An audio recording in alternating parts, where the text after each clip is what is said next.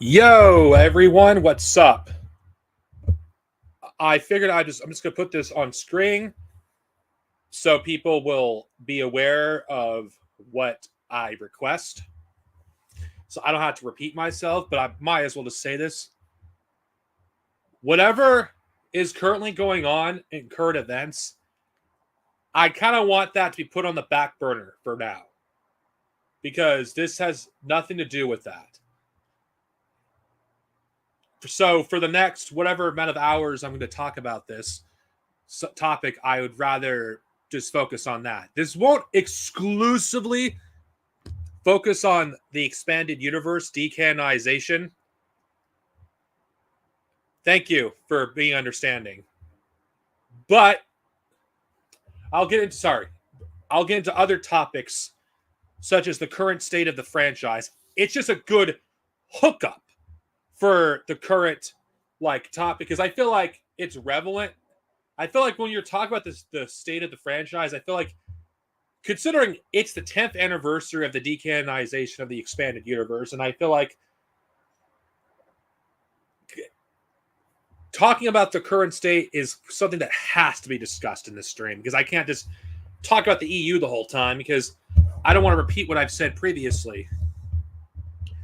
Now, of course, I don't.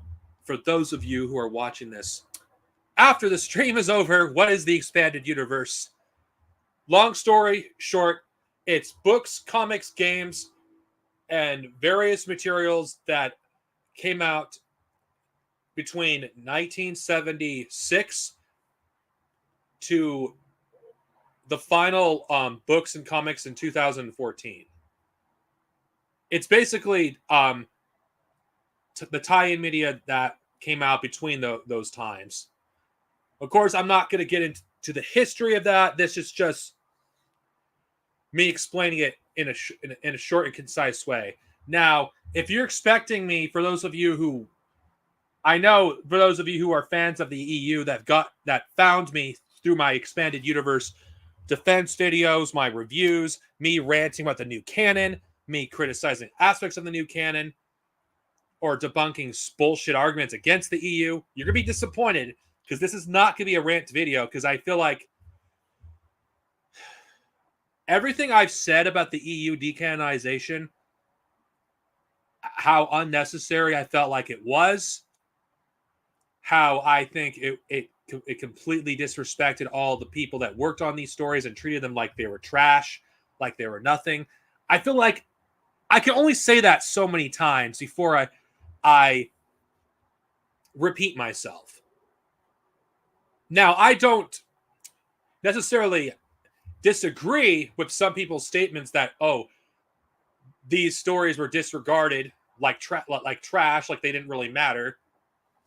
And I can understand people feeling that way. Because the expanded universe there was a massive thing that people got into and followed it for many years. And having the iteration of Star Wars, which I think is the best iteration in my opinion, was the EU, suddenly be stopped and not having like any sort of like conclusion to some of the stories that were ongoing, I will always think that was bullshit to begin with. Film should have done was allow the authors to finish their stories.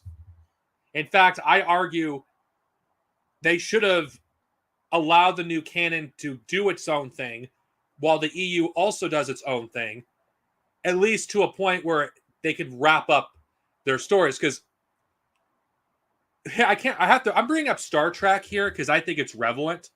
Star Trek had its own thing where they basically had to stop making stories in the post-Nemesis literary verse in Star Trek. Now, I'm going to be mentioning Star Trek here for those of you who are watching because it is important for me to talk about this because I feel like if Star Trek was able to give a conclusion to its own expanded universe, Star Wars could have done it too. Now, not everyone liked the conclusion that was given to the Star Trek literary verse. But at least Paramount allowed the authors to finish those stories. They allowed them to do one last trilogy of novels that concluded over 20 years of continuity. I haven't got to the post-Nemesis stories yet as I'm going through the literary verse of Star Trek. But that's not going to stop me. Because I think there's some great works in the Star Trek literary verse. I've read a lot of it. Not a lot of it. I just basically just touched the surface. And I feel like Star Trek fans, they did get their conclusion to those stories, those who followed those novels from the early 2000s and up until a few years ago, where those stories got concluded. Now, it's not up to the taste of everyone how they ended. Every character basically dies, the universe comes to an end. But the authors, they did everything they wanted. They were allowed to do whatever they wanted. Because Paramount's rules were different from Lucasfilm. I'm not saying the EU should have ended in that way, because that would have been insulting. Because the way Star Wars sets up its universe is way different from Star Trek. Because Star Trek, even in the literary verse, the multiverse exists in Star Trek. That is, as far as we know, there is no multiverse in Star Wars. Oh dear God! Oh God! Please, please, please! For the love of God, don't! I shouldn't be giving Dave Filoni ideas. Please don't do a multiverse for Star Wars. Please don't do a multiverse for Star Wars. Please don't do a multiverse for Star Wars. Oh God. Okay, I just don't like the idea of the multiverse because I feel like a lot of franchises just don't know how to handle it.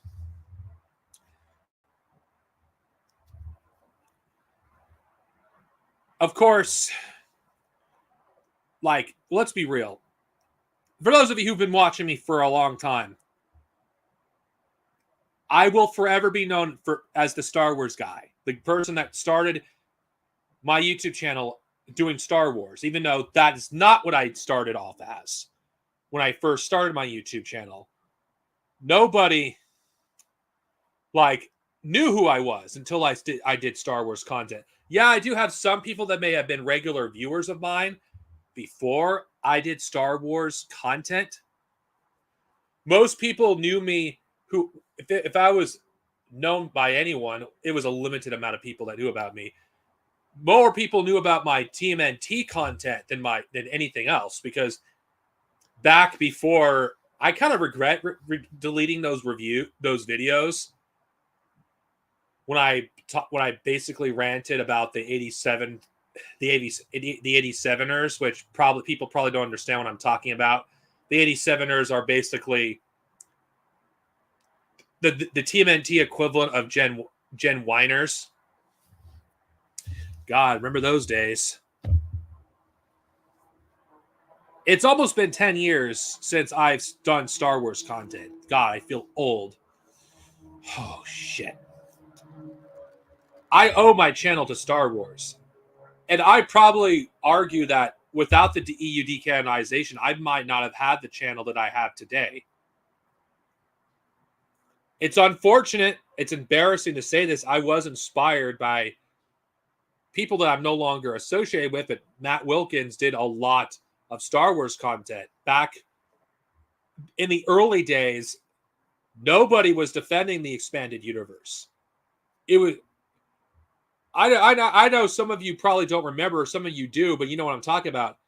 It was popular to trash everything that wasn't the original trilogy between 2015 to 2017. Well, 2004 to 2017. There was no room for any other opinion. Like, the Star Wars fandom, I feel like, did change for the worse in this period. And I do feel like the cracks of the fandom was starting to show, because a lot of the factionalism that did exist prior to the decanonization of the expanded universe got worse. Yeah, splinter groups in the Star Wars fandom. Of course, anybody that knows anything about like what I've done, the expanded universe wasn't popular to actually defend because people were. It was popular to basically critique everything in the EU, whether it was justified or not. The conversations that I'm having right now about the EU, I wasn't able to have it back then without having some asshole just come into my comment section. And I did some shit that I'm not proud of, that I regret. And this is why I have the extreme stance that I do about I don't give a fuck about like if the EU was ever canon. Because those arguments were popular in the early days. It's still used now by those. It's usually used by people to shit on the EU, and it's kind of ironic because majority of the people that shitted on the EU back in the early days and today, that's like the same arguments about this story, this X and X and X story was bad. Yeah, if you press them, okay, why are they bad? What made them bad? Did you read any of it? And if you claim that you've read it, they'll claim, oh, you're out of your mind. You haven't read any of it. Oh, tell me you haven't read the EU without telling me you haven't read the EU. Now, I'm not saying you have to enjoy the part of Star Wars I like, but back then, there was no room to simply enjoy Star Wars in the way you want to. I make it no secret. I am an EU fan more than I am the films themselves. Because I think the amount of depth and meaning in the stories of the expanded universe eclipses the canon stuff. Like, I don't think anything will ever match like Jason's moral dilemma at the end of the New Jedi Order series and how to deal with the Yuuzhan Vong. Or the conflicting philosophies of the Jedi and the Sith in the character of Kreia in Knights of the Old Republic 2. Or the horror aspect of Star Wars, which is not explored at all, even in canon, with the character of Abeloth. I haven't reviewed these novels, but the Fate of the Jedi books, what I really loved about them, especially the second half of that series, is how it gave us horror. Star Wars rarely explored horror, and I think that is what made Star Wars interesting back before Disney just decanonized the EU. I don't care about the decanonization, but before they ceased making new content for it. Sure, I could do that. I have. This is the first time I'll have a guess on the Jedi's Cantina, because since this podcast started, I haven't had anyone join.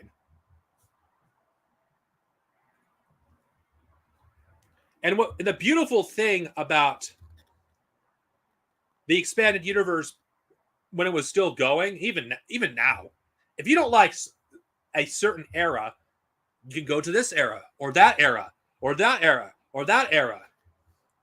I feel like the amount of variety in stories, I feel like if you searched hard enough, there was a story for everyone who was interested in experiencing Star Wars beyond the films. I'm not going to defend everything in the EU because there is some bad stories in the expanded universe. But over the years, I've actually grown to appreciate even some of the bad stories, because I felt like, unlike today, where most of the new stories have nothing to say, even the bad stories in the EU, I can appreciate them. I'm not going to defend like every story that exists, like that some people may not like. When you're ready to introduce yourself, you can do so. How's it going? Dude, all right. You know, you're the first guest on this podcast, so congratulations. Oh, yeah? Thanks for having me then. 36 podcasts. I've been doing this solo. So, do you have anything to add to this conversation? Yeah, about the EU being discontinued. Well, 10 years later, like I actually think it's a good thing in hindsight because of what we have now. Yeah, I mean, it's just 10 years. I can't believe it's gone by so quick. Like, holy shit. I'm not bitter about it today like I was 10 years ago. Well, no, yeah, me neither. But it's just like, I don't know about you. I just haven't really followed with anything on Star Wars related in a while because it's just like I've only seen obviously the current like recent films, and the only thing I've seen from the Disney Plus shows is just Kenobi. I haven't seen Mandalorian. I have no interest. I haven't seen Boba Fett. I haven't seen Andor. It's just like I have no desire to see those, to be honest. Fair enough. The only one I am interested in seeing is Andor because at least it's something different. Mandalorian and Book of Boba Fett, all that stuff is just nostalgia. That's all Yeah, it is. and the only reason why I checked out Kenobi was just because of Obi-Wan, Vader, the Ewan McGregor and Hayden Christensen coming back. And I kind of already figured going in it wasn't going to be good. So I was only just watching it just for the nostalgia, you know. I think it would have been better as a film than a mini series. Personally, it didn't need to be 6 episodes. Yeah, it was just like I don't know, from whatever, it was just so dumb. Like why they basically just broke canon within in their own like films by basically having Obi-Wan already fight against Vader and then calling himself Obi-Wan when that goes against what he told Luke in A New Hope, that I haven't gone by that name since before you were born. You know, it's just, You know what? One thing that really irks me about Kenobi, about the show Kenobi, it wasted its premise. I personally think we should have focused strictly on Obi-Wan and his trauma of the events that happened in Revenge of the Sith. In fact, I think it should have stayed on Tatooine. yeah, but I think a lot of people would have probably found that boring. And of course, they had to use Vader as sort of like a marketing gimmick to get people to watch it, you know. This is why I hate Star Wars fans because some of the like they have the attention span of a goldfish. It's like you had a great story potentially, and we just didn't explore it. The closest we got to exploring such a premise was the novel Kenobi. Exactly. Which didn't focus on Obi-Wan at all. It was from the perspective of the moisture farmers and the Tuxans. I mean, it's been a while since I've read it, so I can hardly remember it. But yeah, I remember it. That I wish they could have just gone with that. But I think obviously, like you said, most fans, general audience, and Star Wars fans have like low attention span. You know. Don't get me started on what they did to my boy Thrawn. Oh yeah. I've finished the last of the Thrawn Ascendancy books today. It's like, wow, this is so good. But Filoni will ignore this. What the Thrawn? I think I only checked out the first one, but that's about it. Well, okay, the Ascendancy books I think are still, I think are worth checking out because it takes place in a such as so far removed from the rest of the universe at the time that you don't need to read the first trilogy in the new canon to actually read them. I think they stand on their own. Yeah. But you said you've checked out Andor? I have not, because I don't want to pay for Disney Plus. Fuck that. I'll watch it. I thought you said you have watched it. I said I'm interested in watching Andor. It's the only one I'm interested in because it's something different. But it's like Rogue One, dude. That movie was so boring and dull. It's like Andor, really. It's like he wasn't even like that interesting of a character. It's mostly because of the premise of Andor. The show itself explores a side of the Star Wars universe on screen that isn't explored very much. Like the political side is like, okay, I like to watch this because I mean that's what I've heard people say. That's what Rogue One should have been, but I just think it's a little too late, really. I fell asleep when I watched it for the second time, Rogue One, because like I couldn't finish it the second time because it's so bad. It's so boring.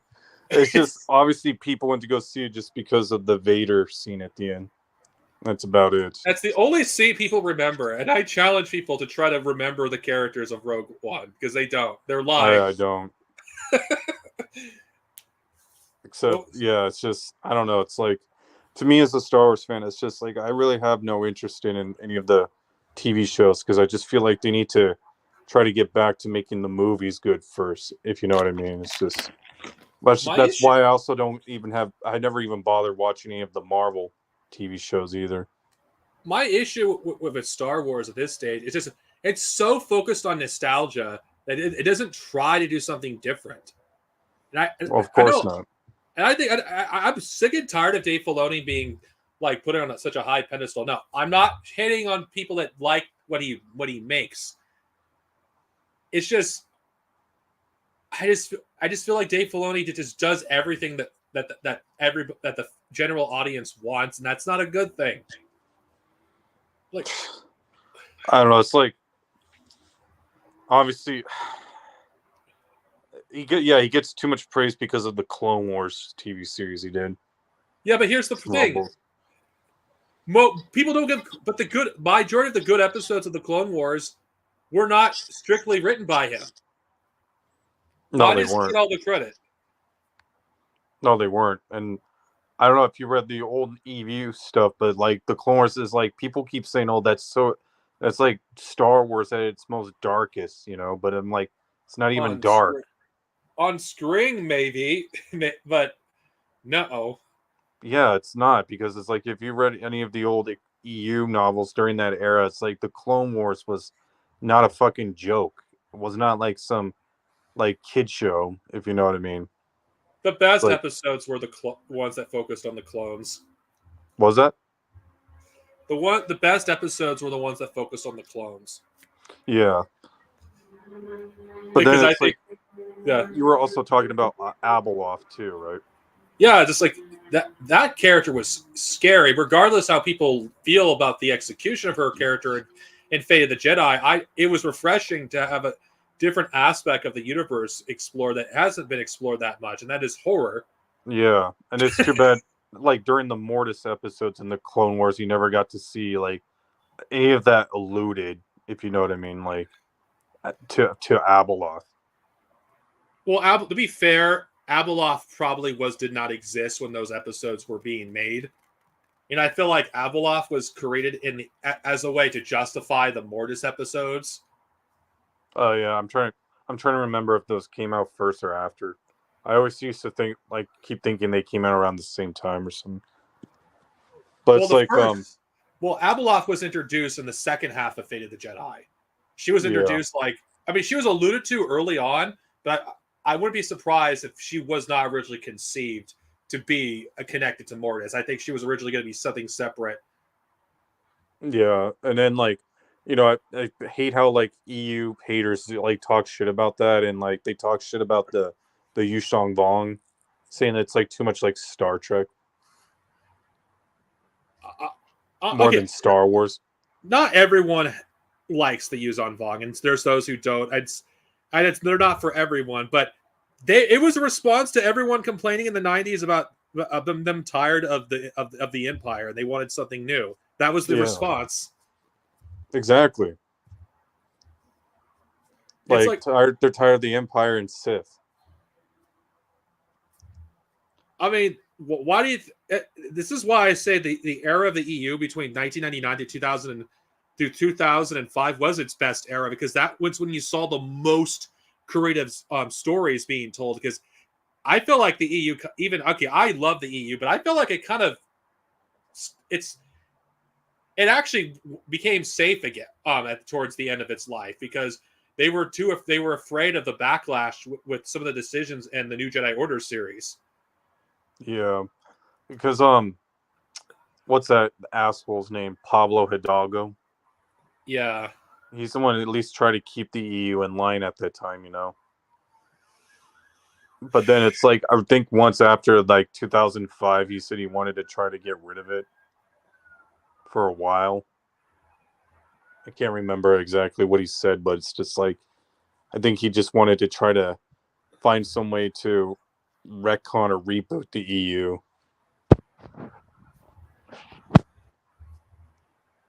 I just yeah, but we but that would have pissed off a lot of people that were reading it at the time because they had no legitimate reason to reboot it at that point. Yeah.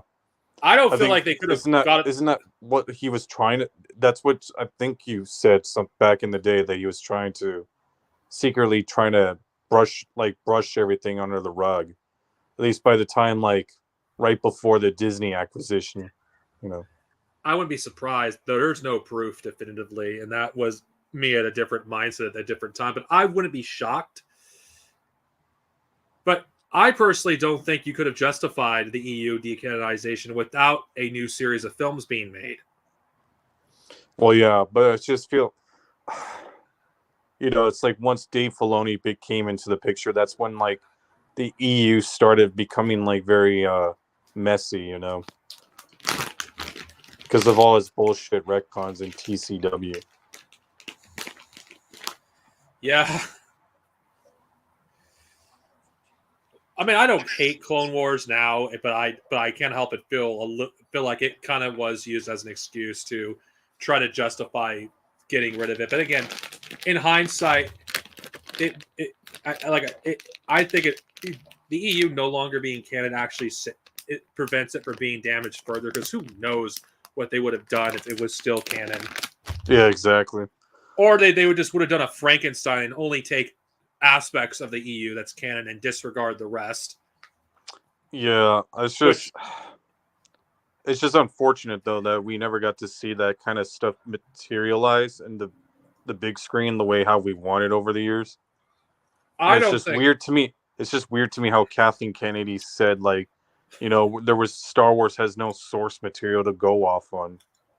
I'm like, what are you talking about? You're the one who decided to throw away all that years of decades of source material that you had that you could have easily have used for the new movies, I don't know if she was being ignorant or if she was being disingenuous or both. I think she knew about the EU. But it was a stupid thing to say in an interview. She should have not have said that. Yeah, like what the fuck? Like no source material. I was like, what? Everything is source material. What the fuck? Yeah. It's like, I mean, it is what it is. But I mean, have you like played any of the new games, Star Wars games? Barely. I played Fallen Order for a little bit, but that's about it. Yeah, same here. It's because I hate EA, so I'm reluctant to support them out of principle. I certainly don't want to support Star Wars Outlaws. Yeah. Not because the game, not because I hate Disney Star Wars, it's because it's fucking Ubisoft. Yeah, it's just I don't know. I think the new Battlefront games weren't like that great either, compared to like the old ones. And it seems like Jedi Order is just trying to be like Force Awakens, but not as like innovative, if you know what I mean. You mean Force Unleashed? I mean, yeah, Force Unleashed. I said Force Awakens. I'm not really a fan of the Force Unleashed, at least as a story, but the games were at least fun to play. Well, yeah, I mean, I thought the first one was pretty good, but the second one, yeah, kind of. Which version of the first one? Like the first game. No, which version?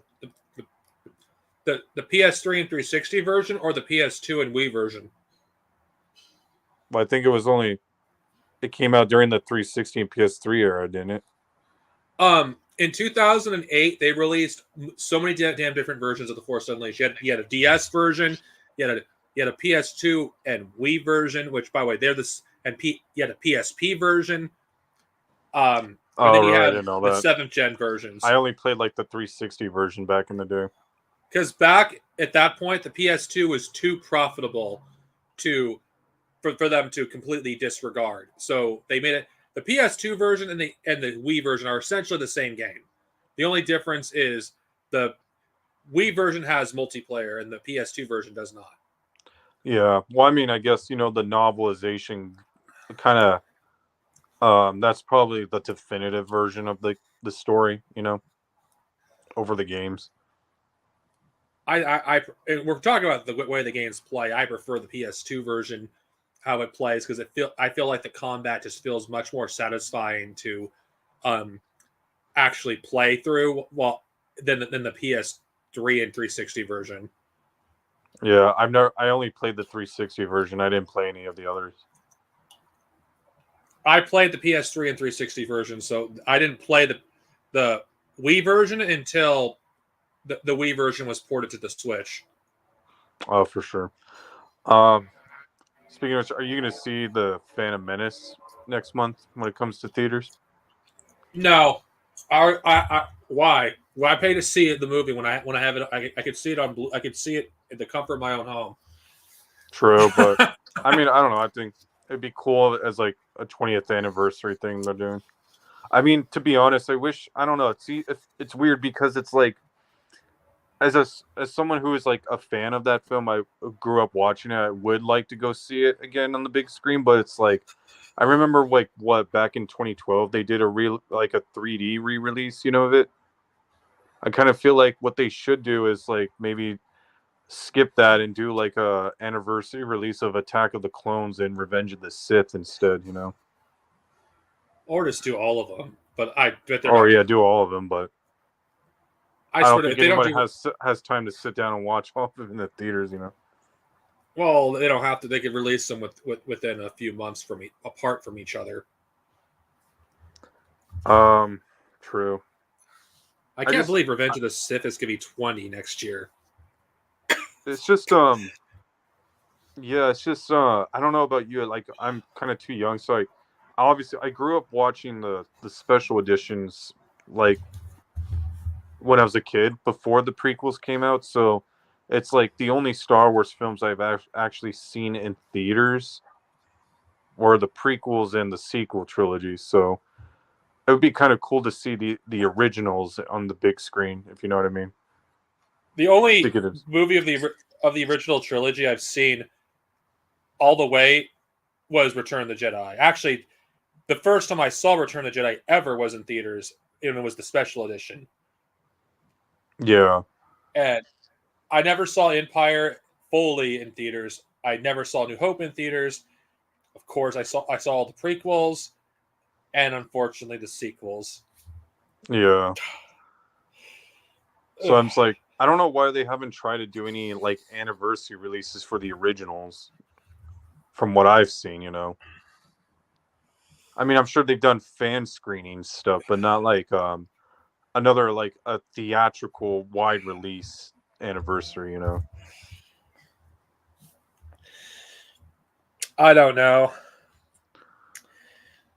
But it's It's because like I know. people they're so afraid of like I don't know. It's like you get those people like those original trilogy fanboys always complaining about, oh, it's not the theatrical versions. It's like, why would I want to go see these special edition versions? I don't know. I just think it's. I don't really care one way or the other Yeah, because there's other films that have been altered way more than the original trilogy. But where's the outrage? yeah. I mean, That's why. here's the thing. What's his name? John Favreau. Someone asked him about like, what does he think about like if they would ever try to re-release the theatrical versions, and he actually made a good point where I think he said like, I think the only a small minority of people actually want to see the theatrical versions get released because it's like a lot of those people are the ones who grew up watching those back when they came out, but there's not many of those. Whereas now, like most of the general audience nowadays, they don't even know what those are, nor do they care. They just all they know is what they've already seen, which is the special editions, without even knowing that they're the special editions. Really, they The just see it same as Star Wars. the same thing goes with Blade Runner. Like, okay, I don't really care for the theatrical cut of Blade Runner because it's not a good film, and it's not Ridley Scott's um, version of the film. Really, his film was ruined by Hollywood executives, and I personally think that I think the director's word is valid. If George Lucas feels like his work deserves, he wants it to look or feel a certain way, that's his right. That was his right as the artist. Do I think he should have not made them accessible? No, I think both versions should have been available. I think that's reasonable. But I just don't think there's enough of demand for them. It really isn't. Yeah, there isn't. And I think the people who do want to demand for it, they don't realize that there's not a huge demand for it, if you know what I mean. Because Yes. they're kind of just stuck in their own bubble. It's like a lot of fandoms don't realize they are in the minority. Whereas like the majority of the general audience don't really care about that shit, you know. As a Dragon Ball fan, I think I could probably say the same thing as well, because you probably are not familiar, but with the orange bricks controversy that happened in that's still prevalent today. Like Dragon Ball fans want Dragon Ball Z to be released in its aspect ratio that it was at when it was originally aired in Japan, and all versions that have been released, it's been in widescreen since 2007. And of course, oh god, the colorers look like shit in Dragon Ball Z, but I think Totally Not Mark did a great video when he showed that every version of Dragon Ball Z looks like shit. All of them. They all look horrible. And I think being a purist for that would be justified, because has anyone seen how bright those colors look in Dragon Ball Z and those orange bricks? Like, it looks unnaturally bright. Of course, and again, that's a problem with that I'm not Toei really. as a whole. I don't know much knowledge about that, to be honest. Well, it just talk about preservation. I can understand. I think it's understandable for Dragon Ball fans wanting to preserve the original broadcast audio. By the way, I'm referring to the Japanese audio of Dragon Ball Z, because when you hear Dragon Ball Z in Japanese, it sounds not Kai Z. It sounds muffled. It sounds like this when they hear the characters talk, or the sound effects. Yeah, but like, why would you want that? Really, that's just kind of well. I prefer Z in Japanese and Dragon Ball, but the audio it sounds like shit. But no, I know. I'm saying, why would you, if you're a fan, why would you want shit audio for your? They don't. Fans are actually Dragon Ball fans are in Japan. Luckily, preserved the original broadcast audio for every episode of Dragon Ball Z, where they recorded. These are based off VHS recordings, by the way, of the original broadcast audio, and all of it's preserved. You can easily find it online, and I think if people really care about the special editions, the theatrical cut, you're going to have to rely on other means than Lucasfilm themselves. I think people need to stop depending on corporations to give them what they want. Exactly. You can easily find it. I mean, I have the theatrical cuts on the DVDs that came out back in 2006. And, you know, for me, I'm just fine with those. You know, I don't like, you know, I don't care about if, like, oh, it's not in the correct format, you know. It's just like, you know, just take whatever you can get. And it's not like there aren't efforts that brought the theatrical versions in HD. I mean, they took various different sources to make the best looking version of the original trilogy as possible, based on the theatrical cut. But yeah, I don't think such a thing exists for A New Hope, especially because that movie was altered long before it was released on home video. So the theatrical version doesn't really exist for A New Hope. Exactly.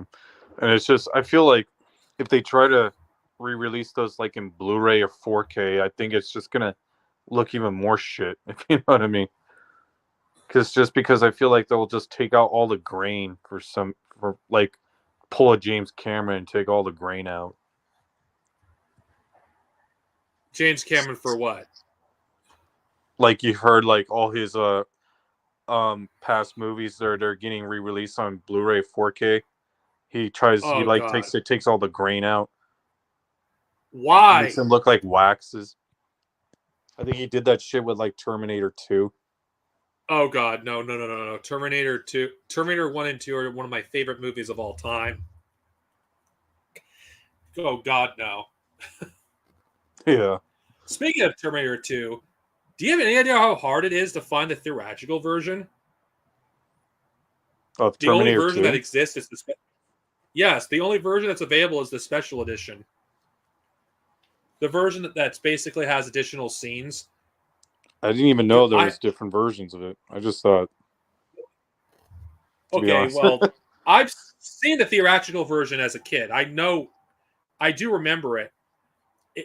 I think the extended cut is better because you get additional character development for the characters. I still think that the theatrical versions of film should be available for those who care to watch it. Yeah. I mean, I have the Blu-ray set for the first four movies, so I have probably have to look it up again to see if that's included or not. Like both versions Okay, for so Terminator 2. we got to get back on topic because we're shifting the topic away from Star Wars. Yeah. All right. Well, You know what were you what's saying before you came on? you know what's really interesting though, the current state of do you know there was once an EU movement? Or I don't even know if there still is one. I don't know if there still is one. No, I've been following you for a while. I know that there has been. Like you were I following you were like what was that one guy's name who was like the leader of it? Matt he wasn't the Matt leader. Wilkins or something? He's not the leader of it. I mean, in fact, contrary to what people what people want to make you believe, there's a lot of people that in the lead in that movement that don't like him. So, Yeah. yeah, Matt Wilkins, like he's not the leader of it. I don't even know what the hell he's doing these days, but Me neither. it's like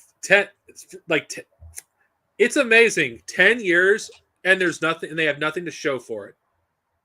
Nothing to show for it. I don't want to sound like an asshole. It's like and make unreasonable demands. Like, I mean, the only thing Legends fans have gotten since 2014 is Marvel 108, and Yeah, I that's it. remember I bought that too. And some reprints, which I of some rare short stories, but that's it. Nothing new. And I could Yeah. argue that we're seeing the nostalgia milked for every aspect of the Star Wars franchise. Like the Essential Legends collection, I support them reprinting them, but they're doing it for nostalgia because I just don't feel like they have any faith in the new material. The High Republic is certainly not something anybody wants to read. Yeah, I've read it. I haven't read that. I have no interest. It's just I've the moment I saw like the art for it, like wasn't there like an art release like a release for the characters of the High Republic?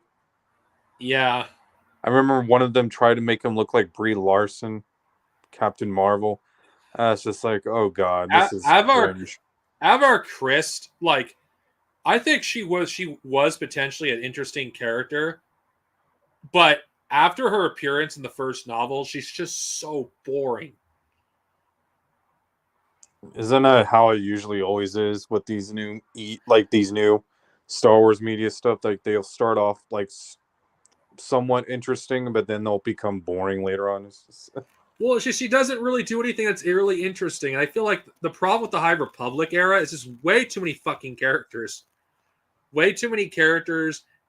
Everyone is either cartoonishly good or cartoonishly evil. Like there's no nuance on either side. Like Hey, it can you feels like remind me again? Remember, was it last year or 2 years ago they announced that they were going to do another Old Republic video game? Did that get oh, you mean canceled? the remake? I don't even know what's going on with the Knights of the Old Republic remake. I have no idea. I thought I saw some sort of like teaser trailer of Darth Revan coming out, It, being it, revealed, it and I haven't heard anything from that since. I think someone told me that got canceled. I might be wrong, but I don't know. I'd laugh I'm if it not. did. I'm not sure if it got canceled or not, because I don't know what the fuck is going on with it. The state of like Star Wars, it's like, hey, you know what? You know what'd be really good? Let's take a page from Square Enix's book, but unlike Square Enix, where we eventually deliver on our stuff, even though it takes like a decade. Let's actually not release half the stuff we announce. Well, that's the thing. That's like with fucking like Kathleen Kennedy. She's been doing that shit for like so long now, to the point where it's like you get Star Wars fans just like give up, like not even paying attention to this shit anymore. It's because it's like I only believe it until I see it actually get made. You know, it's like the same shit with that Patty Jenkins Rogue Squadron movie. Supposedly that was supposed to get made, but then it got canceled. And I heard now recently it's gonna get back on. I'm like, what the fuck is going on? Show me a trailer or shut the fuck up. Show me a trailer. I don't fuck it. It doesn't exist until there's a trailer. I know. It's like, and then I remember, was it back then they were gonna get those guys who did Game of Thrones to try to do a Star Wars movie, and then fucking Ryan Johnson too. I'm like, oh my god. There's the Ryan Johnson's trilogy. There's delusional Ryan Johnson bad boys that still think his movies are happening. It's like, I'm imagining, wait, how long are you willing to wait for until 2030? You actually think he's going to care to die then? Yeah. Who gives a fuck? Okay. And now I'm hearing some rumors now. Actually, like, what was it? A couple days ago, I heard people saying that George Lucas is coming back. I don't believe that shit at all. He's why would he come back? Why? Yeah, why would he? He's like he has all the money that he fucking needs, and I mean, I guess he would want to come back because he still loves Star Wars, but I don't see him coming back, being involved in the creative aspects if they're not gonna like take his ideas like they did with his sequel trilogy outlines, and they just tossed it away. You know, it's like why even bother? I know this is not a hot take, but I don't give a fuck about his sequel trilogy outlines. I really don't care. You don't? It would have been better. I'd be interested to read them to see what they were, but it would have been better than what we. It would have been better what we got, but I just feel like realistically, I think there was just no way he could have realistically lived up to fans' expectations, and even a lot of the stuff they have established in the EU. There's just no way he could have lived up to that. I think the sequel trilogy was doomed from the start. Yeah, they should have just not. What I heard, he was trying to incorporate the wills from the TCW series into the sequel trilogy. The wills, those alien creatures, force creatures that Yoda meets in one of the episodes. Yeah, I don't know. George, I don't know. I don't think George Lucas. People give George Lucas way too much credit. They really do. Let's be real. Without his wife, I'm not saying this to shit on George Lucas. I'm just being real. Without George Lucas's wife, the first Star Wars movie would have not done that well. It would have been a critical disaster. Oh yeah. People don't give like his wife his ex-wife enough credit. Like, she did play a huge role in making that movie what it was. I mean, the only reason why he even came Star Wars is because he was trying to do a Flash Gordon movie, but then they got rejected.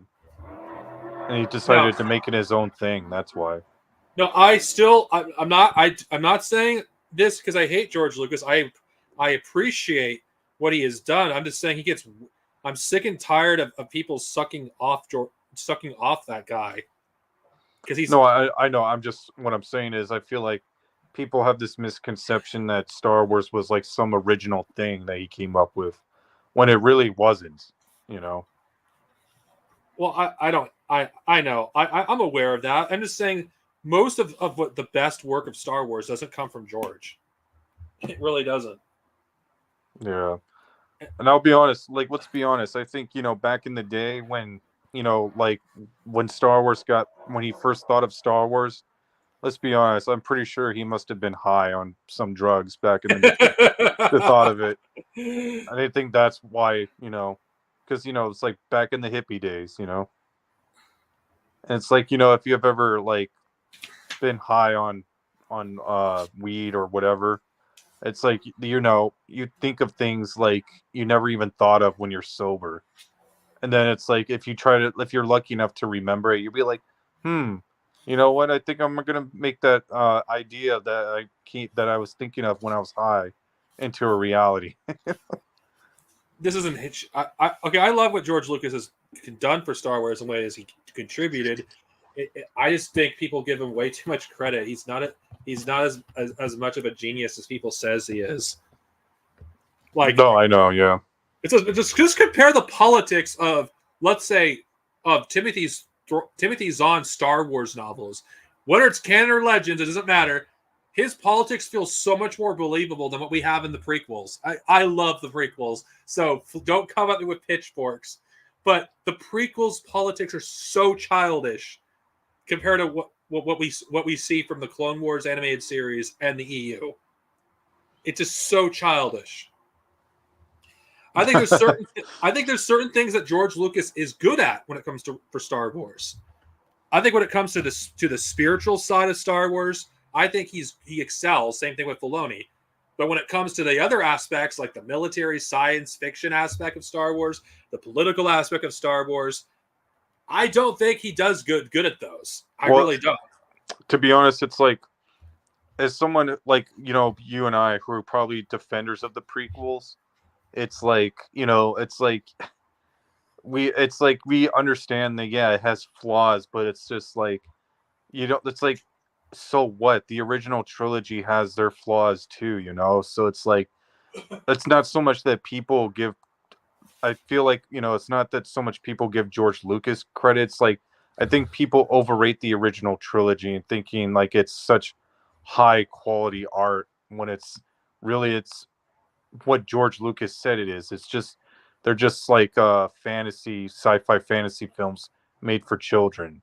I But feel like we need to stop overrating it. The original trilogy. But that does not mean they're bad films or can't be enjoyed by adults. Star Wars fans are so childish. No, I know that, but I'm just saying, I hate how the original trilogy fanboys, who have like John Campea, I hate how they overrate the original trilogy, thinking like they're like the most perfect masterpiece films ever made,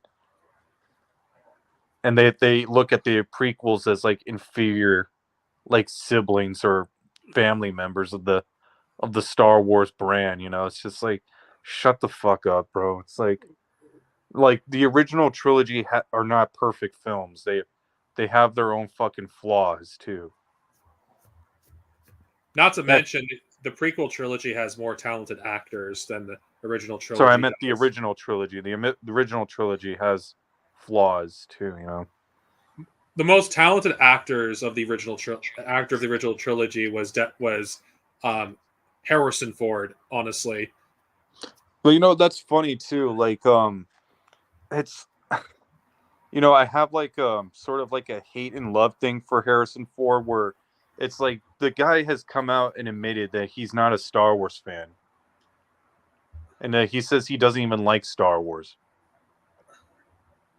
And he was basically on set every time he was on, like, on set filming, or like, with George, he would always like criticize George for his writing, and so it's like, the original trilogy films are like, they're not even they weren't even written exactly the way how George even wanted them to be written.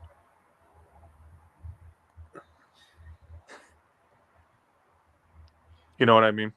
yeah, but so that it's doesn't. like he actually had to actually make changes while he was filming, make changes on the script. But that doesn't make it. But that may have worked in the long run, because I don't think the originals would have held up as well if he didn't make some of those changes. Yeah, I know, but what I'm saying is, it's like like, it's funny how like Harrison Ford, who's like not even a Star Wars fan, he says he doesn't he doesn't like Star Wars.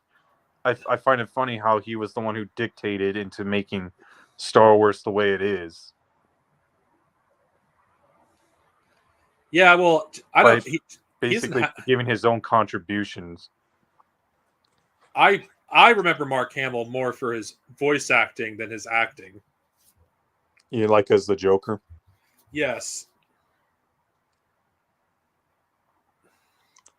And what is other things he's done? He's done. I know he voiced Ozai in the Last Airbender. And Oh yeah, that's right. he's there's some other roles I don't remember everything he's done. I know I know he did a character in one of the Robotech movies. I don't know anything about Robotech, so I don't know anything about that franchise. I just know that one role I think he did a character in one of the Yakuza games. Of course, I'm referring to the original English dub for the I think it's for Yakuza 1 on the PS2.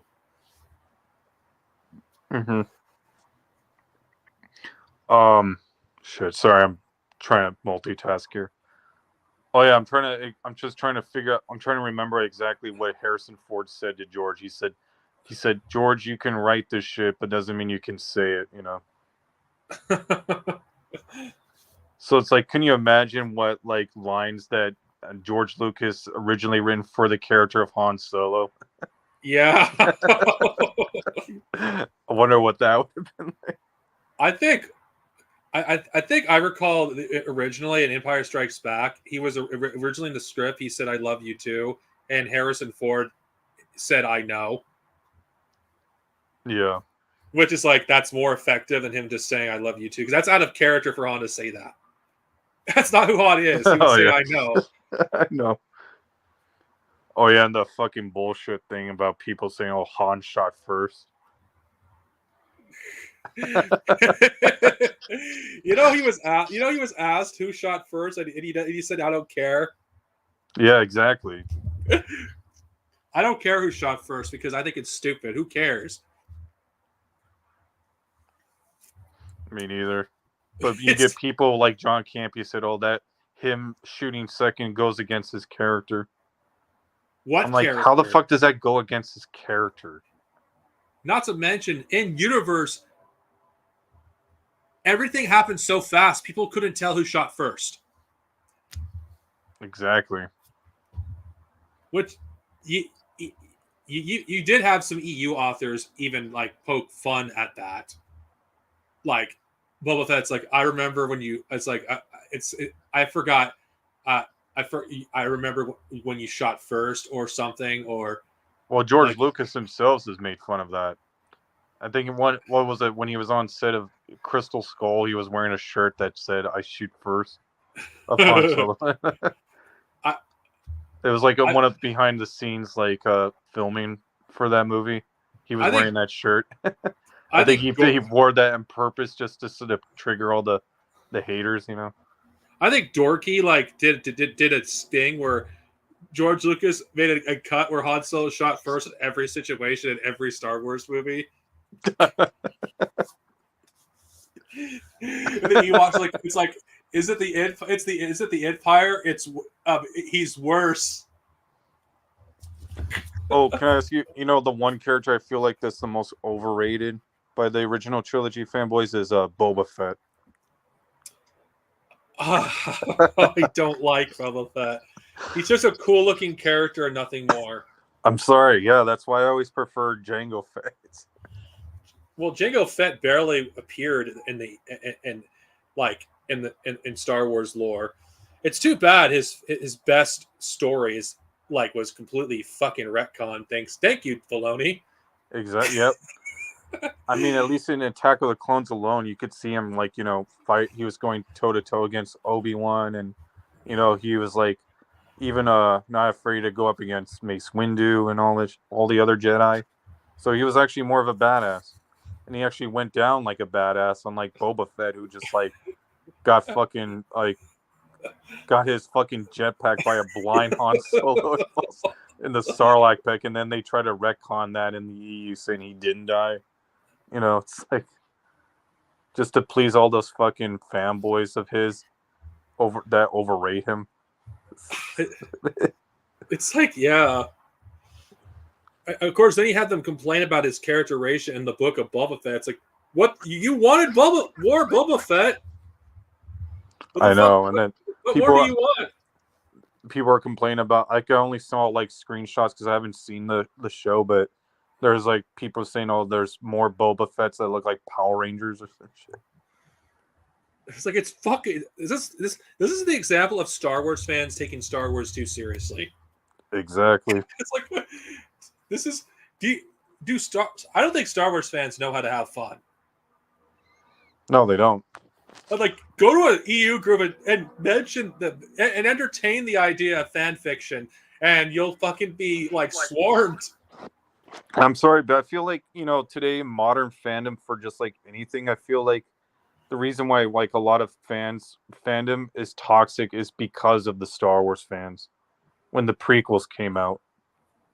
I despise Star Wars fans, and like, I will never not say they're not fucking awful. I mean, I'm pretty sure back in the day before the prequels, sure, you had some like minority toxic fans here and there, but it's like once the prequels came out with the growing of the internet, that's like when they became the loudest, and that's like when all other fandoms started following suit, trying to be just as toxic for everything that relates to whatever it is that they're fans of. I think Star Wars is more toxic than any fandom.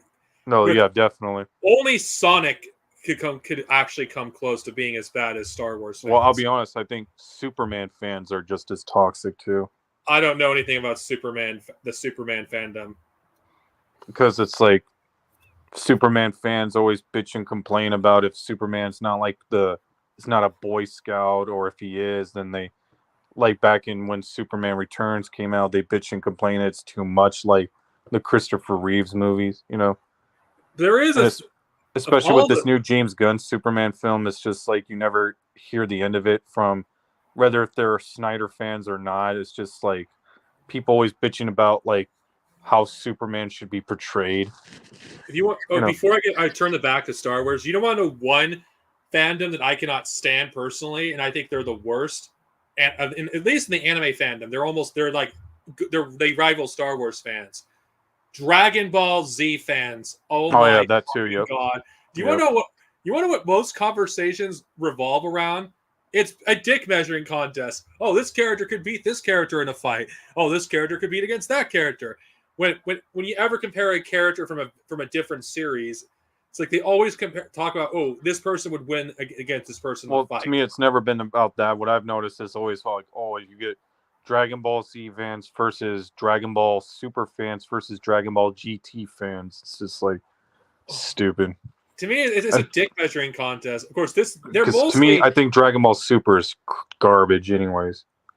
I'm just gonna say this: Dragon Ball Super did to Dragon Ball what Star Wars did to what the Star Wars sequels did to Star Wars. Exactly, and what the MCU did to Marvel. It just, not to mention, it's just like there's so much stupid shit. It's like it's all about it is a dick measuring contest because that's what it literally is. I wouldn't be surprised if most of these people are fucking men, like a bunch of toxic men who fucking just always has to compare their favorite character. And don't get me started on the Goku versus Superman debates. Well, to me, it's just like I feel like Dragon Ball with Dragon Ball Super. Like, I'm sorry, it's like none of the villains have come close to being as iconic as like the Dragon Ball Z villains, And you know what makes even the GT villains are even more iconic than the super villains, if you ask me. You know what makes Dragon Ball fans even infuriating to deal with? This criticism goes to Star Wars. They don't know a fucking thing about their own fucking series. They really fucking don't. It's like these people you can clown Naruto fans all day, but they know their series at the very least. Dragon Ball fans, most of them have never watched the original Dragon Ball. No, yeah, they don't. How the fuck you claim you're a fan of Dragon Ball if you never watched the OG series? Yep. I mean, I can understand not watching GT. I can understand, but but the original series, at least the main story that Dragon Ball and Dragon Ball Z, at least do that. And oh, don't get me started on the sub versus dub debate for Dragon Ball. Like, Oh my oh, god, who cares? well, I prefer the sub because I don't like the original dub for Z because of the changes they made to various characters. Anyway, Of course, the dub for when it comes to anime, the dub is always shit compared to this. I don't think that's always true. It's just my pet peeve is. Well, it depends on who's doing the dub, of course, as well. But My pet peeve is is it too much to ask for the dub to just translate what's in the Japanese script and localize it for Western audiences? Don't fucking change more than you have to. Is that too much to ask? nope.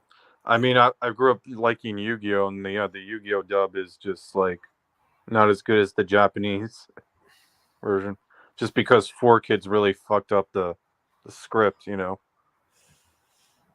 because it's like Yu-Gi-Oh was never meant to be like a kid's cartoon. It's supposed to be dark and gritty for like more adult. Dragon. No, Lucasfilm, hire me. You want to make Star Wars popular overnight? Give the license to Star Wars to any Japanese animation studio, and you can make Star Wars popular again overnight. Let Japan do their own thing, and I guarantee you'll thank them later. Oh, and I'll be honest with you, like, to me, I didn't even know that the prequels got hate from the Star Wars fans until after Disney bought Star Wars back in 2012. Well, I think you know what I mean? I think since we're getting to that, I think the reason why the state of the fandom is what it is, I feel like before The Last Jedi, Lucasfilm was enabling these toxic emolents of the fandom. Yeah, exactly. I mean, it's so easy to point to the fandom menace of how toxic they are, but what was the fandom menace a reaction to?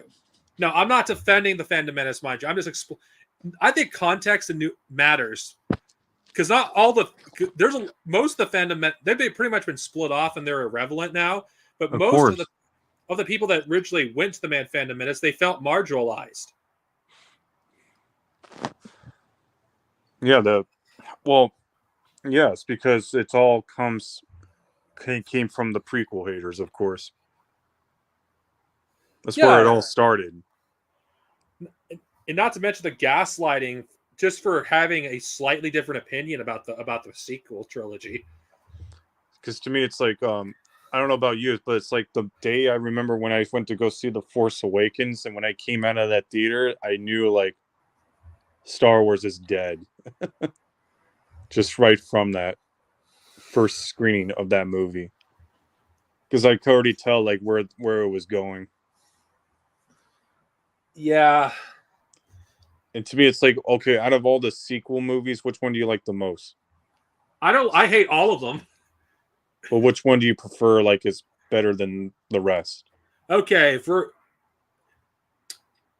being objective, The Last Jedi is the best one, but that's only because at least it took some risk, but I wouldn't really say it really took risk at all. I agree with, because it's like to me it's like it's weird, because it's like I don't like The Last Jedi.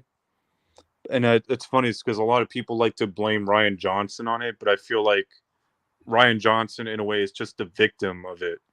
The person who is mostly to blame is J.J. Abrams and Kathleen Kennedy. I think he's a symptom, actually, really, more than anything else, not the cause of it. Yeah, he's the symptom, because it's like, can you imagine? Okay, say if like you were in Rian Johnson's position, and you're like, okay, so I'm making the second movie of this sequel trilogy. So that means I got to go off of what the first movie does in order to make sense. So therefore, it's like, if you're building off of how shitty this Force Awakens was, you're like, okay, so I'm kind of like, you're like realizing, okay, I'm kind of stuck in between a rock and a hard place. So it's like, no matter what I do, it's like this second movie and third movie after that, it's just going to be end up turning shit because it's like you're going off of what someone else's shit started off with, you know? There's just no way to fix it at this point. But I feel like there's no excuse for him doing decisions that blatantly. He did contribute to the ruinization of the Skywalker saga, because I think no matter what people want to say, Rey being a nobody makes no goddamn sense thematically. There was heavy hints in The Force Awakens she was a Skywalker. I mean, why the fuck would the lightsaber called a Rey? It doesn't make any sense from a story perspective unless she was connected somehow to the Skywalkers. But then explain why the fuck would J.J. Abrams decide to change that to making her a Palpatine then? Because see, that also doesn't make sense, because it's like if the original idea was to have her be a Skywalker, and if you say, okay, Rian Johnson kind of fucked that up by saying she's a nobody, then you can easily just kind of fix that in the third movie by saying, no, what I originally meant for her to be was a Skywalker. Yeah, but here's a problem. But then it's like, why did he change it to being a Palpatine then? Here's a problem with that. If we went the Skywalker route after that reveal, that subplot with Rayla would have been incestuous. And they wanted to avoid a Game of Thrones, if you get my meaning, in Star Wars. So there was no way they could have done it. I feel like J.J. Abrams was in a rock and a hard place. I think he should have just stuck with her being a nobody at that point. I mean, the damage was already done. Her being a Palpatine just doesn't make sense at all. Yeah. Because, okay. But then explain how would making her a Skywalker also make sense? If you actually built on what was established in The Force Awakens and further elaborate on it, have her be Luke's daughter. Because if you look at this, the way you look at Luke's facial expression at the end of The Force Awakens, it could, like, he looked surprised to see her. I'm just saying, you could have done anything else with Luke's character. You could have had him be shocked. But then it's like, why make that a secret in the first movie then? It's just like, why not have just revealed that like straight up at the end? You know what I mean? It's just like, because The Force Awakens was doing sequel baiting, that's why. Because obviously J.J. Abrams just sucks at storytelling too. In hindsight, because he's so concerned about his fucking mystery box shit. In hindsight, he did that shit with Star Trek too. You know. In hindsight, he should have revealed that at the end of the movies to avoid what we got in The Last Jedi. Exactly. I mean, but here's another problem, though. Kylo Ren has no character development in The Last Jedi because he goes through the same arc that he already went through in The Force Awakens.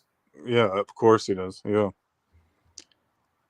But it's just like, I hate that reveal in Rise of Skywalker. They make him kind of like be another Anakin where he comes back to the light side, you know? It's just so cringe and like unoriginal, you know what I mean? It's like his redemption was not the plan. It was originally going to him to be a reverse Vader. A reverse Vader? Okay. Originally, he was going to start off as being at his least confident in The Force Awakens, and the last film of the trilogy, his most confident and most dedicated to the dark side. Redemption was never the plan for Kylo Ren. Until it did become one. Yeah. At the end. Like, Kylo Ren has I would argue, has the worst redemption story of any Star Wars character that has a redemption story. Yeah. I don't know. It's just, to me, the way how it was also blatantly, it just like,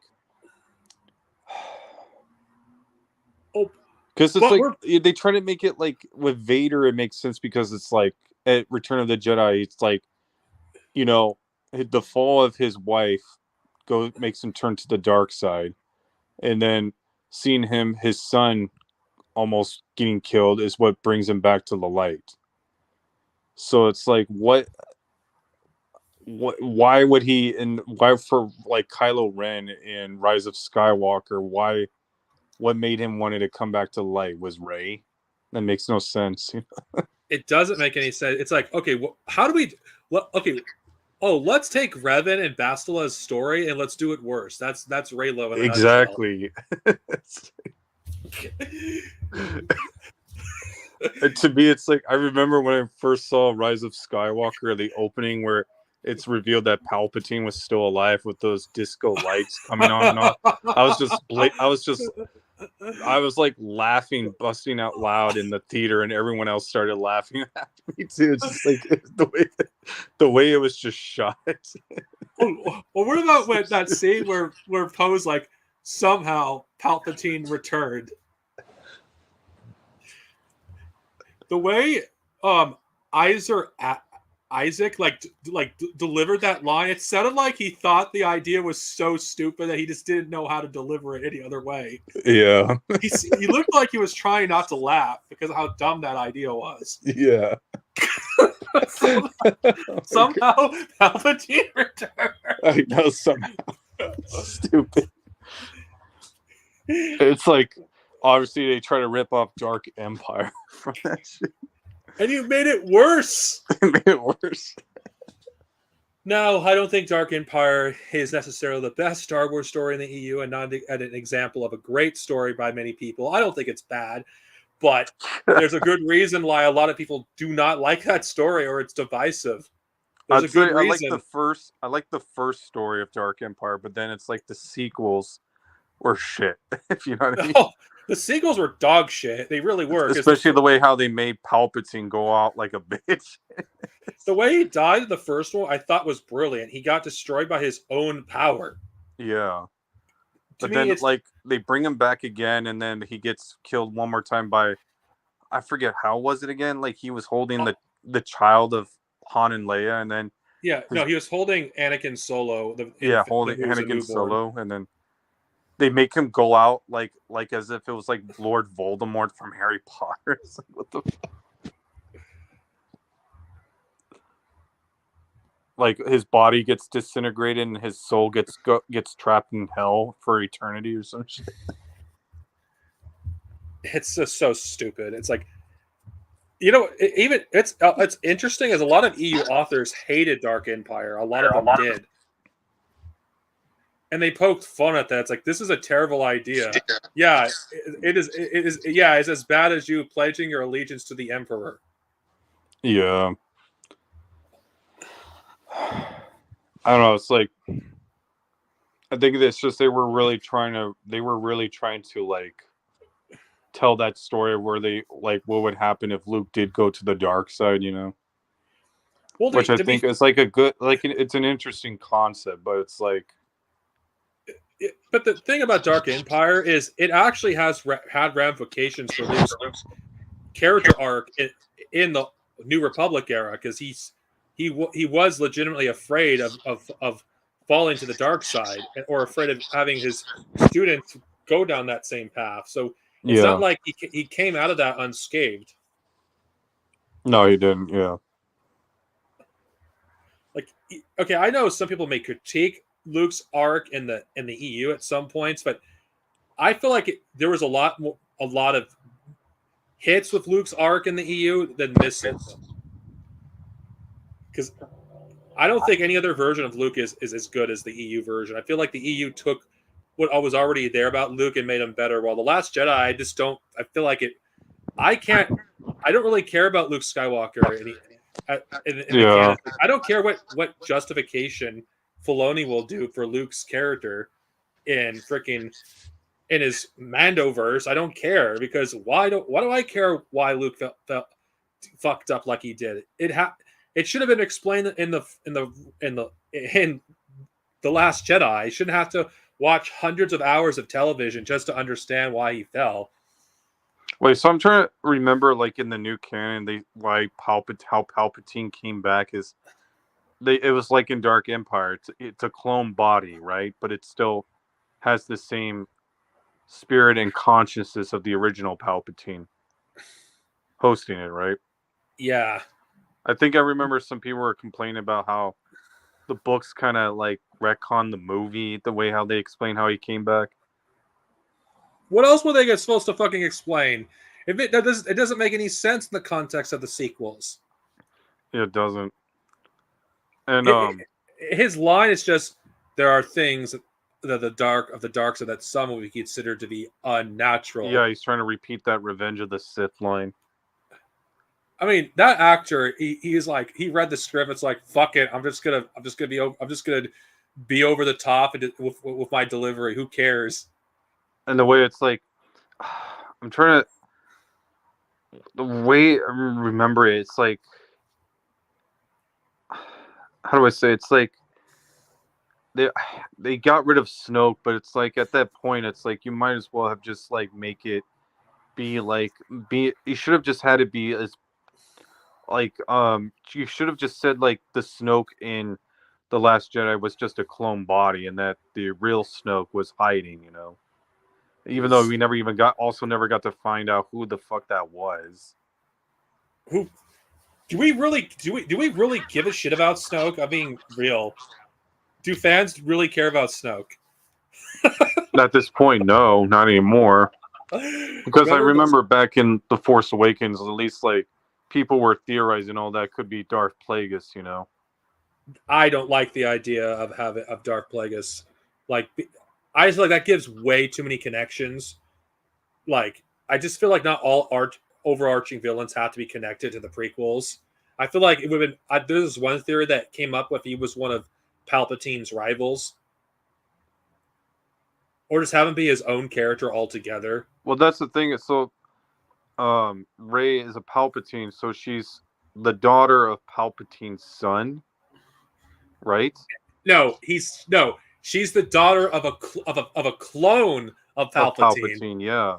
So therefore, she's technically she's at least part clone of Palpatine himself. Oh, it's like, what the fuck?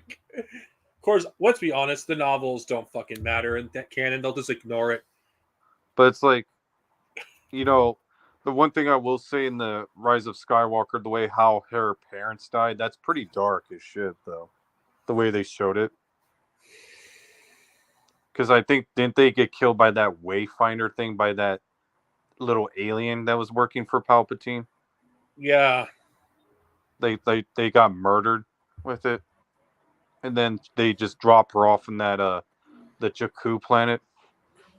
You know.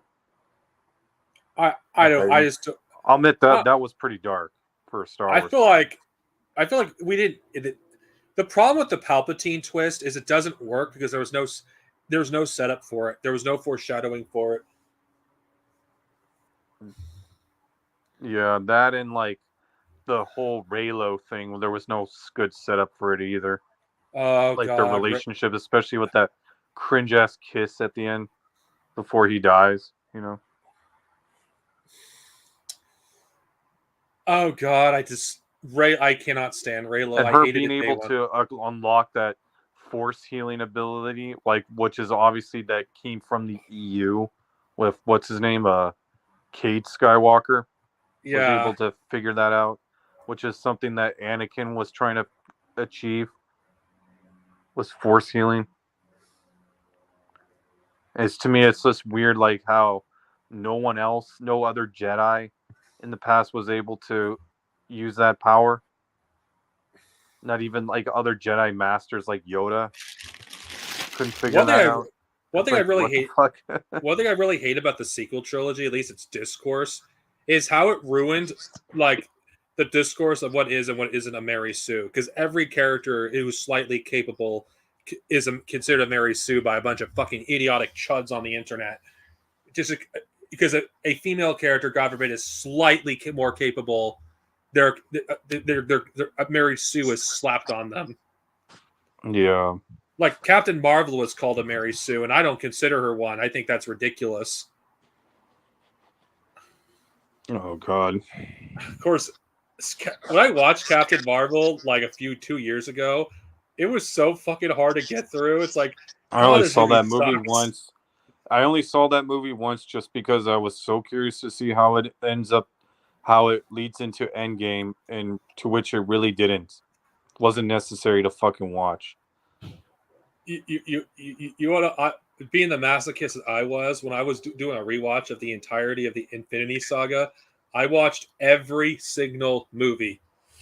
You can literally skip more than half of them and It not miss a was thing. like I was like I was literally like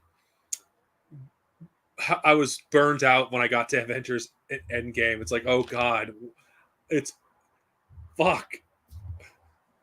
Yeah, to me, I don't even think Avengers Endgame was even that good either. So it's just I like, don't think I thought it was a good movie. I mean, I think it should have been the last film in the MCU. It just should have been. It is. I know there's better films, but I felt like it did pay off a lot of the stuff that it set up. it's weird to me. It's like, I remember it was like a long ass movie, but it felt like they were rushing it to, it's like, Perhaps they should have done a trilogy. I don't know. It's just, to me, it was just kind of like, okay, after I saw that, I'm like, okay, so I wasted all these 10 years of watching all the MCU movies just for this kind of fucking It's hey, at least lame ass movie. it's not as bad as Kingdom Hearts 3. I've never played it. Um, But I'll say this, it wasn't, I don't know, to me the worst one was Avengers Age of Ultron, of course. Age of what? Age of Shitron. That movie had so much potential and it was wasted. Where Ultron doesn't even look anything like Ultron. He looks more like a fucking Transformer. Michael Bay Transformer. I don't even care about his look. I just feel like the character had the potential to be scary. It's like, this is a fucking Terminator for crying out loud. And he's a joke. No, he is, yeah. It's like I wouldn't be surprised if that's freaking. It's like, what's gonna be the new big bad in Rey's movie? What the fuck are you gonna do? In what? In Rey's movie, like, I know this has nothing to do with the EU, but since we're talking about the state of Star Wars and as a whole, it's like, what the? Oh, the Rey movie? Yeah, it's like, is that even gonna get made? I don't fucking know. It is. It's like, my main problem with doing a Rey movie or continuing Rey's story is everything that you could do with Rey's character has already been done with Luke in the EU. Exactly. It's like, why do we need to tell this story? And of course, this is a corporation and Disney shills will eat anything up, but instead of asking like well, I guess what they could do is they could have like another Rey clone that's evil out there. Oh god. Which I know sounds cringe, but they kind of did it. They kind of alluded that in Rise of Skywalker, where she has like was that one scene where she sees like a evil version of herself? That's actually her potential, who she could become, but it was yeah. It was what I'm saying is they could make the Rey movie fall that up with that being like a clone that possibly goes to the dark side of what she could have come. I got an idea. I got an idea. The threat that Rey's Jedi Order will be dealing with will be a threat from another universe. So we'll have the multiverse be canon in Rey's new Jedi Order movie. You just reminded me. That's another fucking bullshit thing that Dave Filoni is trying to do, is the whole multiverse in Star Wars or different timelines. I think that's what they were trying to set up in the Ahsoka series. At least that's what my friend told me. Which I haven't seen Ahsoka. I haven't seen that. So. It's just Star Wars was never. They're trying to make it. They're trying to make Star Wars like Marvel and DC with the whole multiverse shit. No. It's like, yeah, no. Who cares about it? Or they're trying to make it like Star Trek also. It'd been fine if you had actual writers that actually knew how to write that sort of story. But nobody who fucking does like Disney, who does freaking Disney Star Wars, knows how to write the multiverse and how that would work.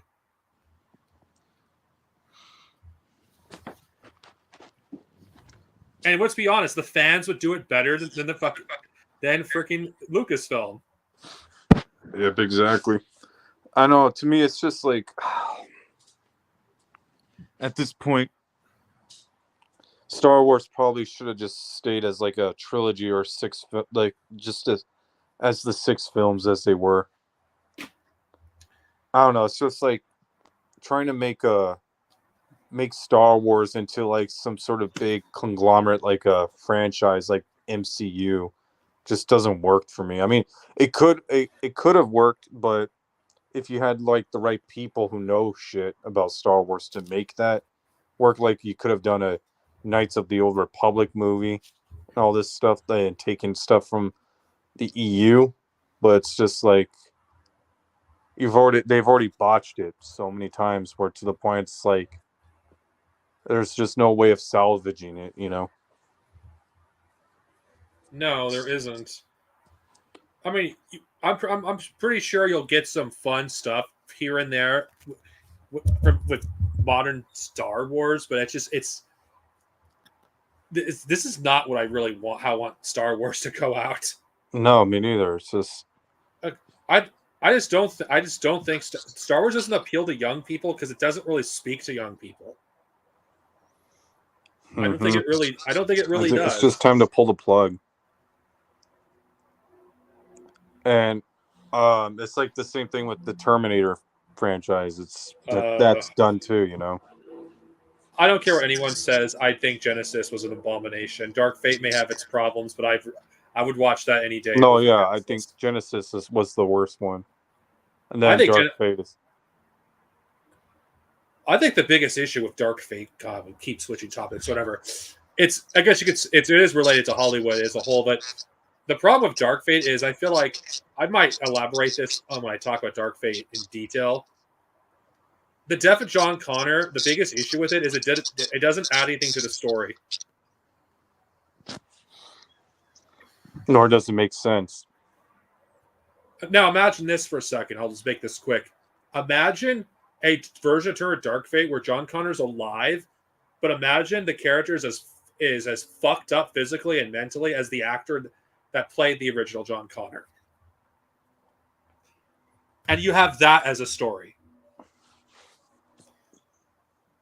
Where you have John Connor who's traumatized by the events of Terminator 2 and having the future that's supposed to happen never happen, and he feels like he doesn't have a reason to really exist. What was the point of him existing? Because his entire reasoning for being born was to be the leader of the Resistance. Yeah, he's not leading the Resistance, and when he sees a Terminator from the future, that causes him to go through even more fucking shit, making him realize that he make him feel like he doesn't really matter, and have him go through a midlife crisis. Anything is better than what we got. Well, I mean, that's just with all these recent Terminator films, like it just makes me appreciate Terminator 3 and Salvation even more now. You know, 3 may have its issues, but John Connor, at least the concept of him being not wanting to be the leader of the Resistance, is a compelling story if it was done by a better writer. Well, that was kind of the point. I think it's like part of his character growth. I think they were trying to make him not want to, admit his destiny, but then later on after the Judgment Day, that's where he kind of like comes into being his own. And I think that's like something we sort of saw in Salvation with Christian Bale, but then it's like, as a Salvation stan, I was bitter. I wanted Salvation 2, not fucking Genesis. Well, no, same here. It's because it's like, why are we still retreading this trope of the whole time travel shit? It's like we should have already moved past that by now. You know, it's like we should have already been in the future stage of the franchise. It's so sad that the Terminator tie-in media, the books and comics, are the only aspects of the franchise that explored what Terminator could have become. But the movies never tried to do that. Nope. And it's like not even James Cameron can fix it, to be honest. It's just I don't think James Cameron gives a shit. No, he doesn't. I think he's made it clear so many times too. It's like he never intended to make a third movie. He just wanted to make those two, and that's it. He might have been interested at one point to make a third installment, but things happened in the '90s that made him not want to. I mean, two would not have the alternate ending for two was changed because they wanted of a potential sequel. Yeah, the studio did. Yeah, though I do prefer the ending that we have in the theatrical cut because I feel like that's a much better ending than what we got in his version. Yeah.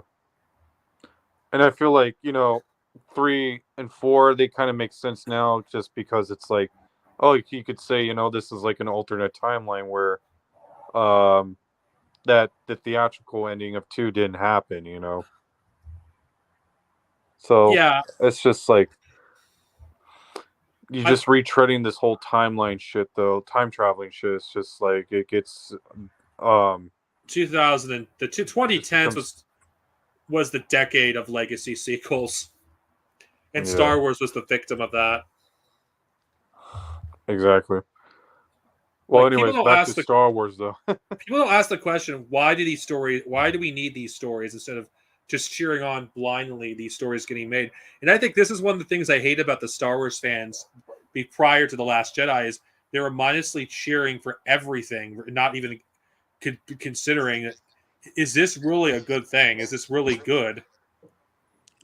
Oh yeah, what do you think about the Alien franchise now?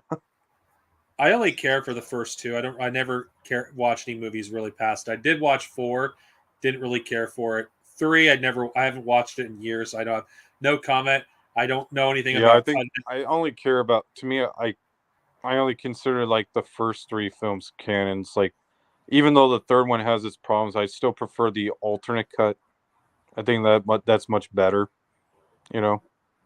And it's like um obviously I didn't like the prequel stuff like Prometheus and Covenant. I thought those movies were shit. what's And the fourth interesting. one it's like not good either, but it's like, it's a guilty pleasure What's for what it interesting is. about, even though we have bad Star Wars movies we released the same in the 2010s, but we got, I think the Planet of the Apes reboot movies were one of the few like Yeah, I exceptions think to me that were actually good. I think I don't know. I find them to be kind of boring and dull. I mean, the first one I did like, the one that came out in 2011, but I feel like the sequels just didn't really do it for me. Of course, I don't think they're as good as the first or fourth Planet of the Apes films, but I think they were good movies in my opinion because I felt like it actually paid respect and homage to the Planet of the Apes movies. Star Wars, I don't know about you, but does it feel like that the people that work on Star Wars are? It kind of seems like they're embarrassed of the source material. Well, yeah, but I feel like it's because it's like you get too many people involved, and you get someone like Kathleen Kenny who doesn't know shit about Star Wars. They're just like going along. They're just there to go along with the flow, and they're like not even trying. So it's just not so much that it's like they're not as embarrassed. I mean, they're embarrassed now because they know they probably fucked up, but it's just I think they just don't even care trying anymore, really. How many times though can you milk the prequel and original trilogy eras though? How many times can you do it? I mean, if you're a prequel fan and I think it's been a good time to be a prequel fan if you are into the external media because I think the prequel stuff in the external media have been pretty good for the most part. But that's going to eventually dry up eventually because they're not going to make stuff for that era forever. Yeah, I mean, I'm I mean, currently reading the new novel. Like I forgot what it's called. I think it's called. Hold on, I have it in my hand. It's written by John Jackson Miller, so a legacy EU author, The Living Force, which takes place 1 year before the Phantom Menace. mhm. And there's another novel that's coming out later in the year that's written by another legacy EU author, and it's a Mace Windu novel. Oh, how do you feel about them when they brought back Darth Maul? Darth Maul, bringing Darth Maul back. I thought it was a mistake. It's so stupid. Yeah. I mean, yeah, some of we got some cool stories out of it. I'm not gonna lie, I do enjoy some of the new stories we got out of it. I'm talking about in the EU. I thought some of them were pretty good. I talk about like the one of the few good comics in the TCW like graphic novel series, like the one with revolving around Darth Maul and Savage Press. I thought that comic was good. I thought Death Sentence was a really good comic. I mean, But not didn't you good. like it? Didn't you like it when Darth Maul, how he was in the Phantom Menace, where he was just a silent assassin I and he didn't prefer really that. talk as much? I prefer that version. I just don't see them as the same character. Like I Yeah. just I see the original Darth Maul and TC and Clone Wars Maul. I just see them as different characters. I don't think there's anything either wrong with either version. I prefer him as a silent assassin because I think that's what George Lucas originally intended for the character. Yeah. And I And he was thought supposed to stay dead. honestly, I think the problem I have with Darth Maul being brought back is it set a precedent in Star Wars that has not left. Well, that's the thing. It's like, to me at the time, it's like when they brought him back for TCW, it's like, okay, it's like, um, okay, fine. It's like I can accept him bringing him back, but then it's like, it only works if you were gonna have him get killed off at the end of the series, you know. But since they decided to keep him alive, it's like, okay, that kind of causes like plot holes where he was never mentioned once in Revenge of the Sith. You know what I mean? It's like the same thing with Ahsoka, bringing Ahsoka to being Anakin's Padawan. When it's like in Revenge of the Sith, she was never mentioned once, or any of the original trilogy movies. You know? I don't have as much issue with Ahsoka like I used to, but I do feel like she should have died in the season 5 arc where she was put on trial. Yeah. Because I feel like that would have like it would have been made, it would have given further context for Anakin's action of being who he is in Revenge of the Sith. Exactly. That's how I felt too. And I Like, felt like what should have done is like, okay, what they should have done is have Darth Maul that kills her, you know. no, I think it'd been more effective at the Republic if she gets killed by if the Jedi are responsible for her death. And I feel like Anakin, when he says, from my point of view, the Jedi are evil, I'm saying you could have had Ahsoka been she could have later been found innocent of her crimes, but she was already dead when that happened. Before. No, but what I'm saying is like if you, like you said, you preferred that she died in season 5, right? Yes. Yeah, I prefer like if that happened, it would have been at the hands of Darth Maul, and then you probably would have had Anakin kill Darth Maul. You know, that I would don't have know been if just like one step further into him becoming Darth Vader, like how in Attack of the Clones you see him taking his first steps and and embracing the dark side when he saw his mom get killed by the Tusken Raiders. I think Obi-Wan should have been the one to kill Maul. Personally, that's just me. But again, your idea doesn't seem to be that bad either. But I feel like and Ahsoka being killed by the Jedi would been far more effective if you want to. That would have added more context to him saying the Jedi. From my point of view, the Jedi are evil, because you could have had someone from the Jedi Council, maybe Mace Windu or someone, kill Ahsoka when she's trying to flee for her life, because Yeah, they killed an innocent person who didn't commit any crimes. I'm just saying, so Anakin's thinking the Jedi are evil is more justified. yeah, that too. But again, that's just hindsight. We just don't. Not to mention, her survival causes some issues in the EU, because where the fuck was she? No, yeah, exactly. That's what I was saying. It's like nowhere anywhere before pre TCW where they ever hinted at Ahsoka being around. You know. In my opinion, I think how Ahsoka's fate in Legends, she dies just like whether it's by Darth Maul's hands or by one member of the Jedi Council. Maybe the episode, like in season 5, they don't play out exactly the same in Legends like it does in canon. And Yeah. so I'm just to make it as simple, or she dies early after Order 66 or during Order 66. I don't know. Or better yet, they should have just kept the 2003 Clone Wars series canon, the way they were at the time when they were released. Both shows could have coexisted together. For for the build up to Revenge of the Sith. I remember those episodes when they came out on Cartoon Network back in the day. Okay, if I was a kid and I watched Clone Wars and Darth Maul came back, because I loved Darth Maul as a kid, and I saw those episodes, I would have loved them. Because I have a confession when it comes to cartoons. My favorite episodes usually are the ones that focus on the villains exclusively. Oh yeah, exactly.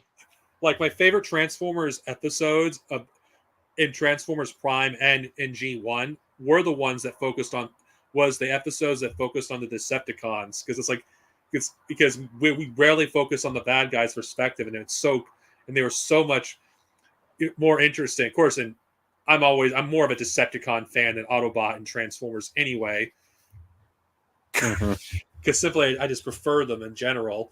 But that's what I liked about Darth Maul's episodes in the Clone Wars. Because how many Star Wars shows do we focus on the villains almost exclusively? I can't name any where we do it for like a few episodes. I feel like that's what made like the Darth Maul episodes so special. And I think Darth Maul coming back, the issue of him coming back is it did set a precedent in the future. It's like Asajj Ventress was supposed to die. And the Dark Disciple novel, even though that arc was supposed to be animated originally, she was supposed to die in that arc. Now she's alive. Now I don't like the way she went out in the Dark Disciple novel, but I'm in the camp that you should not alter the fate of a character, especially if they're stated to be dead. I don't care if it's in a book.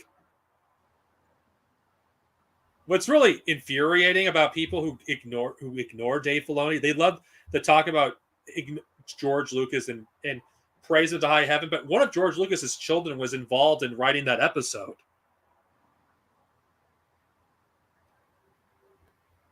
And her contributions are basically swept away.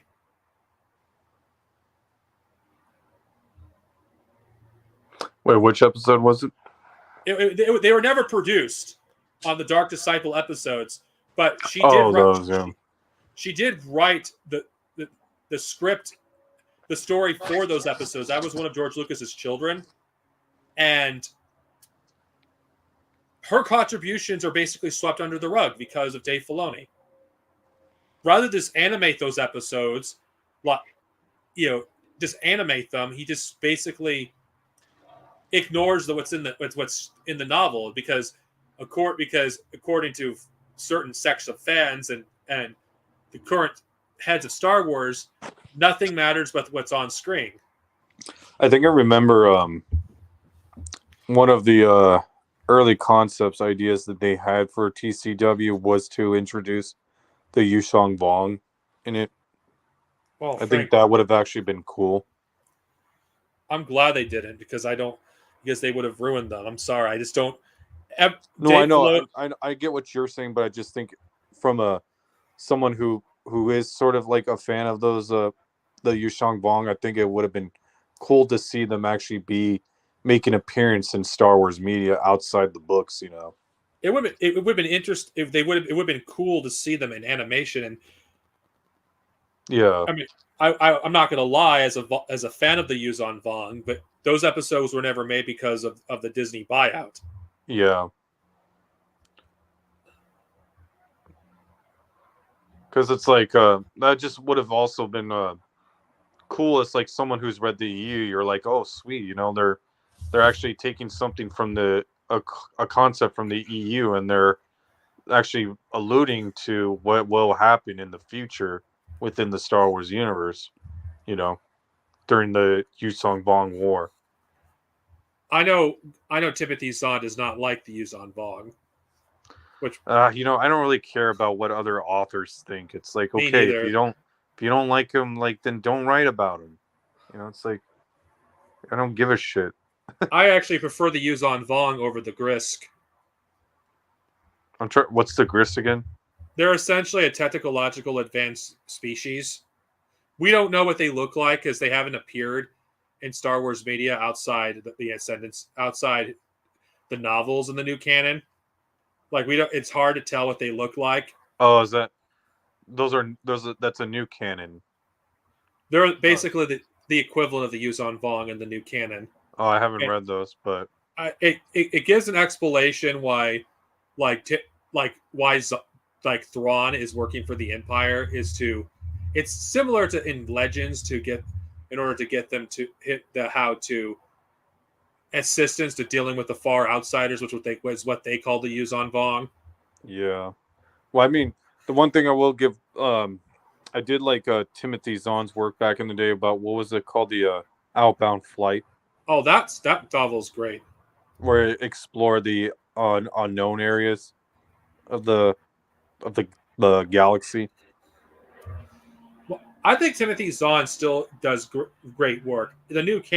I think his new canon novels are still phenomenal. It's just too bad Dave Filoni will ignore all this amazing lore that he wrote. Yeah. Well, it's just like too. It's like you wonder why, like uh how come like in TCW they also never like once mentioned about like the Outbound Flight or Jororis Sabayoth being one of the old Jedi Masters. Or it's like I think he's like one of those Jedi Masters that went missing, right? Like Yeah, they like 10 there's like 10 of them that got missing. yeah. And I think Dooku was like one of them, they said. And then I think what was that other Jedi Master in the EU during that got captured by the Yusong Vaughn? She Vergery? was Verger, Verger, yeah. another amazing character. I would be surprised if Kreia Chris Avalon like based a lot of of Krea's like philosophy on Verger because you cannot help but look at the similarities. Yes, because what's awesome about Verger is that she knew about Palpatine being a Sith Lord the whole time, you know. I hated the retcon of making her a Sith. I thought it's probably my most hated retcon, at least one of them in the EU itself. I just thought it was And awful. that but she was also in height, she all those decades throughout even before the Empire existed, she went missing with because she was in captured with the Yusong Vong. Having her Didn't be a return until the decades later. having her be a Sith was like one of the worst retcons, considering that. But can you Oh, remind how did she become a Sith? okay, okay. Lemai explained that she was a Sith, like when she was turning Jason to the dark side in the first novel, Betrayal. Yeah, but how did she become a Sith though? It never said how she became a Sith. So she was basically one of the Palpatine's apprentices. Did she have like a Darth title? No, You see, I that's the don't. thing. It's like to me, it's like if you don't have a Darth title, then you're technically not a Sith to me. Of course, you could look at that.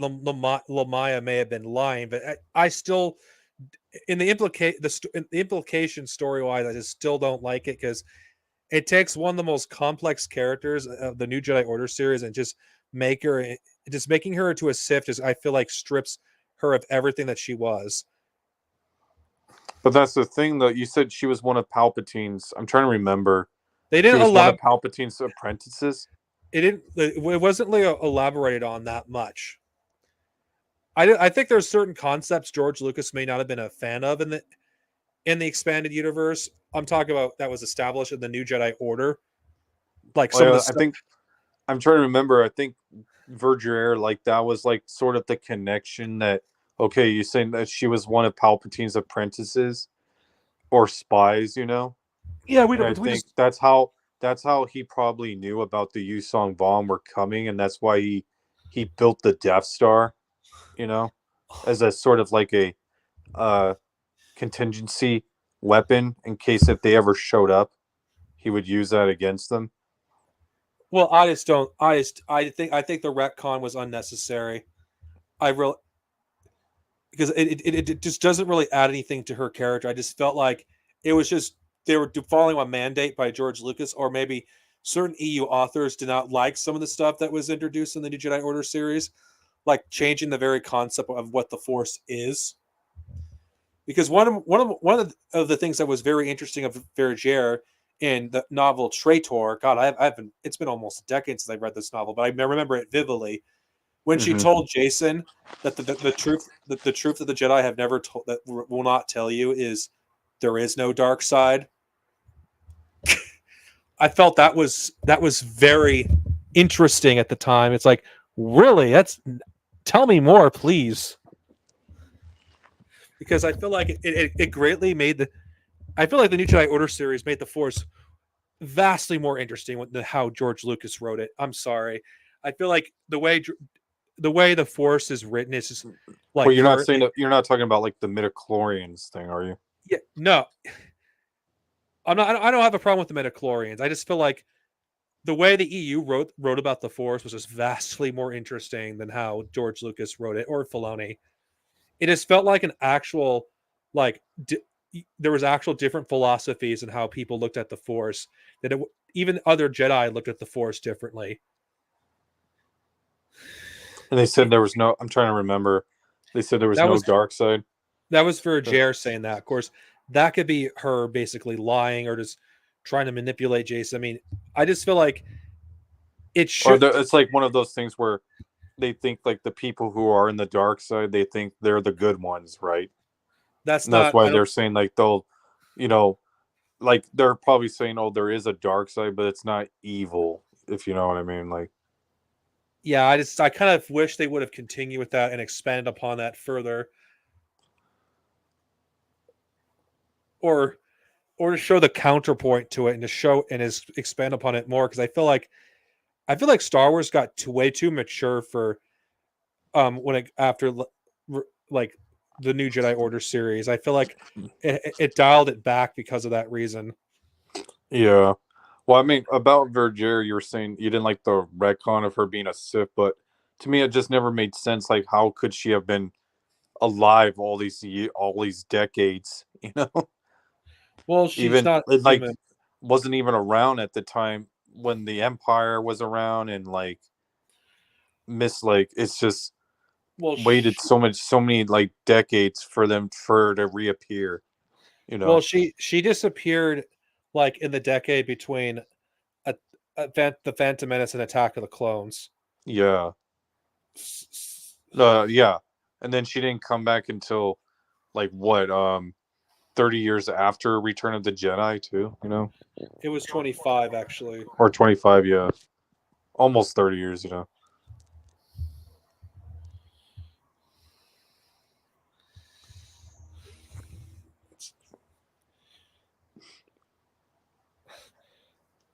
Yeah, sorry,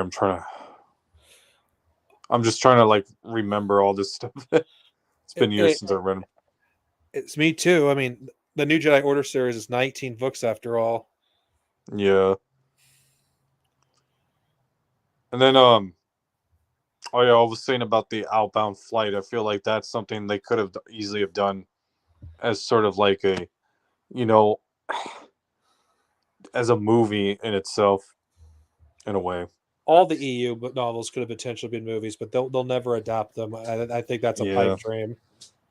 And would you really want Dave Filoni, who's notorious for not respecting other people's creation, to touch any of this? Yeah. Don't Nope. he ruined one of my favorite characters, Quillen Voss. Oh yeah. He did. It's like what the? It's like you massacred my boy. It's like that's just your opinion, man. It's like And he that's not. ruined like the Mandalorian lore stuff too. Well, we can't say it's all Dave Filoni. George Lucas did approve of some of it. Well, yeah, because like, you know, at that time George Lucas just didn't care anymore about that shit because it's like It's within his it's like right to. after the prequels, it's just like, all right, just like I don't care. It's it's like I'll help out like to keep the Star Wars like don't like care about all the canon stuff much anymore. It's because he at that time it's like before he bought it up, he sold it to Disney. He didn't know like what he was gonna do with it. Well, one of the reasons he sold Star Wars because he didn't think he would be able to finish the sequels because it would have taken another 10 years Yeah.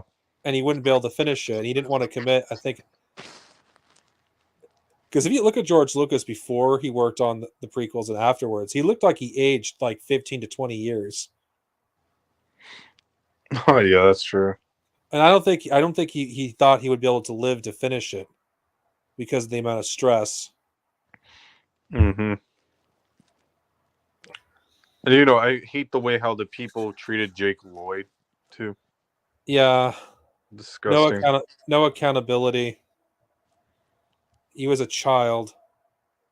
It's like ironic how he got so many like man child like Star Wars fans coming up to him saying, "Oh, he ruined their childhood," but yet they're the ones who ruined his.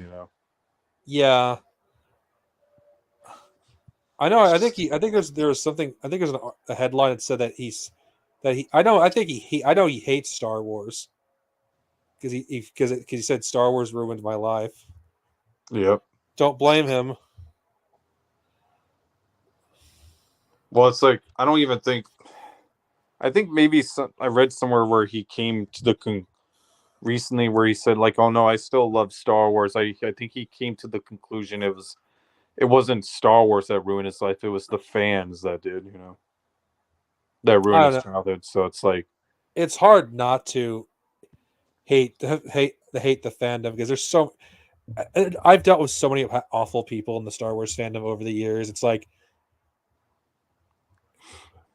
yep. I was slandered one time. Of course, I don't know if anyone remembers this, but I was slandered one time for basically leading a boycott campaign for Black Panther.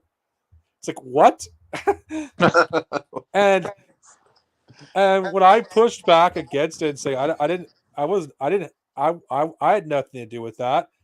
They got pissed off. They got pissed off because I was being aggressive when I attacked them for attacking me. Of course they did. They played the victim mentality. It's like this is if it weren't for this gaslighting and bullying, you would not have all these toxic subgroups that exist all over the internet because Yeah. you can't go anywhere in in any Star Wars group without a fight erupting at some point.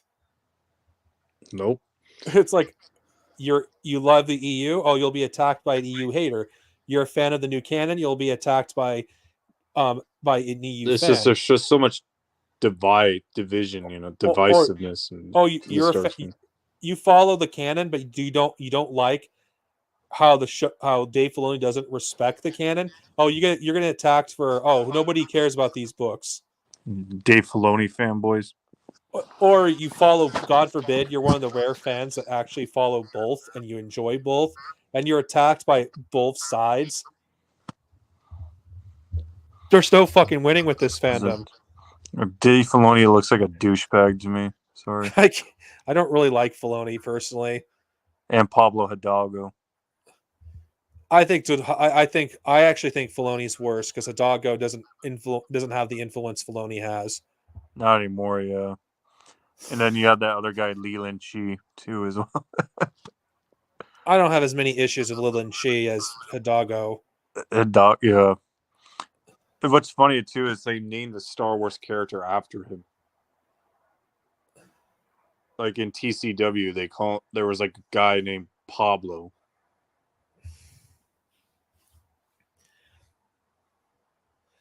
Like ironically, he did write it. He is good at writing source books. But he's never. I used to own one of them too. I still have the Reader's Companion. Yeah. I mean, it's really good. I mean, it does disprove that the EU is full of contradictions. All you have to do is take a look at the reader's companion. Oh, what was this? What contradiction is this? Oh, what's it's like this is how it's explained. Oh, Yep. and God forbid go to a Star Wars group. Bring you know one word you cannot talk about without Star Wars fans like losing their shit. You bring up the word retcon, and Star Wars fans do not know what a retcon means. Nope. I don't think in fandom in general doesn't even know what that word means. I Just don't much think as that like they don't understand the word woke, even though they like to keep spreading that. like Well, okay, I don't think that's necessarily true because you could talk to a Naruto fan about the Itachi retcon in Naruto, where Itachi was not originally going to be written as some sort of tragic hero. He was actually originally supposed to be a villain, clear cut villain, and him being a tragic hero was an afterthought. It's a retcon. You could they could concede on that most of the time, unless you're an Itachi fanboy yeah, I'll be honest. I haven't gotten into Naruto. or I mean, I Dragon think I Ball. did. I did back in middle school, but like, I just feel Um, like with that and One Piece, they just go on for too long, and it's just like I don't want to get invested in this, you know. or Dragon Ball retcons where you have Dragon Ball minus retconning Goku's backstory, Oh yeah. adding even more parallels of Goku and Superman.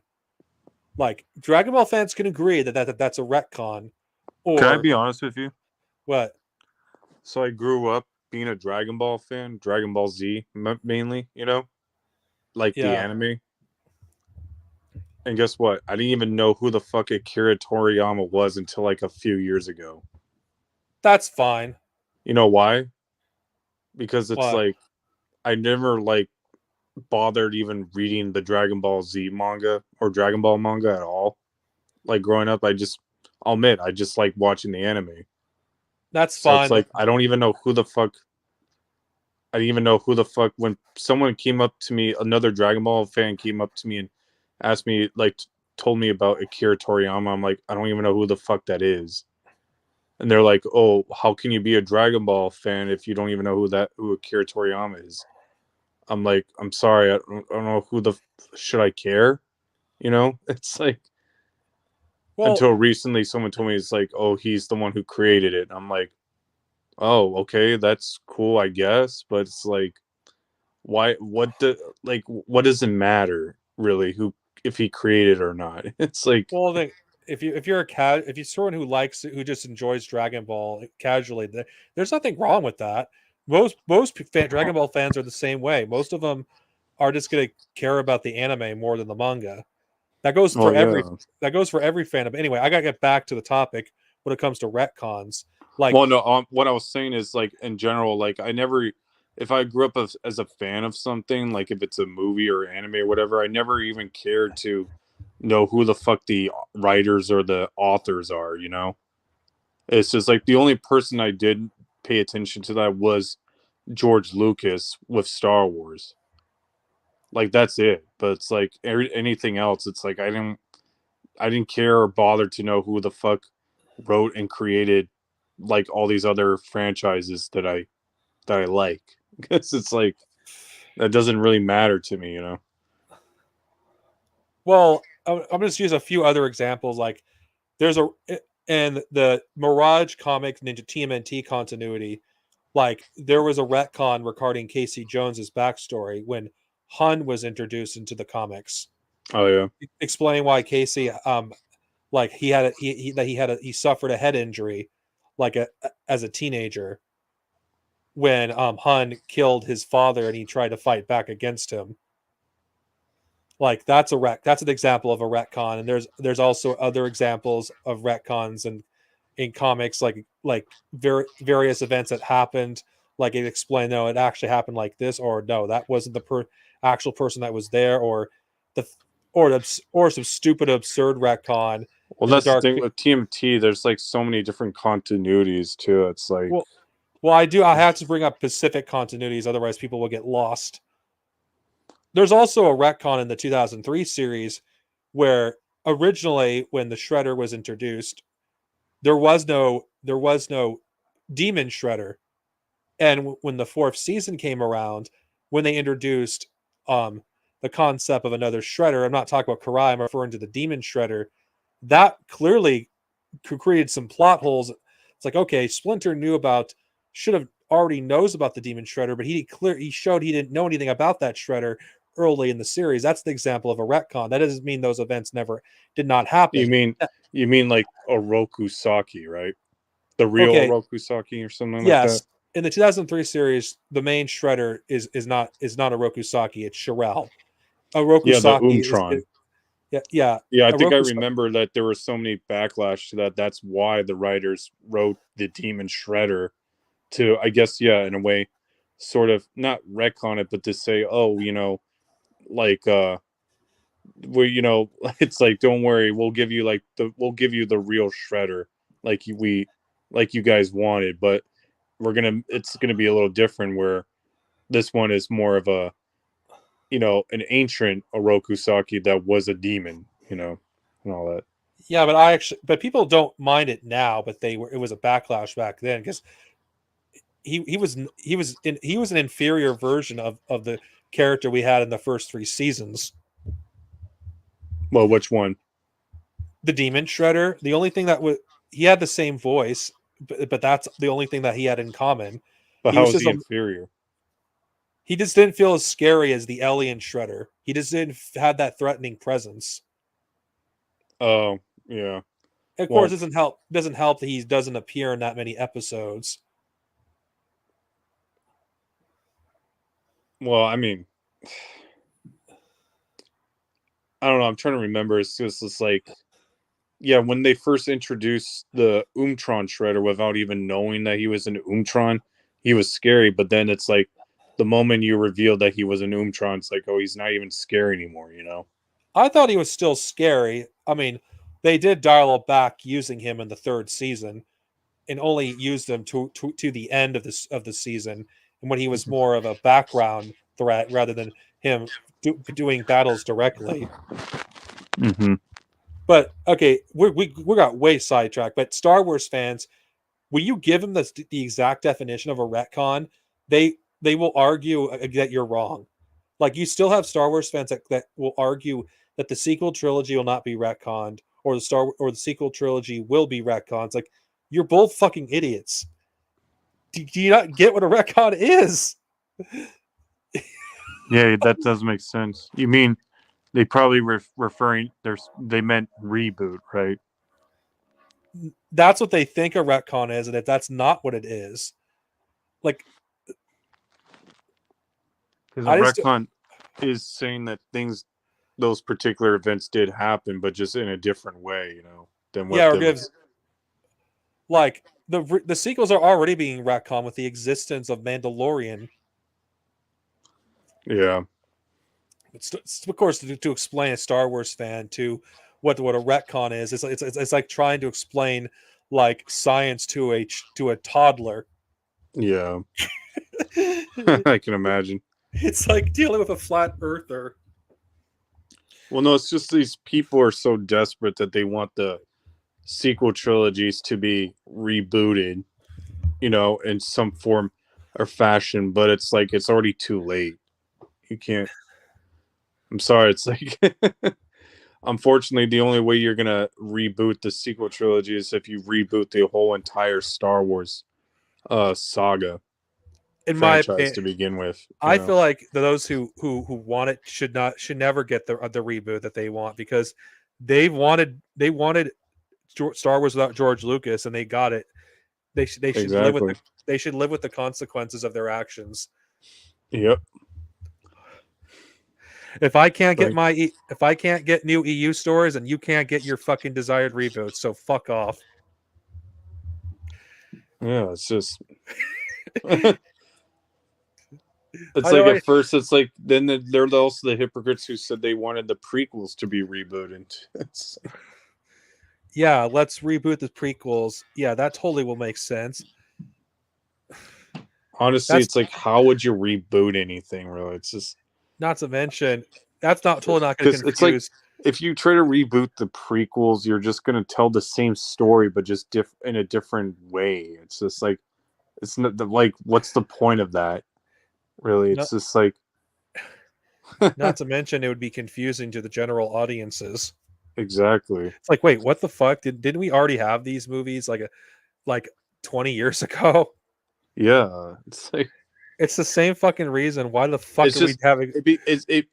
they say that it's because it comes off being entitlement, if you know what I mean. It's just like It's they the think, same. oh, I'm a fan and I didn't like these movies, so I demand a reboot. It's like I don't give a fuck what the general audience thinks, you know. It's the It's like, same logic for why we should reboot Harry. Why we should have a reboot of Harry Potter. oh god. May I be honest? It's like, yeah, I grew up liking Harry Potter, but it's like as an adult, it's like it's it's just not that good. It's like I don't understand how there It's can be adult fans of Harry Potter. Really, it's just there is nothing fucking there. Nothing. yeah. I mean, I It's can say nothing. I like the. I probably would say yeah, I like the first two movies, but that's about it. You know what's interesting? The Harry Potter and the sequel trilogy feel are the exact same way. There's fucking nothing that they have Yeah, to there's say. nothing. You grew up to realize that there's nothing much to Harry's character. It's like, what is he like? What is it that he wants in life? You know, what are his goals The magic or his system desires? is fucking shit. You know what I It's, mean? It's like the, outside of him, like okay, he wants to be a wizard, but it's like, is he like an actual good person though? Like, does he care about other people? no. It's like, no, they never, because You that's know, what a good protagonist is that they're supposed to show like selflessness, you know. well, that's not necessarily true. You can have protagonists that are selfish. You can have protagonists that are not good people. They don't Well, yeah, always you have to be can, but good. that's the point of their character growth, you know, where that you can have them start off being selfish and then grow into being more selfless. But with Carrie, it's like there's never any growth to his character in any of the stories he's in, you know. Right? Like, It's like, I would be surprised if they cast Adam Driver to play Snape. oh god, The only reason people like or even care about Harry Potter is because of the movies. They don't fucking care about her stupid fucking books where the characters are paper thin. no, yeah, exactly. They're not even characters. It's like I'm as sorry, but to me, it's like I'm not trying to sound like racist because I'm white, but it's like I'm starting to really get annoyed and hate the British accent a lot. fuck the Just because fuck. I feel like British people are just fucking obnoxious a-holes Yeah, sometimes. they still can't get over the fact that their shitty empire collapsed. Yeah. It's like fuck your empire, you imperialist pigs. They come off really like snobby and like entitled, like for some reason. Not all I British don't know people what are it like is. that. I mean, I guess Americans are too like that as well, but it's like the British people, like they don't help either. I wouldn't say it's all the British people. I mean, there are sections of the British proletariat that aren't shown, but I agree with you that I just that as a whole, ugh, it doesn't help the fact that we have a Holocaust denier being the author of Harry Potter. Yeah. Ooh, I went right there. Fuck. It's like I don't think the Harry Potter reboot will ever see the light of day. Even if it happens, I doubt it'll be as successful, you know. It's like there's plenty of fucking books that deserve an adaptation that don't have one. Yet we fucking are doing an adaptation of Harry fucking Potter. Yeah. There was a I'm sorry, stupid. but it's like Aragon should get a reboot. There was this fucking stupid comparison with the last Airbender live action series to the Harry Potter fucking like movies. Like Don't compare fucking The Last Airbender to fucking Harry Potter. Yeah, don't. It's like The Last Airbender was one of the greatest cartoons of the century so far. Don't Yeah, it fucking was. compare it. It's like And it was that's the thing. It's funny too, is because it's like the new Netflix series came out. It's like I've gotten so much like bad memories from the M. Night Shyamalan movie that if I go in, I'm kind of hesitant to see any like live action adaptation of it. And I just feel like even if it's better than the Shyamalan movie, it's still not going to be as good as the animated series, So it's just like, why should I waste my time watching the Netflix series when I could just rewatch the animated series, I don't even want them I don't even know if I really want them to adapt the Kiyoshi novels. Oh God, no. Yeah. No, I read the Kiyoshi novels. I think they're really good. I don't want them touching them. Nope. It's like I think. But by the way, for those of you who are wondering, Avatar Kyoshi, the Kyoshi novels are essentially what Legend of Korra should have been. I'm going right there. Yeah. I don't think Legend of Korra is awful per se, but It doesn't hold up as well as the original. it doesn't. It really doesn't. Yeah, the villains in season 2 and season 3 and 4 may be more interesting than it. I think It's I think when it comes to Korra, I think the first season and the third season are good, but I think the second season and the fourth season are not that great. I think they're kind of forgettable. the Just because the problem. villains are not as good in them. The villains are better than the main characters in term. That's why it's remembered more. Like What, Korra? no, that's why it's remembered because the cast themselves are just not interesting. Yeah, they're not. Like if you just compare it to Kyoshi to the Kyoshi novels and her like Team Avatar versus Korra, and these are 2 books. They're far more interesting characters, despite the fact they're only in 2 books. Like, Well, the thing is, it's like with Korra, it's like, oh my god. So it's like you still have her start off like already mastering like 3 of the 4 elements as a child, And I get like they probably didn't want to retrope like the having her learning all those elements like Aang did in the original series.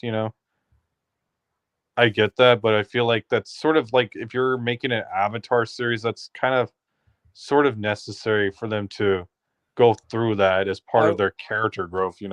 I would not have Because an it's like issue with if you cut all that out, it's just like it becomes boring. I wouldn't have You an know. issue with that if she lost all but her airbending at the end of the first season, and the second season she has to regain the other em, yeah, bending that she lost. I feel like her regaining the other bending just was a wasted story opportunity. Yeah. I mean, her struggling with airbending was something that was actually compelling, but Yeah. that's Well. barely explored. Like Kyoshi, by comparison, I don't know if you ever read the books. She barely was able to do earthbending. You wouldn't Yeah. you wouldn't think that what we know about Kyoshi in The Last Airbender, but she struggled to do earthbending. It was her weakest element, despite being an earthbender avatar. Yeah. And I just feel like with core they try to introduce all these other elements of bending too, like metal bending, and Well, it just becomes a little too much if you ask me. metal bending was actually in The Last Airbender, actually. Well, I know that, but then it's like once after they introduce that, then they try to introduce all these other things to bending where it's just like, okay, this is like becoming a little too much. If you ask me. It's like it's like first it was metal bending, then blood bending, and now they got like lightning and like all this other like plant bending. It's just like what? I don't mind it personally. But I just feel like a lot of the characters were just very shallow. Yeah, Cora. Like Yeah, if that it was was more concerned with shipping than it was actually telling compelling stories. Like I don't fucking care what anybody says. I think Korra and Asami is a shitty ship because there's nothing fucking there. for those two characters. Oh yeah, at the end. Like Being Kyoshi and Rangi was way betterly done than Asami and Korra, because I don't know if you, because Kyoshi and Rangi and the novels, they actually were friends and they've known each other for years, and you see their relationship develop throughout the novels. You actually their relationship feels actually genuine. Yep. Korra and Zami, you don't see anything until the end, and they don't do I know. anything. It was just a stupid bullshit thing they wanted to introduce at the end. They should have done it throughout the whole show rather than having it out of nowhere, because there was nothing there. I mean, yeah, they have to deal with the executives at Nickelodeon, but they still could have established that they were at least close as friends or something. You could have put the subtext there. There was ways around it, but they didn't do it because Core wasn't concerned with that.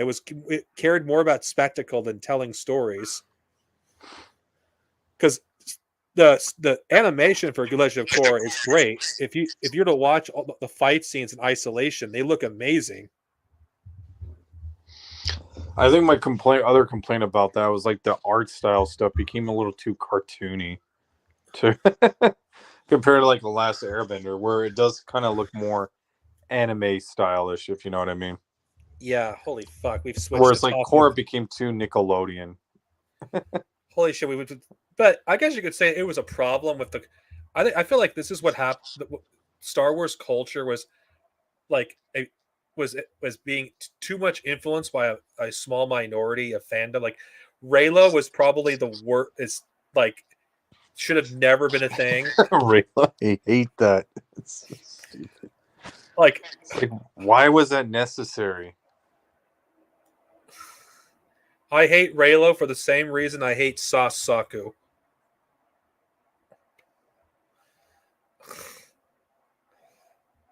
Of course, people who aren't familiar with Naruto will not know that reference when I said that. When I said Sasaku and Raylo, I think they're almost the same. Or like fucking Harry Potter and that guy's sister too, Ron's sister. Jenny? Yeah. That also, I felt like that was never explored very well in the series of Harry Potter between those two until like the very ending of the series with with 7. I'm like, why was this not introduced like back in like maybe, I don't know, at least like book 5 or something? Can we be real? Star Wars' biggest strength was never the romance. It never was, or how it did relationship. It was never its greatest strength. Yeah. Like I think that one of the best examples of romance done well, and I'm not talking about video games, is Luke and Mara Jade, because it actually took a long time for that to happen. Yeah, that did work well. I'll admit that did work very well. I mean, there's a good examples of good relationships in Star Wars. It's just we don't see it these days. It just seems like they're afraid of having romantic relationships in Star Wars. I'm going by both on screen and in the external media. It's like it's afraid of doing it. It's because they don't know how to write it. That's why. I guess you're right. It's because Jaina's Solo and Jagged Fell, that took years to build up too, and that eventually did become reality. But it's also, you got like people in charge like Kathleen Kennedy who think they're like, they're all about female empowerment. They don't need a man in their life. Well, nothing says women empowerment than having Rey basically fall in love with her rapist. Falling in love with her rapist. No, what Kylo Ren did in Force Awakens, that one scene was fucking rape. Oh, you mean when he's doing the Force mind thing? Yeah, that was rape. That was fucking rape. Rape, yep. Nobody can convince me it wasn't rape. But it wasn't rape. Yeah. I was like, yeah, it fucking was rape. It was It was fucking rape. mind rape. It was still rape. Oh well, oh no. Let's not have let's not have Ray go with the actual person that treats her fine. Finn. Oh no, let's not have that because we can't offend China and all the racists on the internet. We can't have Ray end up with the actual nice guy. You know what Disney Star Wars teaches us? Nice guys finish last. Exactly. That's what Disney Star Wars teaches us. All about toxic masculinity and all that. But we're progressive, right? Despite the fact we Don't. They also fucking ruined Indiana Jones, if you ask me. Especially with that last movie. I didn't even bother watching it because I didn't care. It's like, whatever. I'm not gonna watch it. Yeah, the Dio shitney. It's like I'm not gonna watch it. I really not. Yeah, you're not missing anything. Trust me. I'm not gonna watch. I don't really like watching South Park, but I know they made fun of Kathleen Kennedy.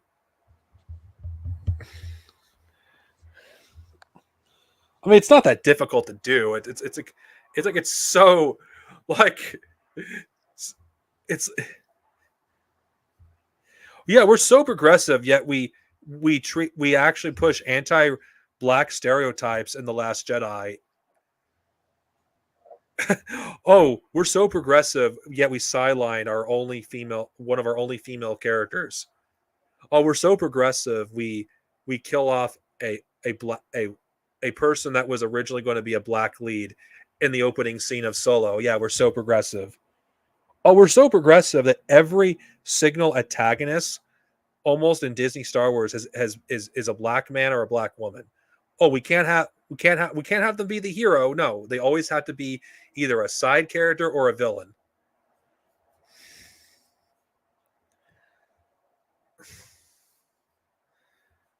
Oh, we can't have that, can we? Oh yeah, what's that? They were trying to do Last Jedi. Was it Finn and what's her name? And Rose, or is this Rose Tico?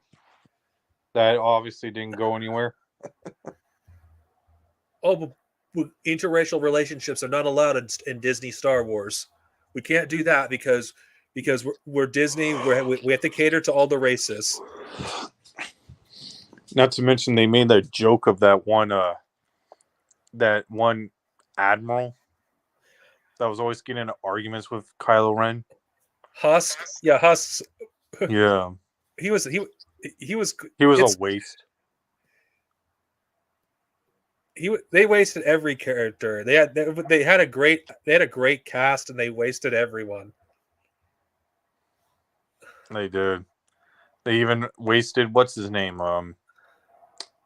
The guy Admiral Akbar in the sequel. They killed him off.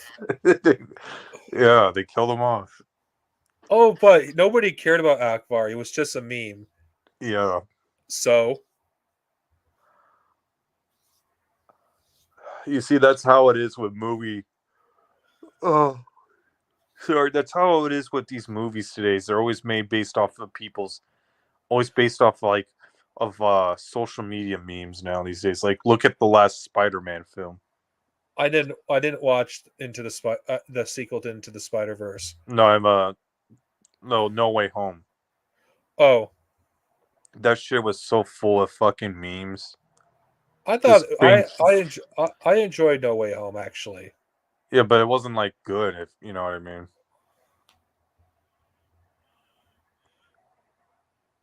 Like the writing was pretty terrible for it. Well, I mainly watched it for Andrew Garfield and Tobey Maguire. Well, yeah, same here, but like even I could tell, like when I saw the movie, it's like, yeah, this movie's got shit writing. And it's just a bunch of fucking like fan service, you know. I didn't like mind having what's his name, Willem Dafoe's Goblin say that corny that line, I'm something of a scientist myself. That's been used as a meme. And then you having all those 3 Spider-Man in that one room pointing at each other, which is also from a meme. It's just cringe, That's the way how fucking Hollywood makes their movies now. I think the Rise of Skywalker. What made it that movie is basically just one meme after another. Exactly.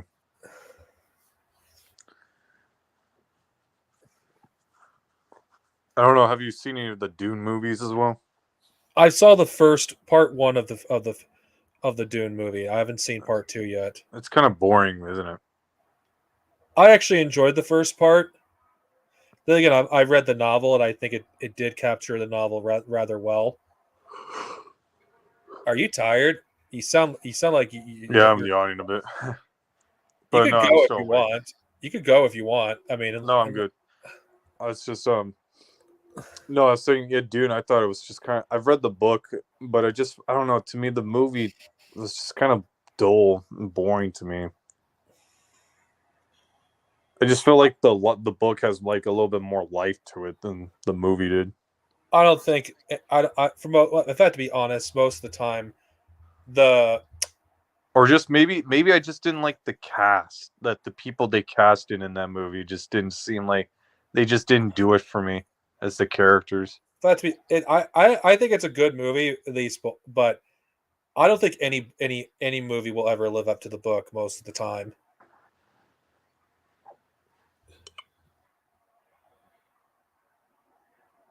Yeah, and that's why I'm not. I'll just wait for the second one to come out on streaming. I didn't bother to see it in theaters. What do you think the Dave Filoni Star Wars movie is going to be like? Do you think he'll do his version of the Thrawn Again, trilogy? is that even going to happen? Uh, I don't know. The Disney Plus era of Star Wars, in my opinion, has to be the worst era. In my opinion, Yep.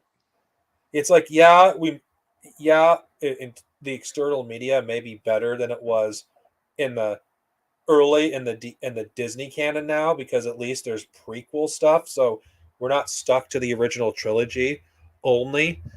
But still, one thing that really perplexes me: why the fuck do we have? Why does Darth Vader have his own comic as an ongoing series? Darth Vader. Yeah, they're like there's volume 3 of the Darth Vader comics in the Marvel run. Oh, I, I I haven't I read just them. I just think the Disney Star Wars Marvel comic. I think are just creatively bankrupt in general. Sounds like it. It's like they don't really do anything interesting. Like the High Republic, I will admit, aesthetically looks good when the art isn't fucking dog shit anyway. But it just feels like a lot of Marvel comics. Most of the good artists are not in Well, Marvel or here's the DC. thing I don't understand. Is like, okay, if those comics if they're doing so well, then why the fuck are they not just making a movie off of that?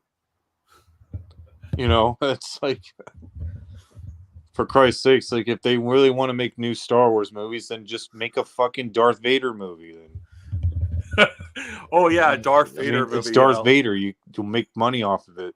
Yeah, let's give the fanboys what they want. Yeah, let's give Darth Vader fanboys the movie they want. I don't want a Darth Vader movie.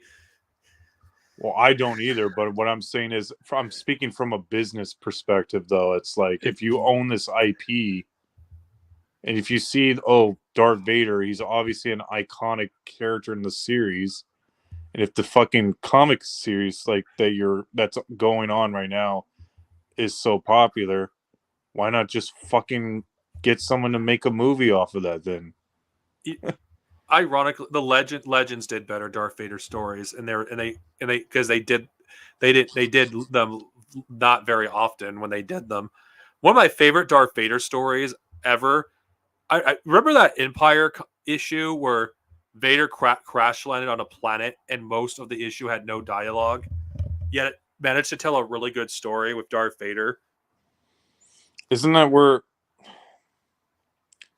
I'm trying to remember if that was the one where he fought a Jedi in that one too. No. In that issue, he was stranded on his own, and he became he killed like I think a bunch, one of the leader of a pack of animals, and he became the leader of the pack. And This is in the EU. Yes. What was the story called? I have to look it up because I don't have the comic on me, but it's in the Empire comics. It was in the early 2000s. It was a Darth Vader comic. It's one issue that told a really good Darth Vader story with barely any dialogue. There was no dialogue in Darth Vader's portions. And it managed to tell a better story than anything Disney could do. Well, that's all visual storytelling, right? That sounds like the guy who did the 2003 Clone Wars series, where that didn't have hardly any dialogue. I think he also did Samurai Jack, right? Yes. Yeah, it's like, why couldn't they just kept that guy? Make Or more. that's like, but we have to do Darth Vader comics. He's the most popular character. It's like, how many fucking stories can you do with Darth Vader?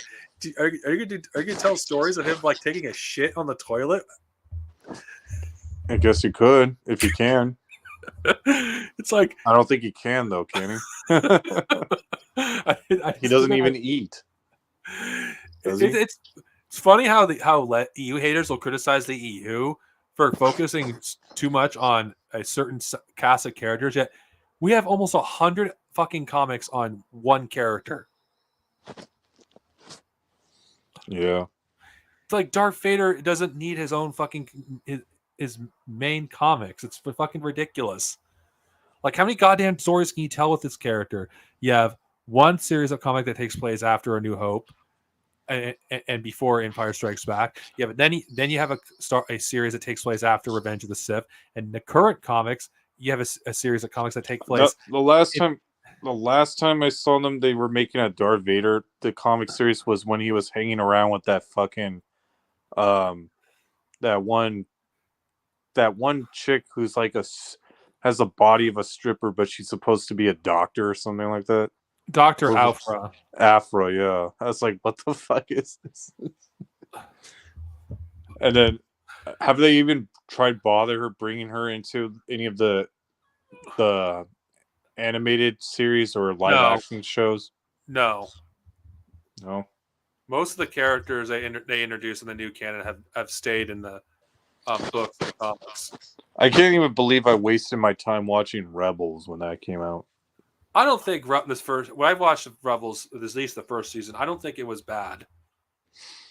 Like the first 2 seasons weren't that bad, but I think like once they introduced Thrawn, it was just like kind of went downhill.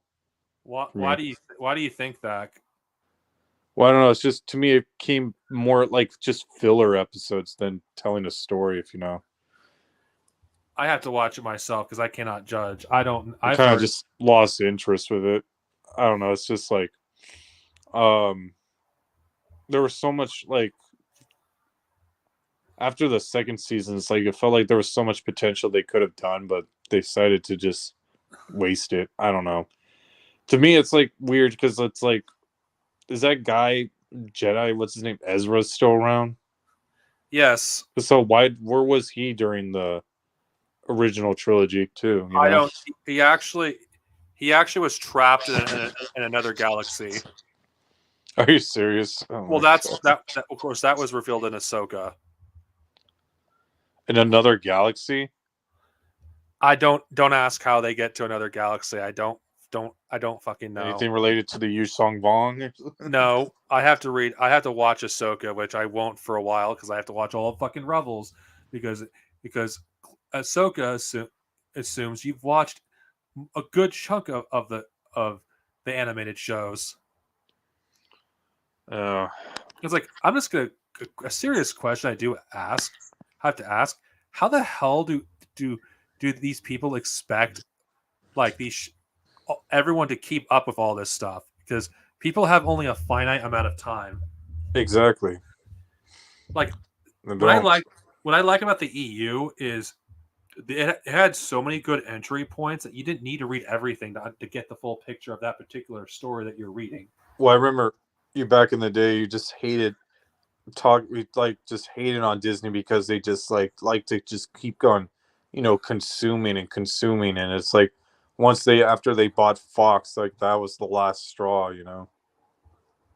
So it's like now it's like they're bringing in the Fox X-Men characters into the MCU. Well, I personally Especially think with this new Deadpool movie coming out. I think it has to do with the contract. They still have contracts they have to fulfill that they signed for a certain amount of movies. Like you mean like Deadpool? No, I'm referring to. I think Disney might have to follow them legally. I don't know because the What? contract's carried over from Fox. I don't know. I don't know how that works. I That's don't weird mind. though, because it's like, yeah, you have contracts, but if you're the ones who have control of the contracts, where you can cancel them if I you don't know. don't want to move forward with them. I this honest. I don't. I mean, Deadpool and Wolverine. Okay, okay. We should stop because we've almost about a quarter of the stream has been not Star Wars related. So I think we should get to our final thoughts because this is eventually going to turn into a not related to Star Wars at the rate this is going. Well, I know, but I'm saying this is like about Disney in general. When you said like when they making too much content like with Star Wars, it's just like that's the same shit they're doing with Marvel and everything else, where it's hard for the the viewer to just keep up with all this shit, because there's just so much finite of time they have in a day to invest in with all this. I spend more time reading and writing than I do watching anything. Yeah. I think to reiterate, I think in 2024, it's been 10 years since the expanded universe has been decanonized, and I'm not angry about it anymore like I used to because it's just not, it's kind of pointless. I think anybody that's still bitter and angry, grow up. You haven't lost these stories; they still exist. Who cares about the official stamp of fucking canon? Who fucking cares? Yeah, at this point now, it's like who cares, It's like who gives a shit? These stories are not are like if you think they're if these stories are no longer canon. Well, yeah, it's like the new canon stuff now might as well just not be canon either. It's just like it's become so convoluted to the point now where it's like anything can be canon now at this time. For me, the only thing that's canon is the original. The 6 films and the EU is what's canon to me. Everything else, I can take it or leave it, Yep, that's what same here. or I can enjoy it on its own. But to me, the EU is still what I consider to be what actually happened because I refuse to accept a universe where Luke Skywalker dies as a loser. Jake Skywalker. Yeah, I refuse to accept a universe where that happened, or a universe where Kylo Ren is a thing. Kylo. I mean, I enjoy some of The this stuff. wannabe Jason Solo. I can enjoy certain stories in the new canon, like the Thrawn Ascendancy trilogy. Despite the fact I know Dave Filoni will ignore those books, I just consider them part of my own head canon for the EU. Same thing with. Oh, have you seen The Acolyte? Fuck that series. I'm not going to watch it. I watched like a clip where one of the Jedi tries to fight with a lightsaber, and it just looks so bad. Looks so bad. It's like they literally don't even. They just like tiptoe up to the person they're trying to swing the lightsaber at, and it's like the person is just like purposely standing there, wanting to get hit, and then the person with the Jedi with the lightsaber is just not even swinging. It's just like it's like does like a little toddler swing, you know. It's like they're not even trying anymore. It's the High Republic. Are you expecting anything good? They're just not trying anymore. I'm sorry. Well, if you know, I know they're not. I'm not watching the Acolyte. I don't give a damn. It's Because like, it's like when I saw that, it just brings me back to the Kenobi series when fucking Leia's getting chased by those goons in the woods. I don't really mind that in it because it's Star Wars. I kind of it's full of stupid shit, but I understand there's a limit that you do have to have some believability in the universe. It doesn't bother me. Well, no, it's like it's just jarring because it's like if you watch the action choreography and stuff from the prequels and to this, it's just like a major downgrade. Don't get me It's started like, on the way Darth Vader's suit looks in Kenobi. oh god, I've seen looks better like cosplay. I've seen better cosplays. Yeah,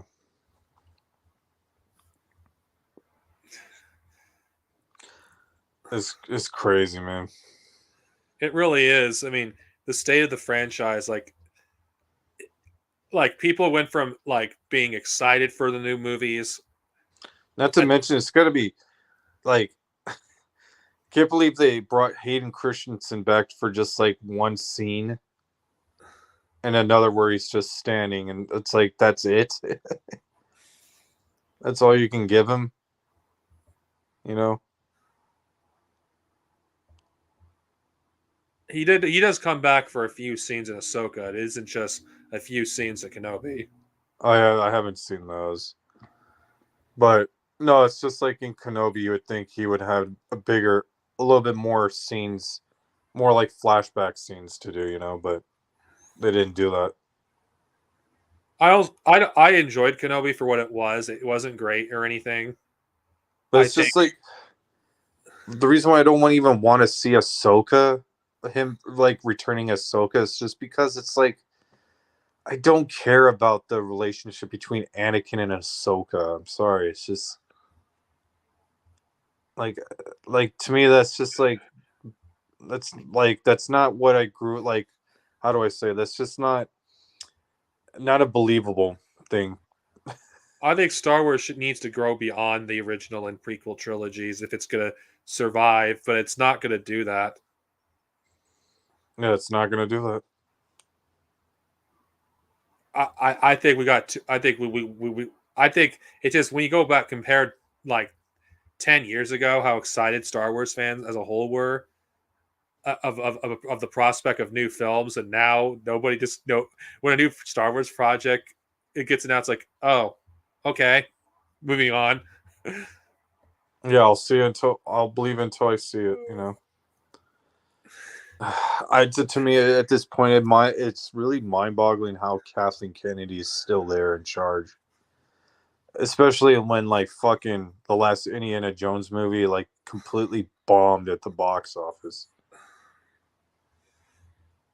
It would not be a good look, actually, if they let her go. It really wouldn't.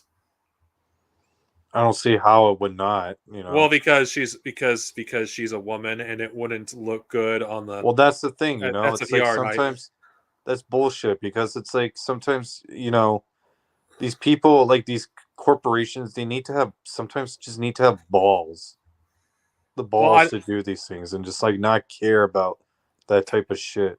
they You kind know? of it's they kind of have to because it really wouldn't be a good look. Well, how's that any different than firing another female worker there? All just because she's like CEO of Lucasfilm? Yeah, That makes it stupid. I honestly I don't really care if she's fired or not. It doesn't make a difference because the person that's going to replace her I don't think will be better than she is. They could be worse than she is. That's true, but I just feel like the damage has been done. Removing her is not going to make a difference. yeah, it's not. I don't know. It's like the only way it could. It's like, how do I say this? let's say if they try to reboot Star Wars, but yet if it's still made by the same people, like Kathleen Kennedy, it's still there. It's like, no, like that's not gonna change shit because it's like, why keep the same people that fucked up the first time, you know? So I it's think like if you're gonna reboot, it's like you got to bring in new people in that actually care about this shit and try want to make a good product out of it. That's the only way you can try to get me as a Star Wars fan to be interested in again in the IP. with everything late stage capitalism, I just don't think they care on they just want to do what they just want to make something that could easily make a quick buck out of. That's why they don't make quality products for Star Wars or quality movies or quality like games, because anything that's good that comes out of this era is good in spite of what of the shit that we have. Like Yeah. like on Andor, I'm pretty sure it is a good show, and I would like to watch it at some point. It's not good because of like who Kathleen Kennedy or whatever. It's good in spite of her and in spite of the state of Disney Star Wars. But here's the lingering thing: no matter how good something is, I know I've talked about this with multiple friends I've known throughout the years. All roads lead to the sequels. No, they absolutely do. You cannot ignore that. And I feel like the sooner All you move connected. I feel like the sooner you move past the sequels, the better. But they're not doing that because I don't think they have much faith in in doing anything post sequels in general. I mean, look, isn't it interesting as how quickly the sequels died? Like there's barely anything regarding this era after the sequels ended. There's no new books. There's no new comic. There's only been one new book, Shadows of the Sith, that came out like I don't know how many years before the Force Awakens. It's the closest to the Force Awakens in the timeline, other than Bloodlines. But you don't have anything. Well, Like I just this is all ties back to what I was saying earlier. That when I first saw the Force Awakens and came out of that theater, I knew that Star Wars was dead, and I was right. I would it's a living corpse. Yeah, and you were right too when you said like, oh, you know, there's nothing interesting about Rey, especially when before it was revealed that she's a nobody. It's like you already saw that coming from a mile away. You know, Yeah, she was nothing not a interesting about surprise. her. What was that? There's nothing interesting about her. I don't even think that they even knew what they wanted to do with Ray or who Ray is. I don't think the people who worked on this movies knew who she was. Nope. Lack of imagination. There was many different directions they could have gone, and making her a Palpatine was the worst fucking thing that they could have ever done for her character. I don't know. It's like I know what my idea is. Sounds maybe a little bit too fan fiction, but I think it would have been a little bit more interesting if she was like, say, if she was like the daughter of Luke and the daughter of Obi-Wan. I mean, the daughter of whoever was Oh, the oh, mother wait, of like the mother was the daughter of oh, Obi-Wan. You you're know what I mean? saying, you're saying that she's the granddaughter of Obi-Wan and the daughter of Luke. Yeah, like the granddaughter of both Anakin and Luke and Obi-Wan. But how would that work? Well, Who, supposedly who they would have revealed that maybe Obi-Wan secretly had a daughter, and that daughter met Luke, and then they conceived Rey. You know? the only way that would have made sense if it was the child of the woman that was his love interest in Clone Wars. If you Yeah, want to, that's yeah, I'm saying to simplify it. or that, or maybe he met another woman at the time when he was in hiding with Palpatine, and I mean, not when he was hiding in Tatooine. You know? No offense, but this sounds way too convoluted. I actually think it would make more sense if it was Satine, and because it's just, I feel like making it too complicated would have been too much. Well, yeah, but then that's the problem is Satine died though, so Well, it could have been before. It could have been before she died. I mean, there's ways around it. I don't. It's just she's one example, or someone else. It doesn't matter. I feel the problem with is that makes Obi-Wan into an absentee father or a bad father. Why did he abandon his own child? Well, that's a good question. Or you could have said maybe he didn't know he had a child, you know? That's not any better. Yeah. I don't know. I just don't. I don't know. You probably could if you wrote. The problem is that yeah, this is a fan fiction idea, but but if within the realms of fan fiction, you could give it a plausible explanation. We're talking about the realms of the movies, and I just don't Yeah. know how you could do that. I'm just saying, and I'm just saying this idea would have been better revealed than her just being a Palpatine, you know? Or Or better, even better than her being a nobody, because it's like, obviously, if she's going to have such great power, she has to come from somebody, you know, to do it. it wouldn't. I don't mind her being a nobody. That's not the problem. The problem is it completely. I mean this. Yeah, you can have her as a nobody, but then you have to explain why is she so strong in the Force then? The whole problem with Star Wars today, and I'm just gonna say this is Because it's sort of like my issue with Force Unleashed, why Star Killer was so strong in the Force, you know? the whole problem with Star Wars today, and then I think this is a state. It is it's so dumb how they do all this. There's no reason to do some of this stuff, but it doesn't anyway. And there's not, I don't mind a little dumb in Star Wars because it's Star Wars. But the problem is to the extent that you do it, where it's like you're scratching your head. It's like, okay, what? That doesn't make any sense within the context of the universe. It's like, yeah, the EU may have had some head scratching moments, but at least they gave an explanation for why it is the way it is. But in what's supposedly supposed to be canon, none of the explanations make sense for why Rey is powerful. Like the last Jedi novelization explained that Rey essentially downloaded Kylo Ren's fucking skills or whatever when he Downloaded her skills. Like, so she's supposed to be a cyborg or her computer or some shit. Yes, It's like, and then you have the rise of then you had the rise of Skywalker novelization, basically making it so she's not really Palpatine's granddaughter, but the daughter of a Palpatine clone, which doesn't make any, which makes even less sense than her being the granddaughter of Palpatine. you see, yeah. Actually, you know, you see, it's like my idea of what I was just saying earlier about her being the granddaughter of Anakin and Obi-Wan from Luke and Obi-Wan's daughter doesn't seem such a bad idea, you know, no matter how fan fiction it sounds. I don't know. It's just like you even said earlier too, like the way how it was set up in Force Awakens, that she was like it seemed like she was a Skywalker, you know. So I think it probably would have been best to keep her in that route as a Skywalker, if that was the original intent that from J.J. Abrams, that is, you know.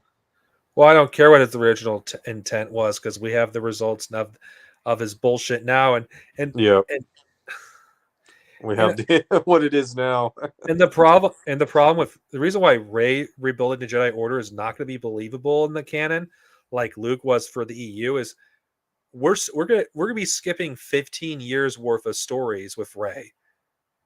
So what happened to all this stuff off screen that happened? So are we gonna do we have to like this is thing. Disney had a chance to do what they did for Clone Wars for the sequels and tell stories post Rise with Rey's character. They had the perfect opportunity while it was still hot. Now nobody fucking cares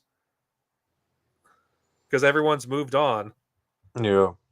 Well, it's like, I think, what was it at the end of Rise of Skywalker? She moves into the old Skywalker. I mean, the old Lars homestead on Tatooine. Is that what it was? I don't fucking know because they don't explain. Is that where she moved? We don't into? even know. We don't even know if she's living there now, of course, I prefer the robot chicken version of what post Rise of Skywalker, where she just move there. Isn't it ironic that Robot Chicken gave Ray had more of a personality in those short skits than she did in the entirety of the sequels? I have to look at those again, but I wouldn't be surprised if they did, you know. She had more personality than she did in all those fucking movies. It's like, wow. The thing is too, is like I never even understand why the fuck they built another sand planet named Jakku when you already have fucking Tatooine, you know.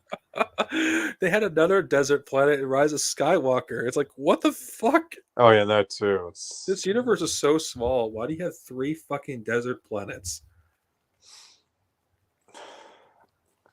Yeah. You could have you could have called them Tatooine and people wouldn't know the difference. Although, okay, so do you remember how at the end of Rise of Skywalker you see all those Republic ships going up against the Empire at the end? You mean the First Order, or what do you call them? I don't. Or the Remember. first, yeah, Dark Order, whatever you call it.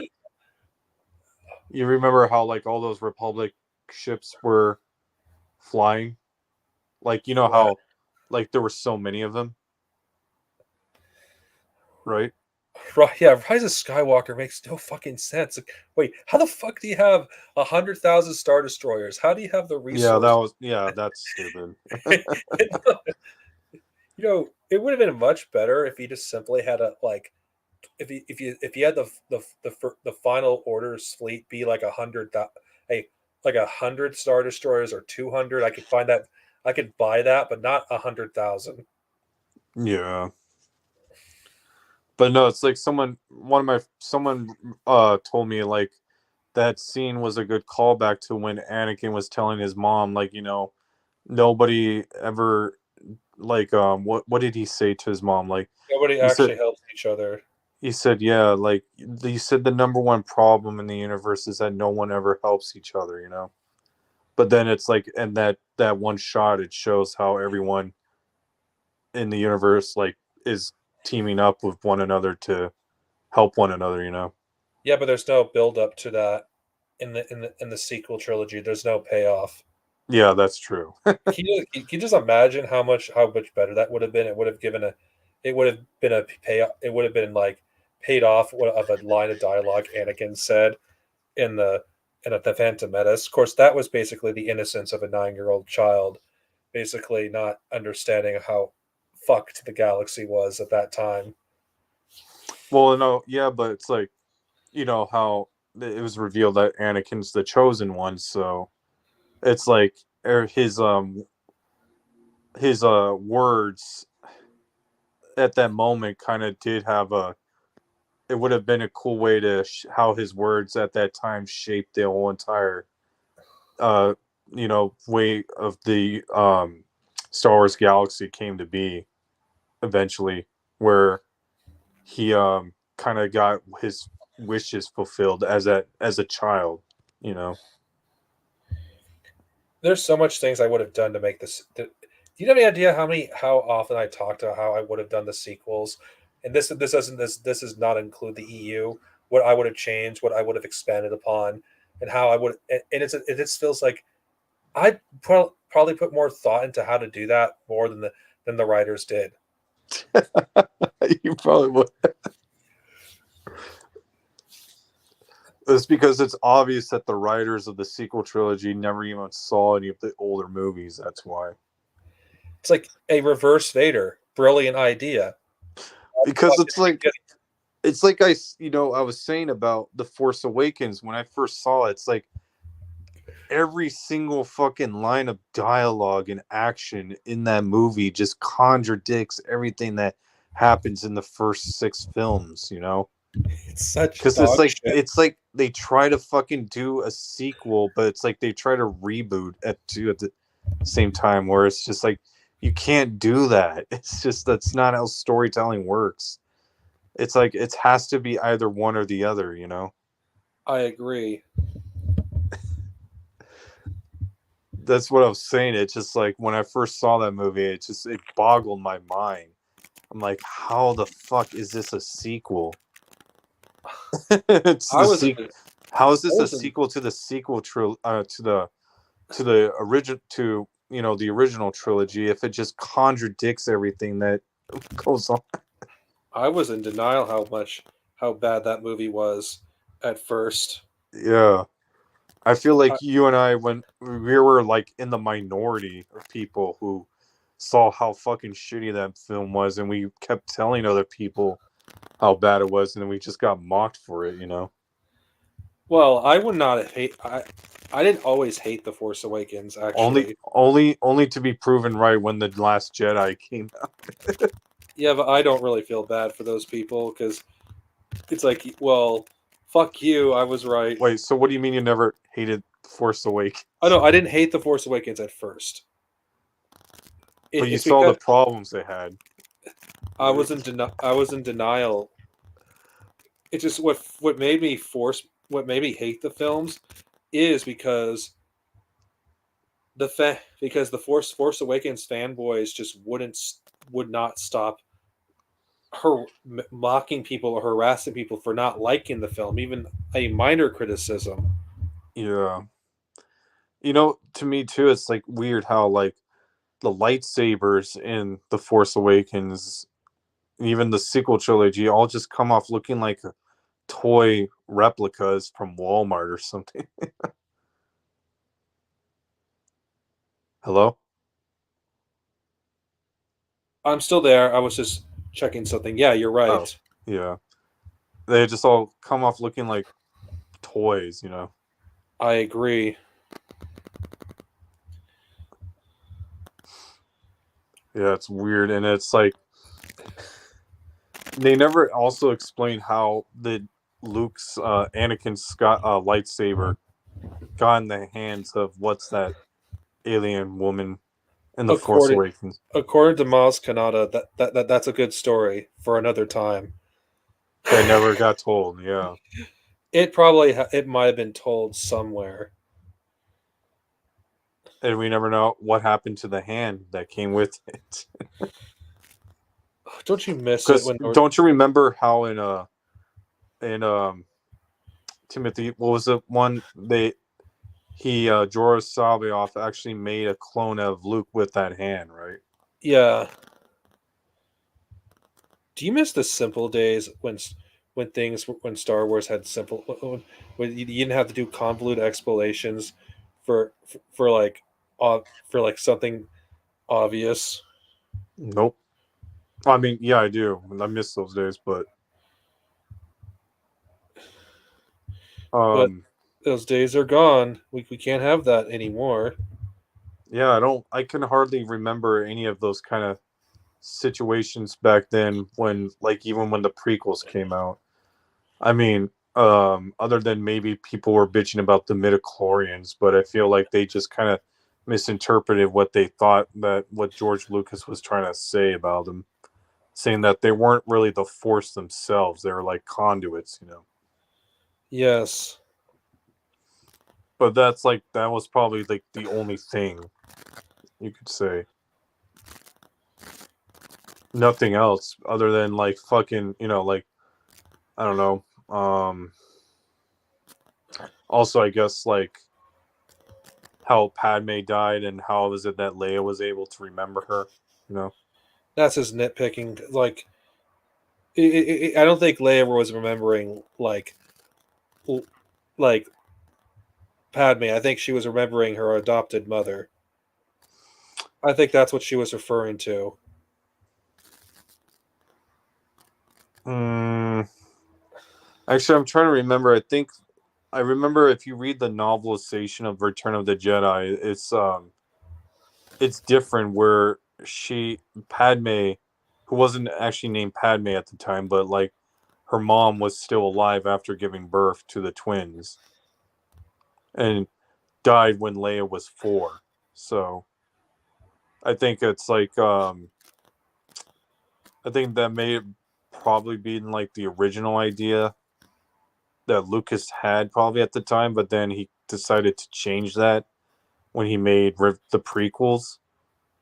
I don't know why, but Well, I'm talking about what's on screen, not what's like in the film itself, because I do consider what's on screen to be the highest form of canon, even in the EU. I consider what's no, on. what I know, but what I'm saying is like when Leia was referring to her remembering her mom, it's because it's like in the novelization of Return of the Jedi, it explains how she does remember her mom, which is something that George Lucas decided to change within when making Revenge of the Sith. Well, it does make sense he would change over time. I mean, there was no. I don't think George Lucas expected he would ever do another series of films after like the original trilogy. At least, there's so much Yeah, revisionist because history. I think like even in the, if I recall, in Return of the Jedi novelization, it was revealed that Owen Lars was Obi-Wan's brother and not Anakin's, which is something I guess, that's something that George Lucas also changed when making the prequels, where he did decide to make Owen Lars be Anakin's like stepbrother instead. Well, in one of the Jedi Apprentice novels, it was revealed that Obi-Wan had a brother named Owen, but we don't know anything beyond that. Yeah. So I guess you could say maybe they were. It's funny. Maybe I guess he was. Well, after Obi-Wan series, that's obviously not true anymore. Where it's you can see now where Obi-Wan and Owen Lars were not brothers, of course. Yeah, But I guess maybe at the time you could argue, like when the prequels were getting made, you could say maybe that was his biological brother who ended up also being Anakin's half brother, stepbrother. So it kind of makes the whole full circle go around, like where I guess it's revealed now that, Anakin and Obi-Wan were brothers in a sort of way. yeah, But again, you see this, what I'm trying to say is like even before Disney, long before Disney, like Star Wars has always had all these different retcons and different changes to them over the years. Like for example, Obi-Wan never mentioned about Qui-Gon to Luke, when he first met Anakin. yeah. Whereas, obviously Lucas decided to change that, where Qui-Gon was involved with um in sort of meeting Anakin, getting to I guess, being involved, where he was the one who sort of made Anakin and Obi-Wan met one another.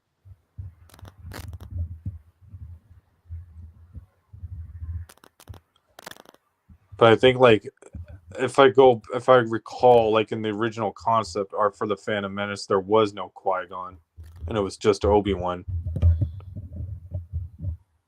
who in the opening, like with the Gungans and the Trade Federation stuff. I'm pretty sure it was a good call we because we needed to see. I feel like having Obi-Wan like be who he was like at the start of the Phantom Menace would not have been a would not have made any sense if he was young, if he was in his 20s, Yeah. because we didn't know when the prequels took place when those events happened. So I feel like the EU, what makes it that 90s EU so fascinating is how the authors thought the Clone Wars was versus what they actually were. Yeah, I think like they used to think like it was all just clones and there was no droids or something like Like that. I don't know, I can't help but think about in an alternate universe, what would their version of the Clone Wars would have been like? Actually, I'm trying to remember. I think I read somewhere where Obi-Wan, someone said to me like Obi-Wan was a clone originally. That's why like his initials were supposed to be O be 1 because that's like a clone number and lettering. Yeah, so much And interesting things. they I think like the original idea people thought was that the Clone Wars was with Jedi fighting against their own clones. And didn't think of like, oh, the Clone Wars was with um Boba Fett's father being clones, you know, fighting against a droid army and all that. I still find it fascinating. I mean, a lot of a lot of the old '90s expanded universe, because some of the stuff that, like, obviously this is not how it panned it out, but but there's also other things that was interesting, like the way the Death Star was designed and the original designers. I'm just gonna Yeah. say I actually prefer the EU origin of the Death Star over the prequels version, because I just feel like it was a lot more interesting and how it was done. Can you remind me again how it was? Well, because the Kamimorans actually designed them as we know it in canon, but in the EU, you had a bunch of scientists that designed it, like, in secrecy, like in the mall installation, and you had someone, and I forgot this person's who this species her species, and a bunch of other people, but she thought that the Death Star was being used for mining and not to destroy planets. So you had an innocent, someone unknowingly making weapons of mass destruction, and then you have like the tech and how it was created. Like, I'm not gonna lie, the '90s era of Star Wars was a fucking trip when it came to the origins of various things. Like they really went balls, like, insane with them. Again, it was within George Lucas's right to change it, because he's the creator. He has a right to do what he wants, for better or for worse. Mm-hmm.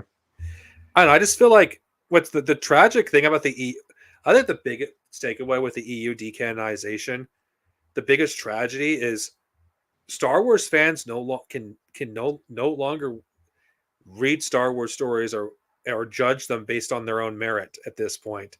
Like, Yeah. it always, if this story is canon, or was it canon, or what wasn't. It's like, I think even the bad stories deserve a look. It's like, we could appreciate the good that they've done, but Star Wars fans don't really want to do that. They don't appreciate. They only look at the bad, or only look at the good, but never look at the things in between, and how what makes these stories work and what doesn't.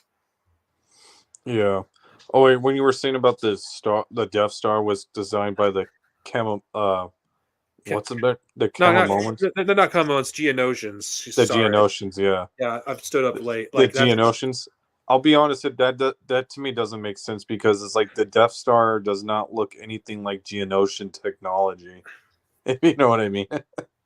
I guess my, I guess my, I guess how I would interpret it is the Death Star went through multiple designs through the centuries, because I think the Death Star, the plans were planned But that's the thing too. centuries in It's like in advance. Rogue One, they never mention about the Geonosians being the ones to design the Death Star in that movie, if I recall, right? Yeah, They said that it was the guy who designed it, the main villain of that movie, the one who was like arguing with Tarkin about. or it's possible that Geonosians did design it, but he took credit for it. I mean, Thomas Edison has stole other people's inventions and took credit for it. So I wouldn't. So I wouldn't. I don't buy that. I don't think I wouldn't find that out of the realm of possibility that someone else could have taken credit for someone else's work. Yeah, but then it's like explain in Rogue One why he got so mad that Tarkin came and took over when he says like, "This is my design." Shit. I don't know. You see, that's the thing with Star Wars now. It's like we've been saying. There's just always been over the years so many different fucking retcons and plot holes that just like to the point it's like you just okay, you just got to go with it. I mean, Well, I it's don't. like to the point it's like now Star Wars has become like sort of like the Michael Bay Transformers films, where it's Oh like God. canon is not a thing, and same with like the old Fox X-Men films, sort of. I used to be a hardcore follower of the Bayverse expanded universe for Transformers, but I stopped after Dark of the Moon because the continuity got really confusing because the amount of retcons they did. It's like I can't follow this anymore. This is stupid. Yeah. Like because when Sentinel Prime was like appeared in the third film, it's like wait, this contradicts what was established with the Fallen. How the fuck can this have? How could the fuck do these two know like Sentinel Prime when oh god. What's interesting is before the Bayverse collapsed, they actually did their own equivalent of Star Wars Legends when it came to decanonizing those works Yep. in order to wipe the slate clean because it was way too confusing.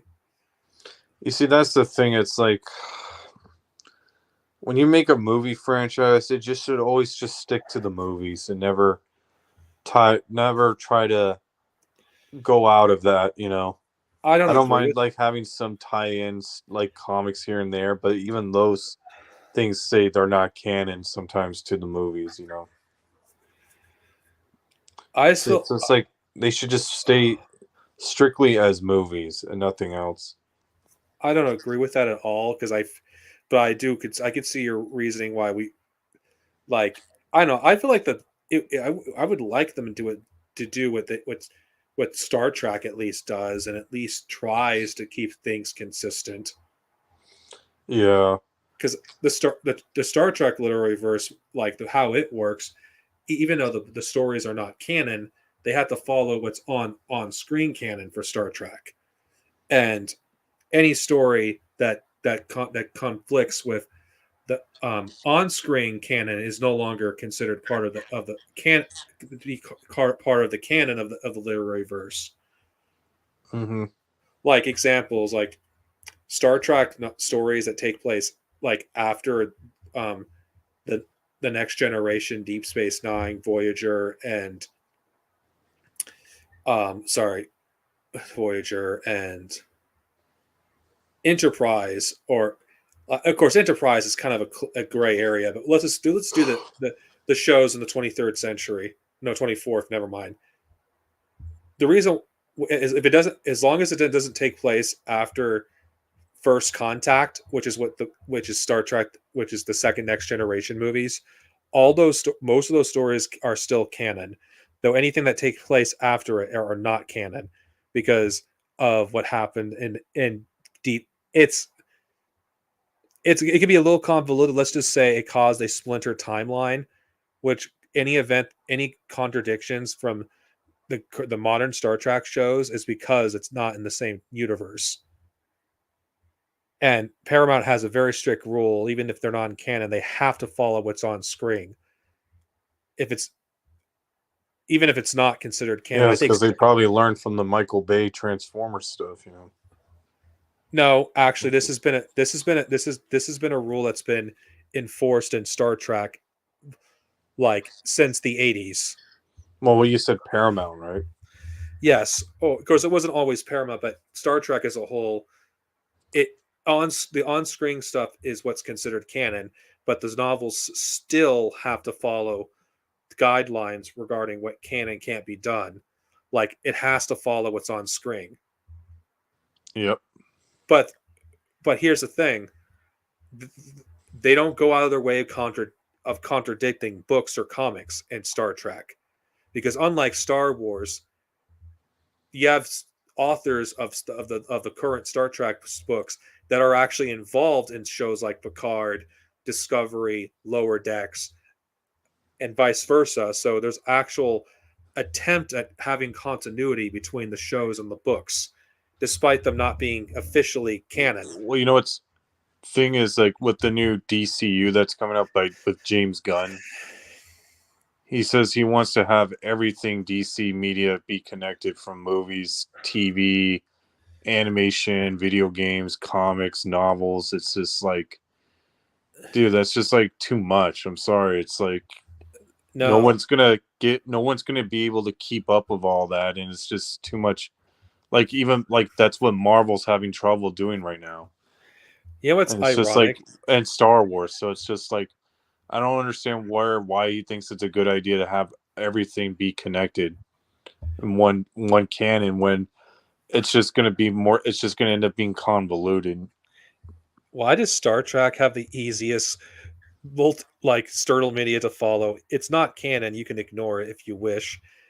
It's so you could It's because it's like these people they're so more concerned about like quantity over quality, if you know what I mean. It's just well, to be fair on Star Trek novels, there isn't as many Trek novels as there used to be. yeah, well no, that's what I'm saying. Like in general, if all the other franchises, like the people they in charge, they just care more about quantity over quality. And so it's like if you just have people in charge who are just they care more about quality over quantity, you wouldn't have these like like canon issues and all that. I don't think there's a problem. The problem with it's connecting. I think the issue is you just.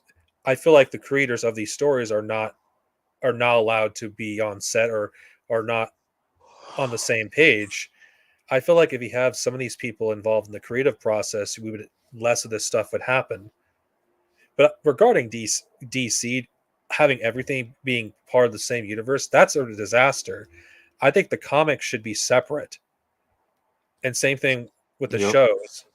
Because is there is there issues of tie-in comics? No, you could do a tie-in comic here and a tie-in comic there, but as a whole, they Yeah, should I know, be but separate. but then um that just ends up limiting the creatives, like especially when it comes to if say you want to bring some new screenwriter or director to make a DC film, they can't make whatever it is they want now. They have to follow the guidelines of what the canon has gone through that came before, not just with the movies, but also now with the books and the comics and the video games. And it's just that's just too much, you know.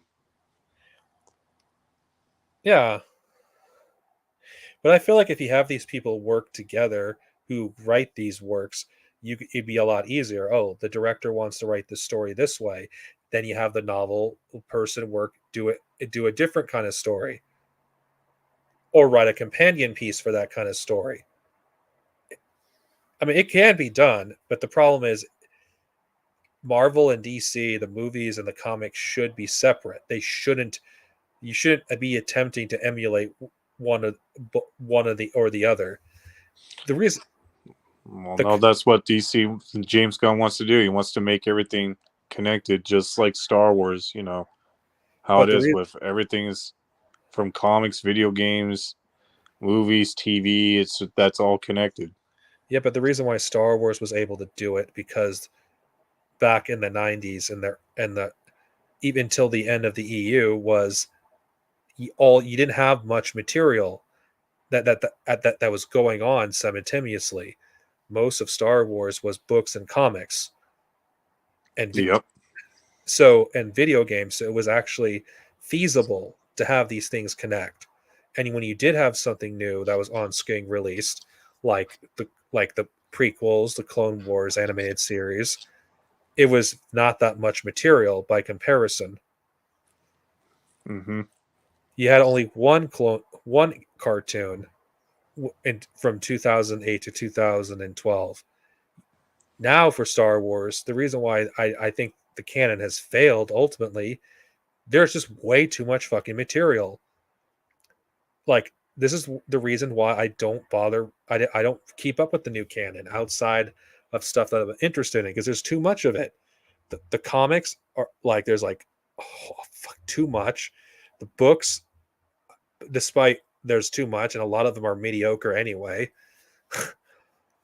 um, Well, you see, that's the thing too. It's like as someone who grew up being a Halo fan, I couldn't I tried to read some of the Halo novels, but it just became too much, you know. So I just I only think focus on the games. That's it. I think Halo. The Halo expanded universe is there's way too much content between the books and comics. I think I could follow the books. If I just focus on one, I can do fine. But there's so many fucking comics and now.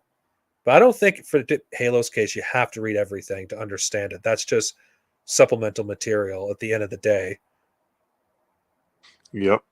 It is possible because Halo there isn't that much content for Halo, but there's but then again Halo but then again right now if, with 6 games, well main games, one Halo Reach, um the two like Halo Wars games plus some of the I think there's a few other stuff as well. But yeah, you're right. There is too much. If you're recommending a person for the first to get into Halo for the first time outside the games, I just feel like the best way you can get into Halo is just ask people who know what the Halo franchise, which books are and comics are worth reading, and just start from there. And just Mm-hmm. Yep. I think that's what made the Star Wars expanded universe so. That's what made it work. Is you didn't have to read everything. You could start at almost any point as long Yeah. as you don't start in the middle of a series. Obviously, you could start at any point. Yes, I would argue you could even start in Fate of the Jedi if you wished. Not a good idea, but I think you could understand what's going on in the story. You Yep. because there's just no way they did not I mean the references to older works, there's no way they didn't do that to get people up to speed what was going on. Yeah. I mean, that's the reason why I brought Hills, because back in the day, that's the only two things I was like interested in reading. It was like Star Wars and Halo, the expanded universe stuff. You know. Yeah, even in Good. even Star Trek, the literary verse post series, Yeah, you I didn't couldn't have get to. into Star Trek because I feel like that was just too much for me to keep up. Star Trek, there's good starting points in Star Trek as Well, well. I know. I'm just saying it to me. I was just like at the time, it's just like, okay, I'm invested in Halo, and I can only be invested in one other thing because I'm just like I don't have time to be invested in so many different things. I can only maybe just do two at most. So it was Halo or either Star Trek or Star Wars, and so I just chose Star Wars. Well, the You know. Star Trek literary verse, like in the early 2000s to the late 2010s, I read some of the good this stuff has some of the best like expanded universe ever in my opinion because since there was no new shows being made for Star Trek and no movies being made for Star Wars, you were able to do a lot of creative things that you just cannot do today. Like I think that's the reason why I don't think the expanded universe will never get anything like it again. It's like a lightning in a bottle because it came out at a time where there was demand for Star Wars. Yep, it was an anomaly. Yes, it was an anomaly. Like there like the expanded universe did things that the movies can never do because you know of It's budget it's reasons. it's the same thing with Halo at the time too. It's like It was a lightning in a bottle. like you, it's like the expanded universe for Star Wars. It's like I feel like even if it did come back, I just don't think it would have it would be the same. No, it wouldn't because it's already too convoluted. It's just it's like you would have to start from scratch again. Well, I'm just saying doing something like the EU, I just don't think it's possible because because the kind of culture we have today versus what we had in the 90s is just not. I just don't feel like it's the same Yeah. anymore. Like you mean in the 90s and the early 2000s, right? Yeah, I just feel like not to mention it doesn't help the fact that not as many people read as they used to, which is unfortunate. Yeah. Well, it's like because at the time, yeah, you said the Star Wars, there was a crave for it. It's because it's like they had such a long break between the two trilogies, and it's like sometimes like that's what franchises need. It's like you need to take breaks. You can't just keep on going on Uh, straight forever. I think as another example is look at Dragon Ball. Okay, I'm speaking mostly from Japan's case because I go by the original end date for Dragon Ball, the Dragon Ball phenomenon. When GT ended in 1997, there was a long gap between Dragon Ball GT and the special Son Goku and friends. And what kept Dragon Ball alive before there was even a battle of gods was fan fiction. Yep. I bring that up. Why that's relevant is because you had a lot of Dragon Ball fans that wrote fan fiction or drew fan mangas. Some of them are still running to this day, like Dragon Ball multiverse. I forgot what it's something multiverse, where you have a bunch of like we have Goku and a bunch of other Dragon Ball characters meeting alternate universe versions of themselves and other villains, or and it was like the closest thing you got to exploring like different matchups, like Vegito versus Broly, or a universe where Cell won, or a universe where Frieza killed all the Saiyans. It's like, or you had Dragon Ball AF, which two of them. There's two of them. There's the one by Tori Taro, which introduced Super Saiyan 5, and you had another one which introduced Super Saiyan 5 Gohan. Like there was a demand for Dragon Ball content. But what's interesting is once the hype for Super died, people roasted Dragon Ball Super almost endlessly. Though there was those who already said Super was shit from the start, but when the nostalgia wore off, people don't care about Super at the end of the day. There's still people that demand more, but more people talk about the old stuff for Dragon Ball, like Dragon Ball Z, than Dragon Ball Super. Star Wars, you see more people talk about stuff related to the original trilogy and the prequels than they talk about anything regarding the sequels. But even that is starting to die off. And I think another reason is I think the Star Wars community is just not healthy compared to some other communities that exist out there. Because the hostility Star Wars fans have towards each other, and and having towards fan works, is another reason why I think Star Wars is not going to last. For Because I feel like fan works did help sustain Dragon Ball when there was no new series after GT ended. It was fan works that sustained Harry Potter when there was no when before the turf that shall not be named said her shit, and now Harry Potter is dead because of J.K. Rowling. Yep. And like the Naruto community is still pretty active, and fan fiction has kept that series alive, even if a lot of people don't care for the Boruto series. Like I feel like fan fiction, people don't give it enough credit. It does keep people's interest in these characters and these stories far long after the series has ended. And I feel like Star Wars, I don't see that incentive for people to write fan works, considering there's a lot of hostility towards fan works by other fans who scoff at the very idea. I mean, I cannot name a single fandom that scoffs at fan works as much as Star Wars. It's ridiculous, even though some of the best works right now are fan works. Like there's this like fan film I'm looking for that's coming out this year called Star Wars Convergence. I don't know if you're familiar with the Knights of the Old Republic movies, that uses the video games engine. Yeah. Yeah, I watched one of those.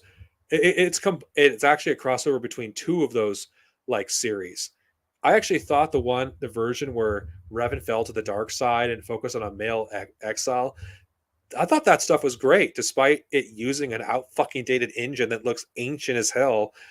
I felt like that was more compelling to me to watch than anything new Star Wars, whether it's the cartoons or the movies. It's a sad state of affairs when a game with outdated graphics, you could be. I'm more looking forward to content being made using outdated game engines more than actually new material using. It just goes to show you that graphics aren't everything. Well, it's just like, how do I say? I think it's because since it's like you grew up with that kind of old engine from back in the day. It's just like you kind of like can't unsee it. So it's like even if it's like outdated, you're just like, oh, okay, I've grew up adjusting to knowing what this engine, like what it looks like and how it was back in the day, so I can readjust my muscle memory to how it is. What makes Back it to how it is. what makes it but here's the thing, what makes it really amazing about these works, these fan film versions of the games, they make the games feel new in terms of story because there's enough new stuff they added to those films that Yeah. they feel different. They don't feel exactly the same. Like how they change, like they one of them changed the ending of Knights of the Old Republic 2 where the exile actually dies on Malachor 5. Oh, really? I mean, the very fact is, yeah, this convergence is basically doing the multiverse thing, but I don't know how it's going to do it. And that's Are you upset they never made a third game? I'm glad I was back then, but do I really want them to do it now? A third Knights of the Old Republic? They Even though would they have. did one with the MMO back in 2011, I think. I don't want to talk about the MMO. The very fact that that's the only new Legends content coming out is it will always sickens me, to be honest. I think it's because they try to cater to all the PC gamers more than like the console gamers back in the day. It's like where's because they were trying to make it like World of Warcraft for Star Wars. It's like, where's my fucking continuation of the EU? Why are we still continuing this storyline that should have ended years ago? It is kind of funny though, it's outlasted the sequels. Yep. And then it's like, it's fucking funny when The Force Awakens came out. It's like people were so complaining about like, how the prequels were shitty because of the CGI and the originals are better because of the practical effects. And so they were trying to like cater to all that with The Force Awakens, saying, oh, look all the practical effects we're doing, Yeah, but what's ironic is The Force Awakens had more CG than all of the prequel trilogy films. Exactly. The Phantom Menace had more practical effects than all of the original movies combined. And the practical effects, just like in The Force Awakens, just looks so cheap and so fucking shit compared to how it was in the originals too, Everything looks cheap in the sequels. Like, it's funny just how dated the CG looks. Because it's like, what you mean in the sequels? Yes, it looks so dated. The CG or the practical effects? Both. Yeah, because it's like, how do I say? It's funny how humans like they want to find some way to devolve for the sake of nostalgia rather than evolving. Well, the thing is that objectively the sequels have better technology to work with to make better looking CGI, but because everything is made with crunch now, that's why movies from the 2010s, the CGI looks worse than stuff from the early to mid 2000s, because everything is made. There's so many movies being made that there is enough time to actually perfect the craft. Like when you look at Avatar, Way of Water, whatever, regardless what people think of that movie, but if you compare the CG to that film to anything that came out in the decade prior to that film, it blows them all out of the water. it's hard to believe it was CGI because everything looks real because that film had enough time to actually work on the film for sorry, say what you will about James Cameron, but when you let the man cook, he makes beautiful looking films, I think, that still look good to this day. Yeah, I didn't see Avatar 2. I don't even think I remember seeing the first one. Just didn't really care. Well, I saw the second film and I actually enjoyed it, and I think You it's a saw it in beautiful. theaters?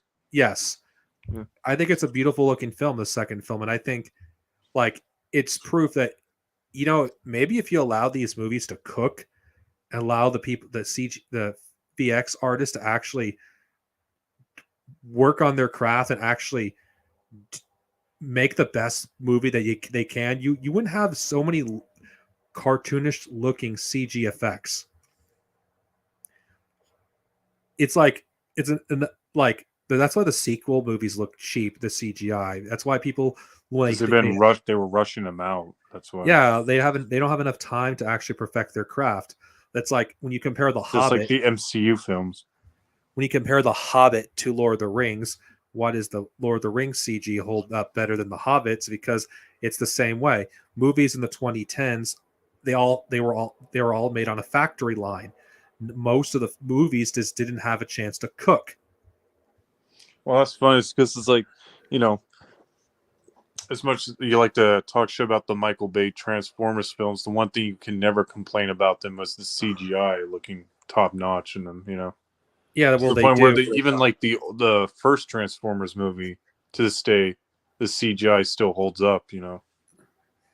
Yeah, that's because that movie was it took 3 years to make that film. Each film took around 3 years. And they had enough time to do in the post production in order to actually perfect the CG. Though I do think the second film there is scenes in the film where the CG doesn't look as that great. Yeah. But you're But you not know what wrong. doesn't hold up is like most of the MCU films. If you ask me. Oh God, that CGI for a lot of them look like shit. Yeah, they do. I think Infinity War and Endgame do look good. But they're one of the few films that do because they actually had the A team working on those, while the other films has the B and C team. I don't blame the artists for them looking at the way they The do. I mean, Black Panther CGI. oh God, the Black That was Panther awful. CGI is so fucking You know, bad. when I first saw that, you know what that remind me of? It looked like something from Transformers Beast Machines. The CGI. Hey, Beast And it was, Machines is not that bad of a show, even though it does have a lot of issues. But you're no, not I know, wrong. but I'm saying the Black Panther CGI like just looks like Beast Machines. But say what I think. Though the sequel, to be fair, did CG. You know why Wakanda Forever was better because the CG was minimal, unlike the first film. Yeah, I didn't see the second one.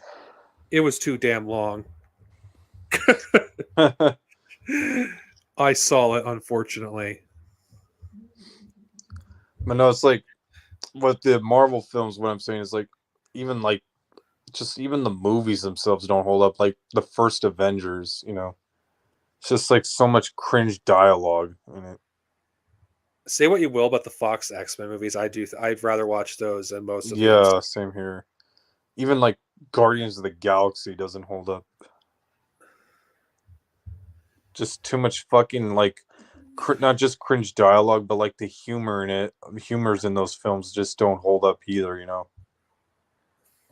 because it's like you look back at it and you're just like, I used to think this was funny back when it came out. What the fuck? It's like this shit's like bad. It's the same thing with Star Wars. Like when you compare if you when you compare Clone Wars season 5 and 6 and compare it to Rebels, it's night and day which one looks better. Yeah. They were so cheap. I don't want to give it. I'm so sick of hearing the argument. Oh, it's the art style. It's like fuck you. No, even with that art style, it didn't have to look as cheap as it does. And I didn't mind the first season of Rebels, but come on, when you have shows that came out the same decade that looked leaps and bounds better, despite having a lower budget, there's something wrong. I mean, come on. Yeah. Like Transformers Prime came out was that same decade, and of course I think Transformers Prime is a fantastic cartoon, and so is the 2012 TMNT show, both of which have better CGI than Rebels does. You know, the thing about Transformers Prime I couldn't get into is because I didn't like how some of the designs look too much like Michael Bay's live action films, where I feel like they should have just been more original for it, you know. I didn't mind it because at least those those designs were used for an actual good iteration of Transformers instead of terrible. Yeah. I don't know, it's like um I don't know, did you see the trailer for Transformers 1? I didn't mind it. I actually, I mean, You can tell it just looks like they're taking ideas from Transformers Prime and making it I don't mind into it. their own animated film. And it just looks too much like a Toy Story film than a Transformers film. Honestly, I don't care. I think it looks fun. I mean, I feel like it has an. I feel like I don't mind it because it's something. It's actually about the fucking Transformers. Unlike the Bay films, I'll take whatever. Yeah, I don't know. To me, it's just like if they just did a live action Transformers film like the opening of Bumblebee, that would be awesome, you know. That's never gonna happen. Yeah, of course not. But I'll take what I can get. I mean, I don't mind it. It looks like a fun time to me. I mean, again, the version my favorite Transformers series is Beast Wars, and I don't think we'll ever get anything new regarding Beast Wars, nor do I want Mine to. is mine is the Unicron trilogy. Mainly Transformers Armada, if you know remember that. Oh, I remember Armada. Yeah. Did you know Armada is the at least the English dub is the only Transformers series to have the same soundtrack as the Japanese counterpart. Yep. Well, minus the opening and ending themes, but I'm saying that the OST is the same. Oh. Yeah. The I think that's like one that just holds up the most compared to everything else. It's doesn't try to look like too much like a how do I say um computer CGI animation because I'm just like now I'm at the point where I'm just kind of like sick and tired of seeing animation being all looking like that because it just looks too much the same to me, you know. I don't think the problem you could do different looking stuff with that animation. It's just it's not being done very much. I just like I miss the old days when it was like 2D animation, you know. I don't think there's anything wrong with either 2D and 3D. I don't think either one of them is superior to the other, actually. Well, I see. Well, I don't mind. Yeah, sometimes I can deal with 3D animation if it's like well done, you know. But it's like to point where every animated film or series that just looks tries to mimic looking the same thing, you know. It just doesn't come off. Feel like it just doesn't come off as authentic, if you know what I mean. I think Mutant Mayhem is what that came out last year is one of the exceptions. Oh, I heard that was shit. It was good, actually. I enjoyed it, and I'm a lifelong Team NT fan. Really? Yes, I thought it was good. I don't know. I heard some mixed things about it. I wouldn't listen with it. I would just watch it for yourself The if only you judge it. TMNT I did like was just like I like the old '87 one and the 2003 series. I don't think anything will top the 2003 series. I mean, I even like the season that most people don't like is Fast Forward. That's You know what's interesting about TMNT, at least the old comics? Did you know there's a lot of Star Wars references in the issue that introduced the Triceratons? I just bring that up because there's a I lot think I there is recall like the 2003 series doing that. Well, the comics did too. I mean, they were Star Wars fans. Peter Laird and Kevin Eastman. Yeah. Like they made a lot of references to Star Wars. But Isn't did it? you like Fast Forward? No, No, you didn't. I don't. It Like I can admit, maybe the art design wasn't as good as compared to the first 5 seasons, but I like the I like seeing the turtles in like a new, different setting in the future. I Compared would have to I would have everything rather else. this I would have rather the show ended with the fifth season because I don't think there was any stories left to tell. Yeah, well, that's the studio for you. They wanted to have it keep going to sell more toys. Yeah. I wouldn't mind fast forward if it was its own separate series and not. You know, it's interesting when we're since we're says this is a Star Wars doesn't really have an impact on the culture like it did in previous decades. Well, no, it's because it's become too corporate. You know what I mean? Like it's funny because every incarnation of the Ninja Turtles, I just bring them up because I'm a Team NT fan, lifelong fan, had references to Star Wars. Almost all of them.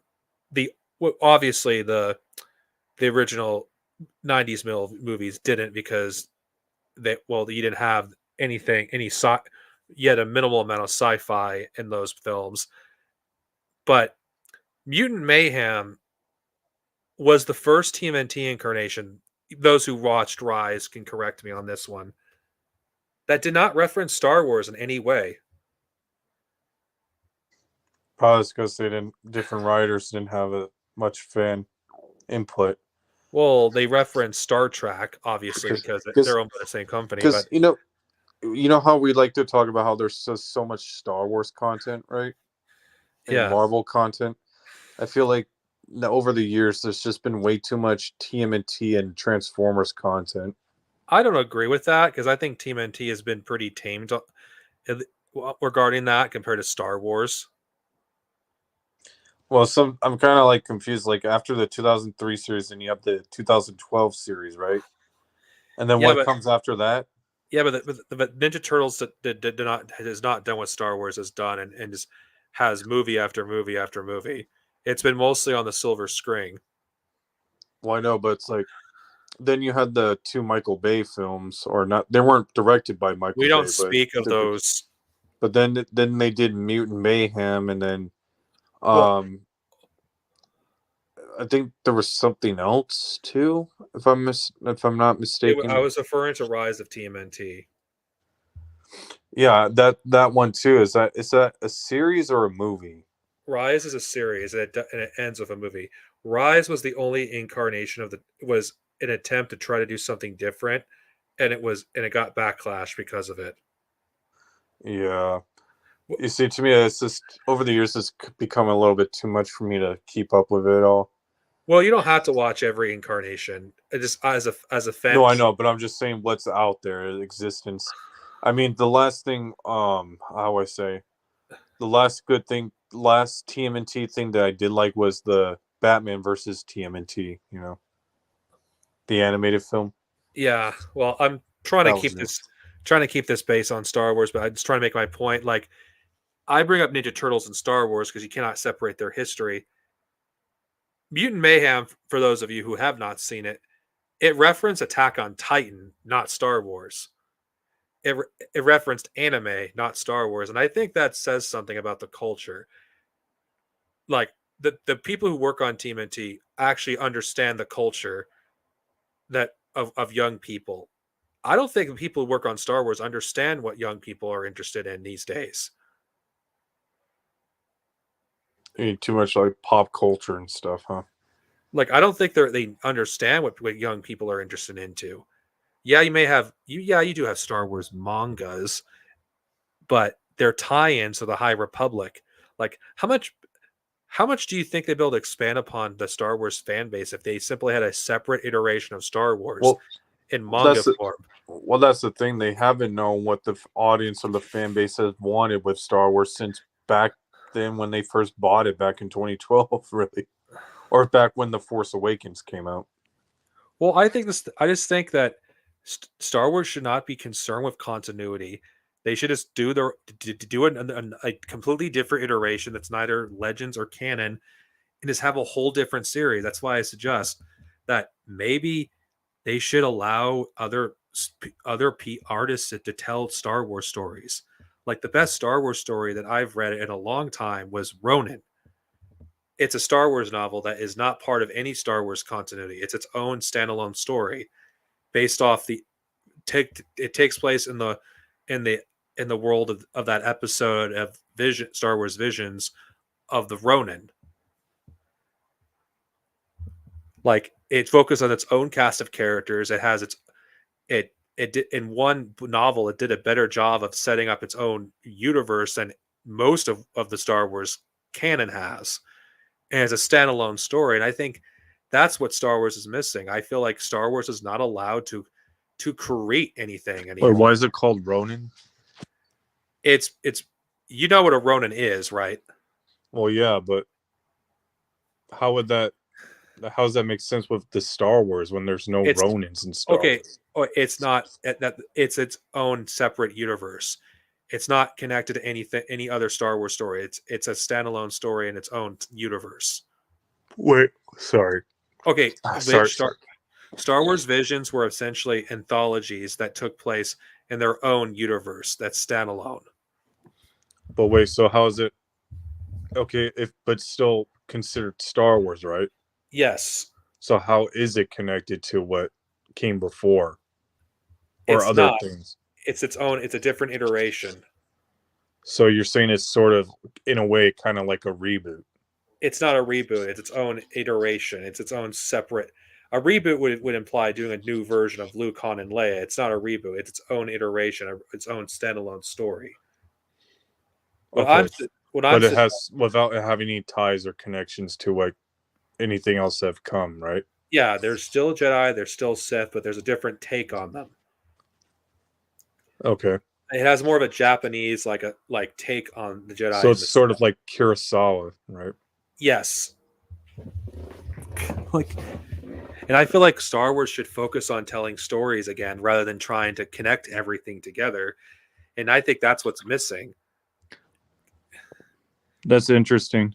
I have to look it up then. Rodin's not a difficult story to find. It's only one novel. You don't have to read. You don't have to even watch the episode. I didn't watch the episode, and I understood everything perfectly. Wait, is it a series too? No, it's a standalone episode. Visions has a bunch of shorts that are based. But you said there's also a novel, right? Yeah, that's based around that particular short, but it's a full fledged novel that takes place in that particular universe.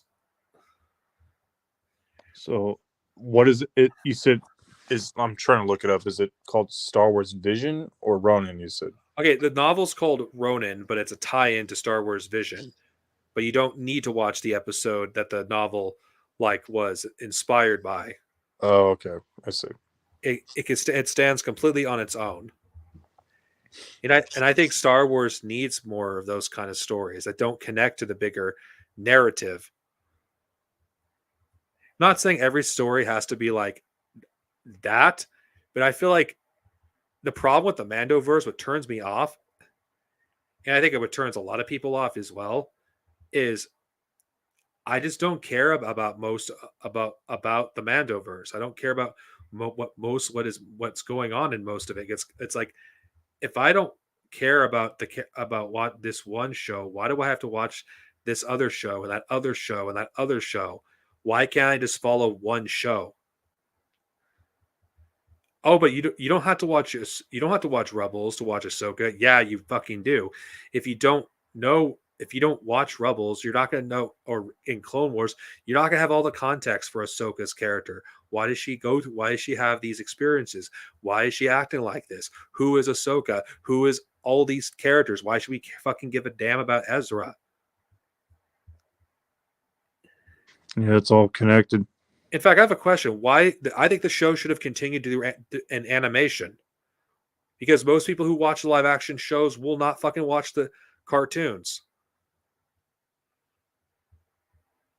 Even though I don't think it's right that they cease the cartoons as lesser Star Wars, but that's how they look. That's how certain fans look at Star Wars. That's fine. I'll have to check those out. Sounds interesting. You know, what's funny is fuck the idiot John Campea. What about him? He always for years claimed that he's the biggest Star Wars fan. He's the biggest Star Wars fan, yet he's never read the Thrawn trilogy. I'm sorry, I had to be an ass.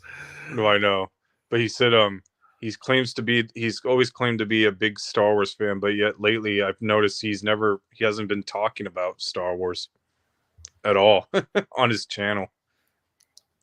Only like whenever some news pops up about a new movie or series, he'll talk about it, but you don't see him talk about it on a daily like he used to. Did he even watch Clone Wars or Rebels or no? I think he did. I see. Well, I just think apathy is set in for a lot of these people. Well, I think I remember him saying he talks shit about Clone Wars. And I think back in the day he did watch Rebels. Like with that other with those Collider people back in the day, like I'm sorry, but Harloff. I'm sorry, you have no credibility if you're talking shit about Clone Wars and you're claiming to be a big Star Wars fan. Wait, which Clone Wars are you referring to? Well, which Clone Wars was he talking about? 2003 or 2008? I think he was talking shit about the 2008 one. I'm sorry, I cannot take you seriously that you're a big fan if you're going to talk shit about that. But I thought you didn't like that. You used to talk shit about 2000. Yeah, but you don't say you're a big fan and then talk shit about it. I'm an EU fan. There's a difference.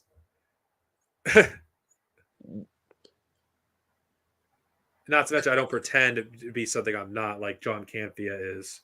No, wait. I'm trying to follow. You said but you said, are you a fan of the 2008 series? I don't hate it. I'm not the big. I would. Because I remember you used to talk shit about it. I did, but my stance have. You got to understand. A lot of things happened over the years. I don't hate the show. I just think I like certain aspects of the show. I just think it's overrated. Okay. But then when John Campea says he talks shit about it, he's not a fan. I just think it's like, how the hell can you claim to be a big Star Wars fan? To Campea's ego, he thinks if you're a fan, that doesn't mean you should stick your hand in the sand and just like accept everything that you're a fan of, you know? Because he thinks that a real fan would be to criticize everything, all the mistakes. You know? Is he's the same guy that gives people shit for not liking the Force Awakens? The thing is, that's why I always said he wasn't a Star Wars fan, because he always talked shit about the prequels, but and I believe other people have called him out on it, but then he rebuttals saying like, no, it's because, you know, since I'm a Star Wars fan, and since the prequels are shit, I'm a true fan who calls out on the shit, you know, and like doesn't just stick my head in the sand and just accept everything that's just because it has a Star Wars brand on it, you know. Which I understand to a certain degree, but to me, the issue is that I don't think the prequels are as bad as he claims to be, you know. Well, I think I have issues with my big issues is okay. You're going to say the Clone Wars is bad when you could argue that some of Star Wars' best stories comes from the Clone Wars. Arguably, I'm talking about the episodes that focus on the clones. Like those episodes are incredible. You're really gonna tell me those episodes are shit? Well, to me, I don't think he even watched the whole series. I think he only saw like the animated film and said that's it, because he didn't like Ahsoka, you know. Well, he doesn't. So therefore, in a way, he's not really a fan if he hasn't even checked out all the episodes of the series. You know what I mean? Yeah, I'm critical of the Clone Wars, but I enjoy a lot, certain aspects of it. The clones episodes, Yeah, I love because those a episodes. real fan would be to try to check out and just even if you don't like a lot of them, you would still have to watch all of them to understand what they're about. Yeah, Especially if you claim to be a fan of that so-called of Star Wars. I even in enjoy the general. Darth Maul episodes, even though it doesn't make sense for Darth Maul to be fucking alive. I still enjoy those episodes. Yeah, Even it's like I enjoy the Siege of Mandalore. I enjoyed the Bad Batch arc in the Clone Wars. It's like I enjoy a good chunk of the show. So I don't. It just it took it. The show took a while to grow on me. the thing is though is my issue with TCW is it's not so much as the show itself, like because it's like you said, we're EU fans, right? Yeah, And to me, it just doesn't seem like TCW fits in with the EU. If anything, it just fits better within just the new canon, and not with the old stuff. well, I prefer to. I just the best way you can enjoy the Clone Wars as an EU fan is to view the EU and the Clone Wars as separate entities. No, I know, but that's what I'm saying is that TCW works better as part of the Disney new canon than it does with the EU. I I agree. Even then, it has issues fitting even within the new canon, though. Well, of course, but what I'm saying is it makes more sense within the new canon than it does with the old one, though. That's true. It just Because it's like, how can you say TCW is canon to both canons, but yet since Rebels is a technically a sequel series to TCW and is only canon to the Disney new canon, how can you say one is canon but the other isn't? that's true. It just doesn't make sense because if they're both set in the same continuity to one another, that means they both either have to be canon or not canon at all. you know. I agree. I do agree with that. But Yeah. I just feel like the best advice I can give to EU fans regarding Clone Wars is look at it as its own iteration of the Clone Wars, and just and that's the best way to enjoy it. Yep.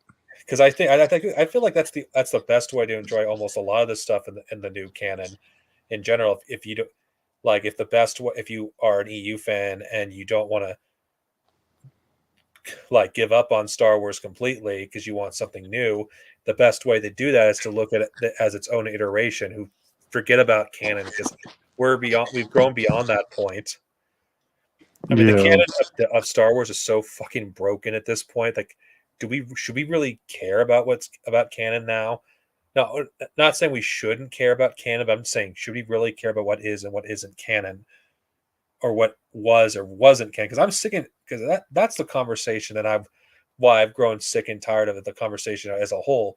Like, it doesn't matter how many times you argue with people who don't want to accept the EU was canon at one point, but it doesn't really matter at this. I just don't like arguing about it these days because it's like, are we really arguing about the canonicity of these stories that once were canon? Or are we arguing about the quality? Because it kind of feels like that's the problem when we argue about canon. We're arguing about it for the wrong reasons. We're arguing about it because quality is what determines what makes a story good, and that's just not fucking true. Like, one of my favorite Ninja Turtle stories that came out in recent memory is not part of the main canon of the current Ninja Turtles comics. That is The Last Ronin. By the way, if you're wondering what The Last Ronin is, have you read The Dark Knight Returns? Yeah, I know what the last Ronin is. Yeah, I just had to use that as a reference. Yeah, it's one of the best TMNT stories ever, and it's not part of the continuity of any I heard TMNT. they're trying to make a movie out of that too. They are, and I hope it actually sees the light of day. Yeah, why is it that comic book fans can enjoy not different iterations of characters, but Star Wars fans cannot. Why are Star? Why Well, are it's Star not just Star Wars fans; it's even DC fans and Marvel fans that can't accept different iterations. You know. Yeah, well, this is why I don't get too bent out of shape of any new versions of the Turtles or Transformers, because my favorite iterations will always exist in some way. I mean, Well, yeah, they do. I mean, um, yeah, that's the thing, dude. It's like you just you just pick and choose which one you like the most. You know. yeah, my favorite TMNT iteration is the 2003 series, the Mirage comics, and the IDW comics. Yep. At Star Wars, my favorite iteration is the EU. Like, I think the biggest criticism, though, I could give the current canon is there's no attempt of keeping things consistent, even in its own universe. Like, why the fuck do we have two different Thrawns? Like, Because the new canon Thrawn is nothing like the old canon Thrawn. well, if we're judging him on screen, yes, but if we're judging him in the books, and I've actually read the books, I don't notice much of a difference between EU Thrawn and New Canon Thrawn. If we're going by the books only, I kind of view them as the same character, just in a different setting. But Oh, if you're talking about like Rebels Thrawn by Dave Filoni, yeah, he kind of watered him down in a bit, you know. let's be real, the real Thrawn, the Rebels would have ended in the first episode of season 3, and we got the real Thrawn. Exactly. I feel like Thrawn should have never been used. That's the problem. I think my issue with Dave Filoni is he takes fan favorite characters and uses them not because it serves the story, because it would be cool. Like he does, like why did he use Thrawn? Because he's popular. Oh, why did he use Darth? Why did he bring back? Why did George Lucas bring back Darth Maul? Because he's popular. Now that's a George. Yeah. We could criticize George for that. I mean, let's be real. Darth Maul's resurrection could have been done a lot worse. So I'll give credit to Dave Filoni for doing a decent job with bringing Darth Maul back. It could have been a lot worse. Asajj Ventress was supposed to be dead, but I guess unless it's on screen, it doesn't count. God, I feel like we've been repeating ourselves. We're like 4 hours in. I can barely keep my eyes open. So, do you got any final thoughts on this topic about the 10th anniversary of the EU decanonization and the state of Star Wars? What do you see for the future of Star Wars in general? No bright future at all. No bright future. Nope. I think it's already dead. It's a corpse, like you said. You know. It's like it's just time to pull the plug. Put out of its misery. Yep. What advice would you give to fans of the expanded universe that are holding off that there may be a continuation someday of the EU? Honestly, it's doesn't matter one way or another. It's just, honestly, it's like I don't know. I'm not sure how to respond, what to say other than it's just maybe it's time to move on from it. My advice, For now, my maybe. my advice is to do the thing that you don't want to do. Fan fiction. Start a fan community to write fan fiction of the EU. Do of your own continuation using what's already there. Yes, it will take a lot of work True. to write a continuation of the EU through fan fictions, but I feel like that's the most viable option. In fact, I think fans would probably do a better job anyway, because let's be real, it's been 10 years since the decanonization of the expanded universe, and a lot of these authors, they're not getting any younger.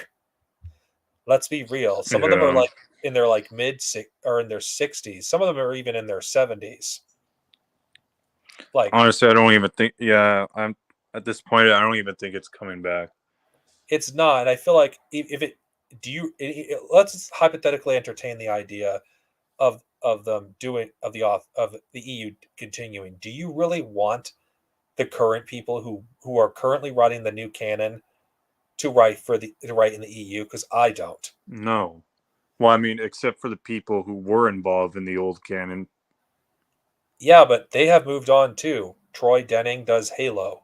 Christy Golden Timothy Zahn. does Warcraft. Timothy Zahn will. I think Timothy Zahn at most he'll probably write another few books and that'll be it. I mean, here's the thing. If anything, I think there's a better chance of Star Wars just getting a reboot than bringing the EU back. Well, I just feel like the fans writing their own continuation, their own ending is the most viable option. Team NT fans have done it.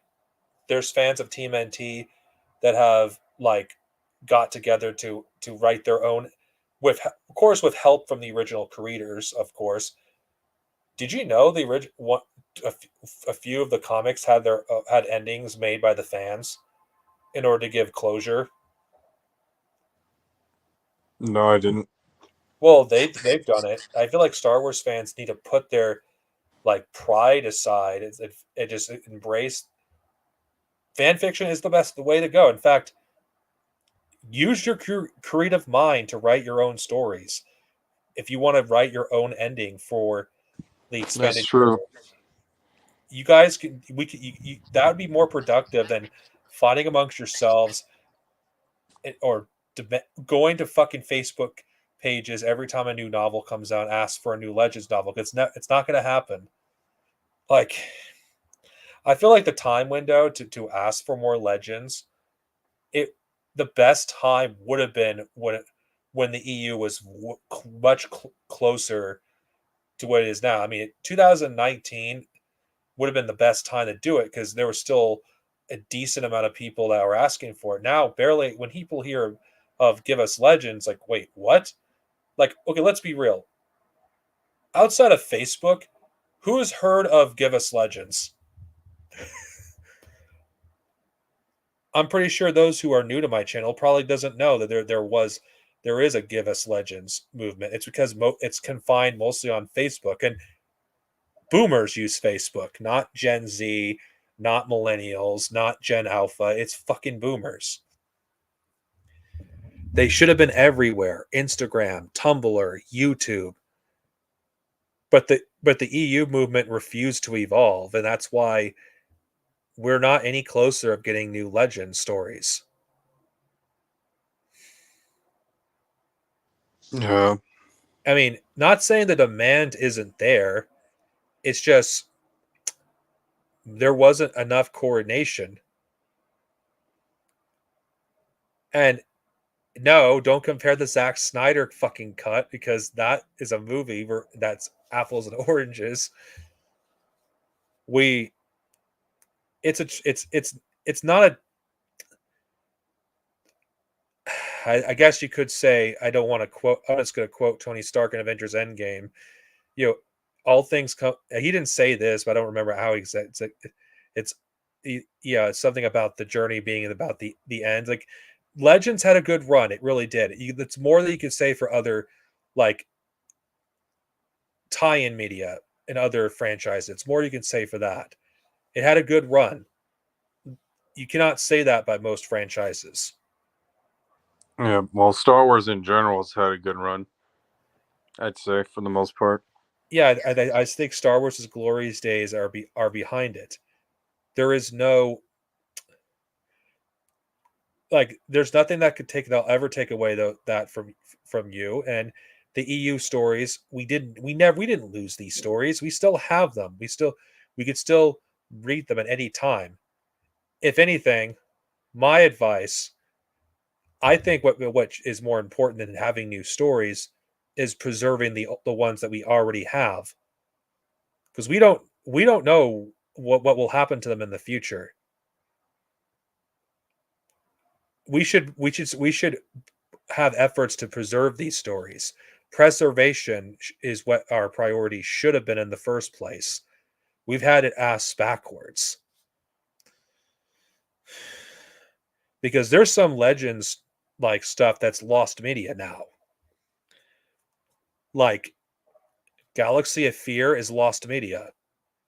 Jedi Apprentice is lost media. Jedi Prince, it's as bad as that is, that's lost media. Like anything that doesn't have a Kindle is lost media.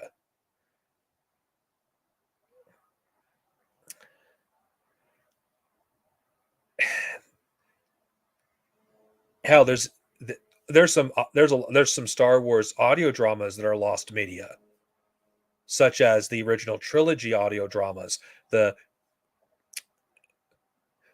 Tales of the Jedi audio dramas, the Dark Forces audio drama, the Dark Empire audio dramas. I mean, there's a lot of Star Wars lost media that exist.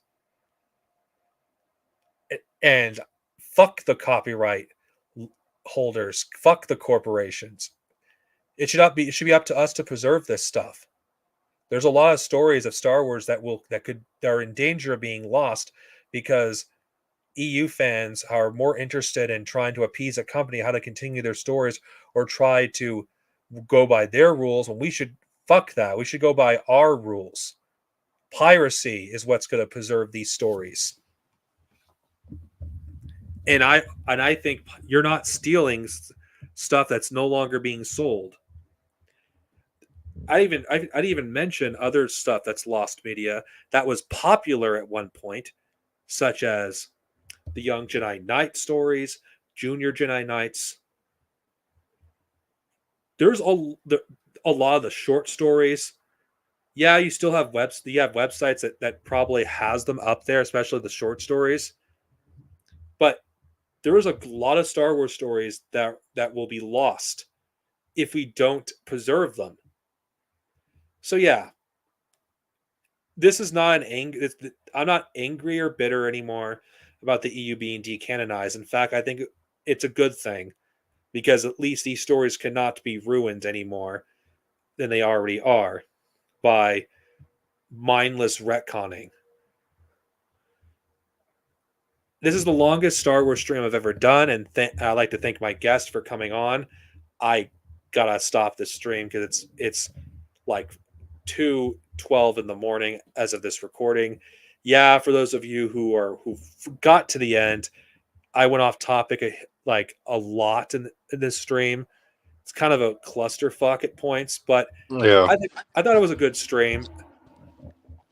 It was a pleasure having you on. Yeah, thanks for having me. I'll check out Star Wars Ronin. Yes, I would check it out. I mean, whatever way you read it, I'm not gonna tell you how you should read it, whether you do it through piracy or get the physical book. I don't care. It's up to you. Mm-hmm. But I think it's a good book if you're looking for a standalone novel. For sure. Anyway, any last words? Nope. May the Force be with you, as always, and see you guys next time. Hopefully, it won't be a month or two before the next video. Yeah. All right. Thanks for coming on. Have a good night. You too.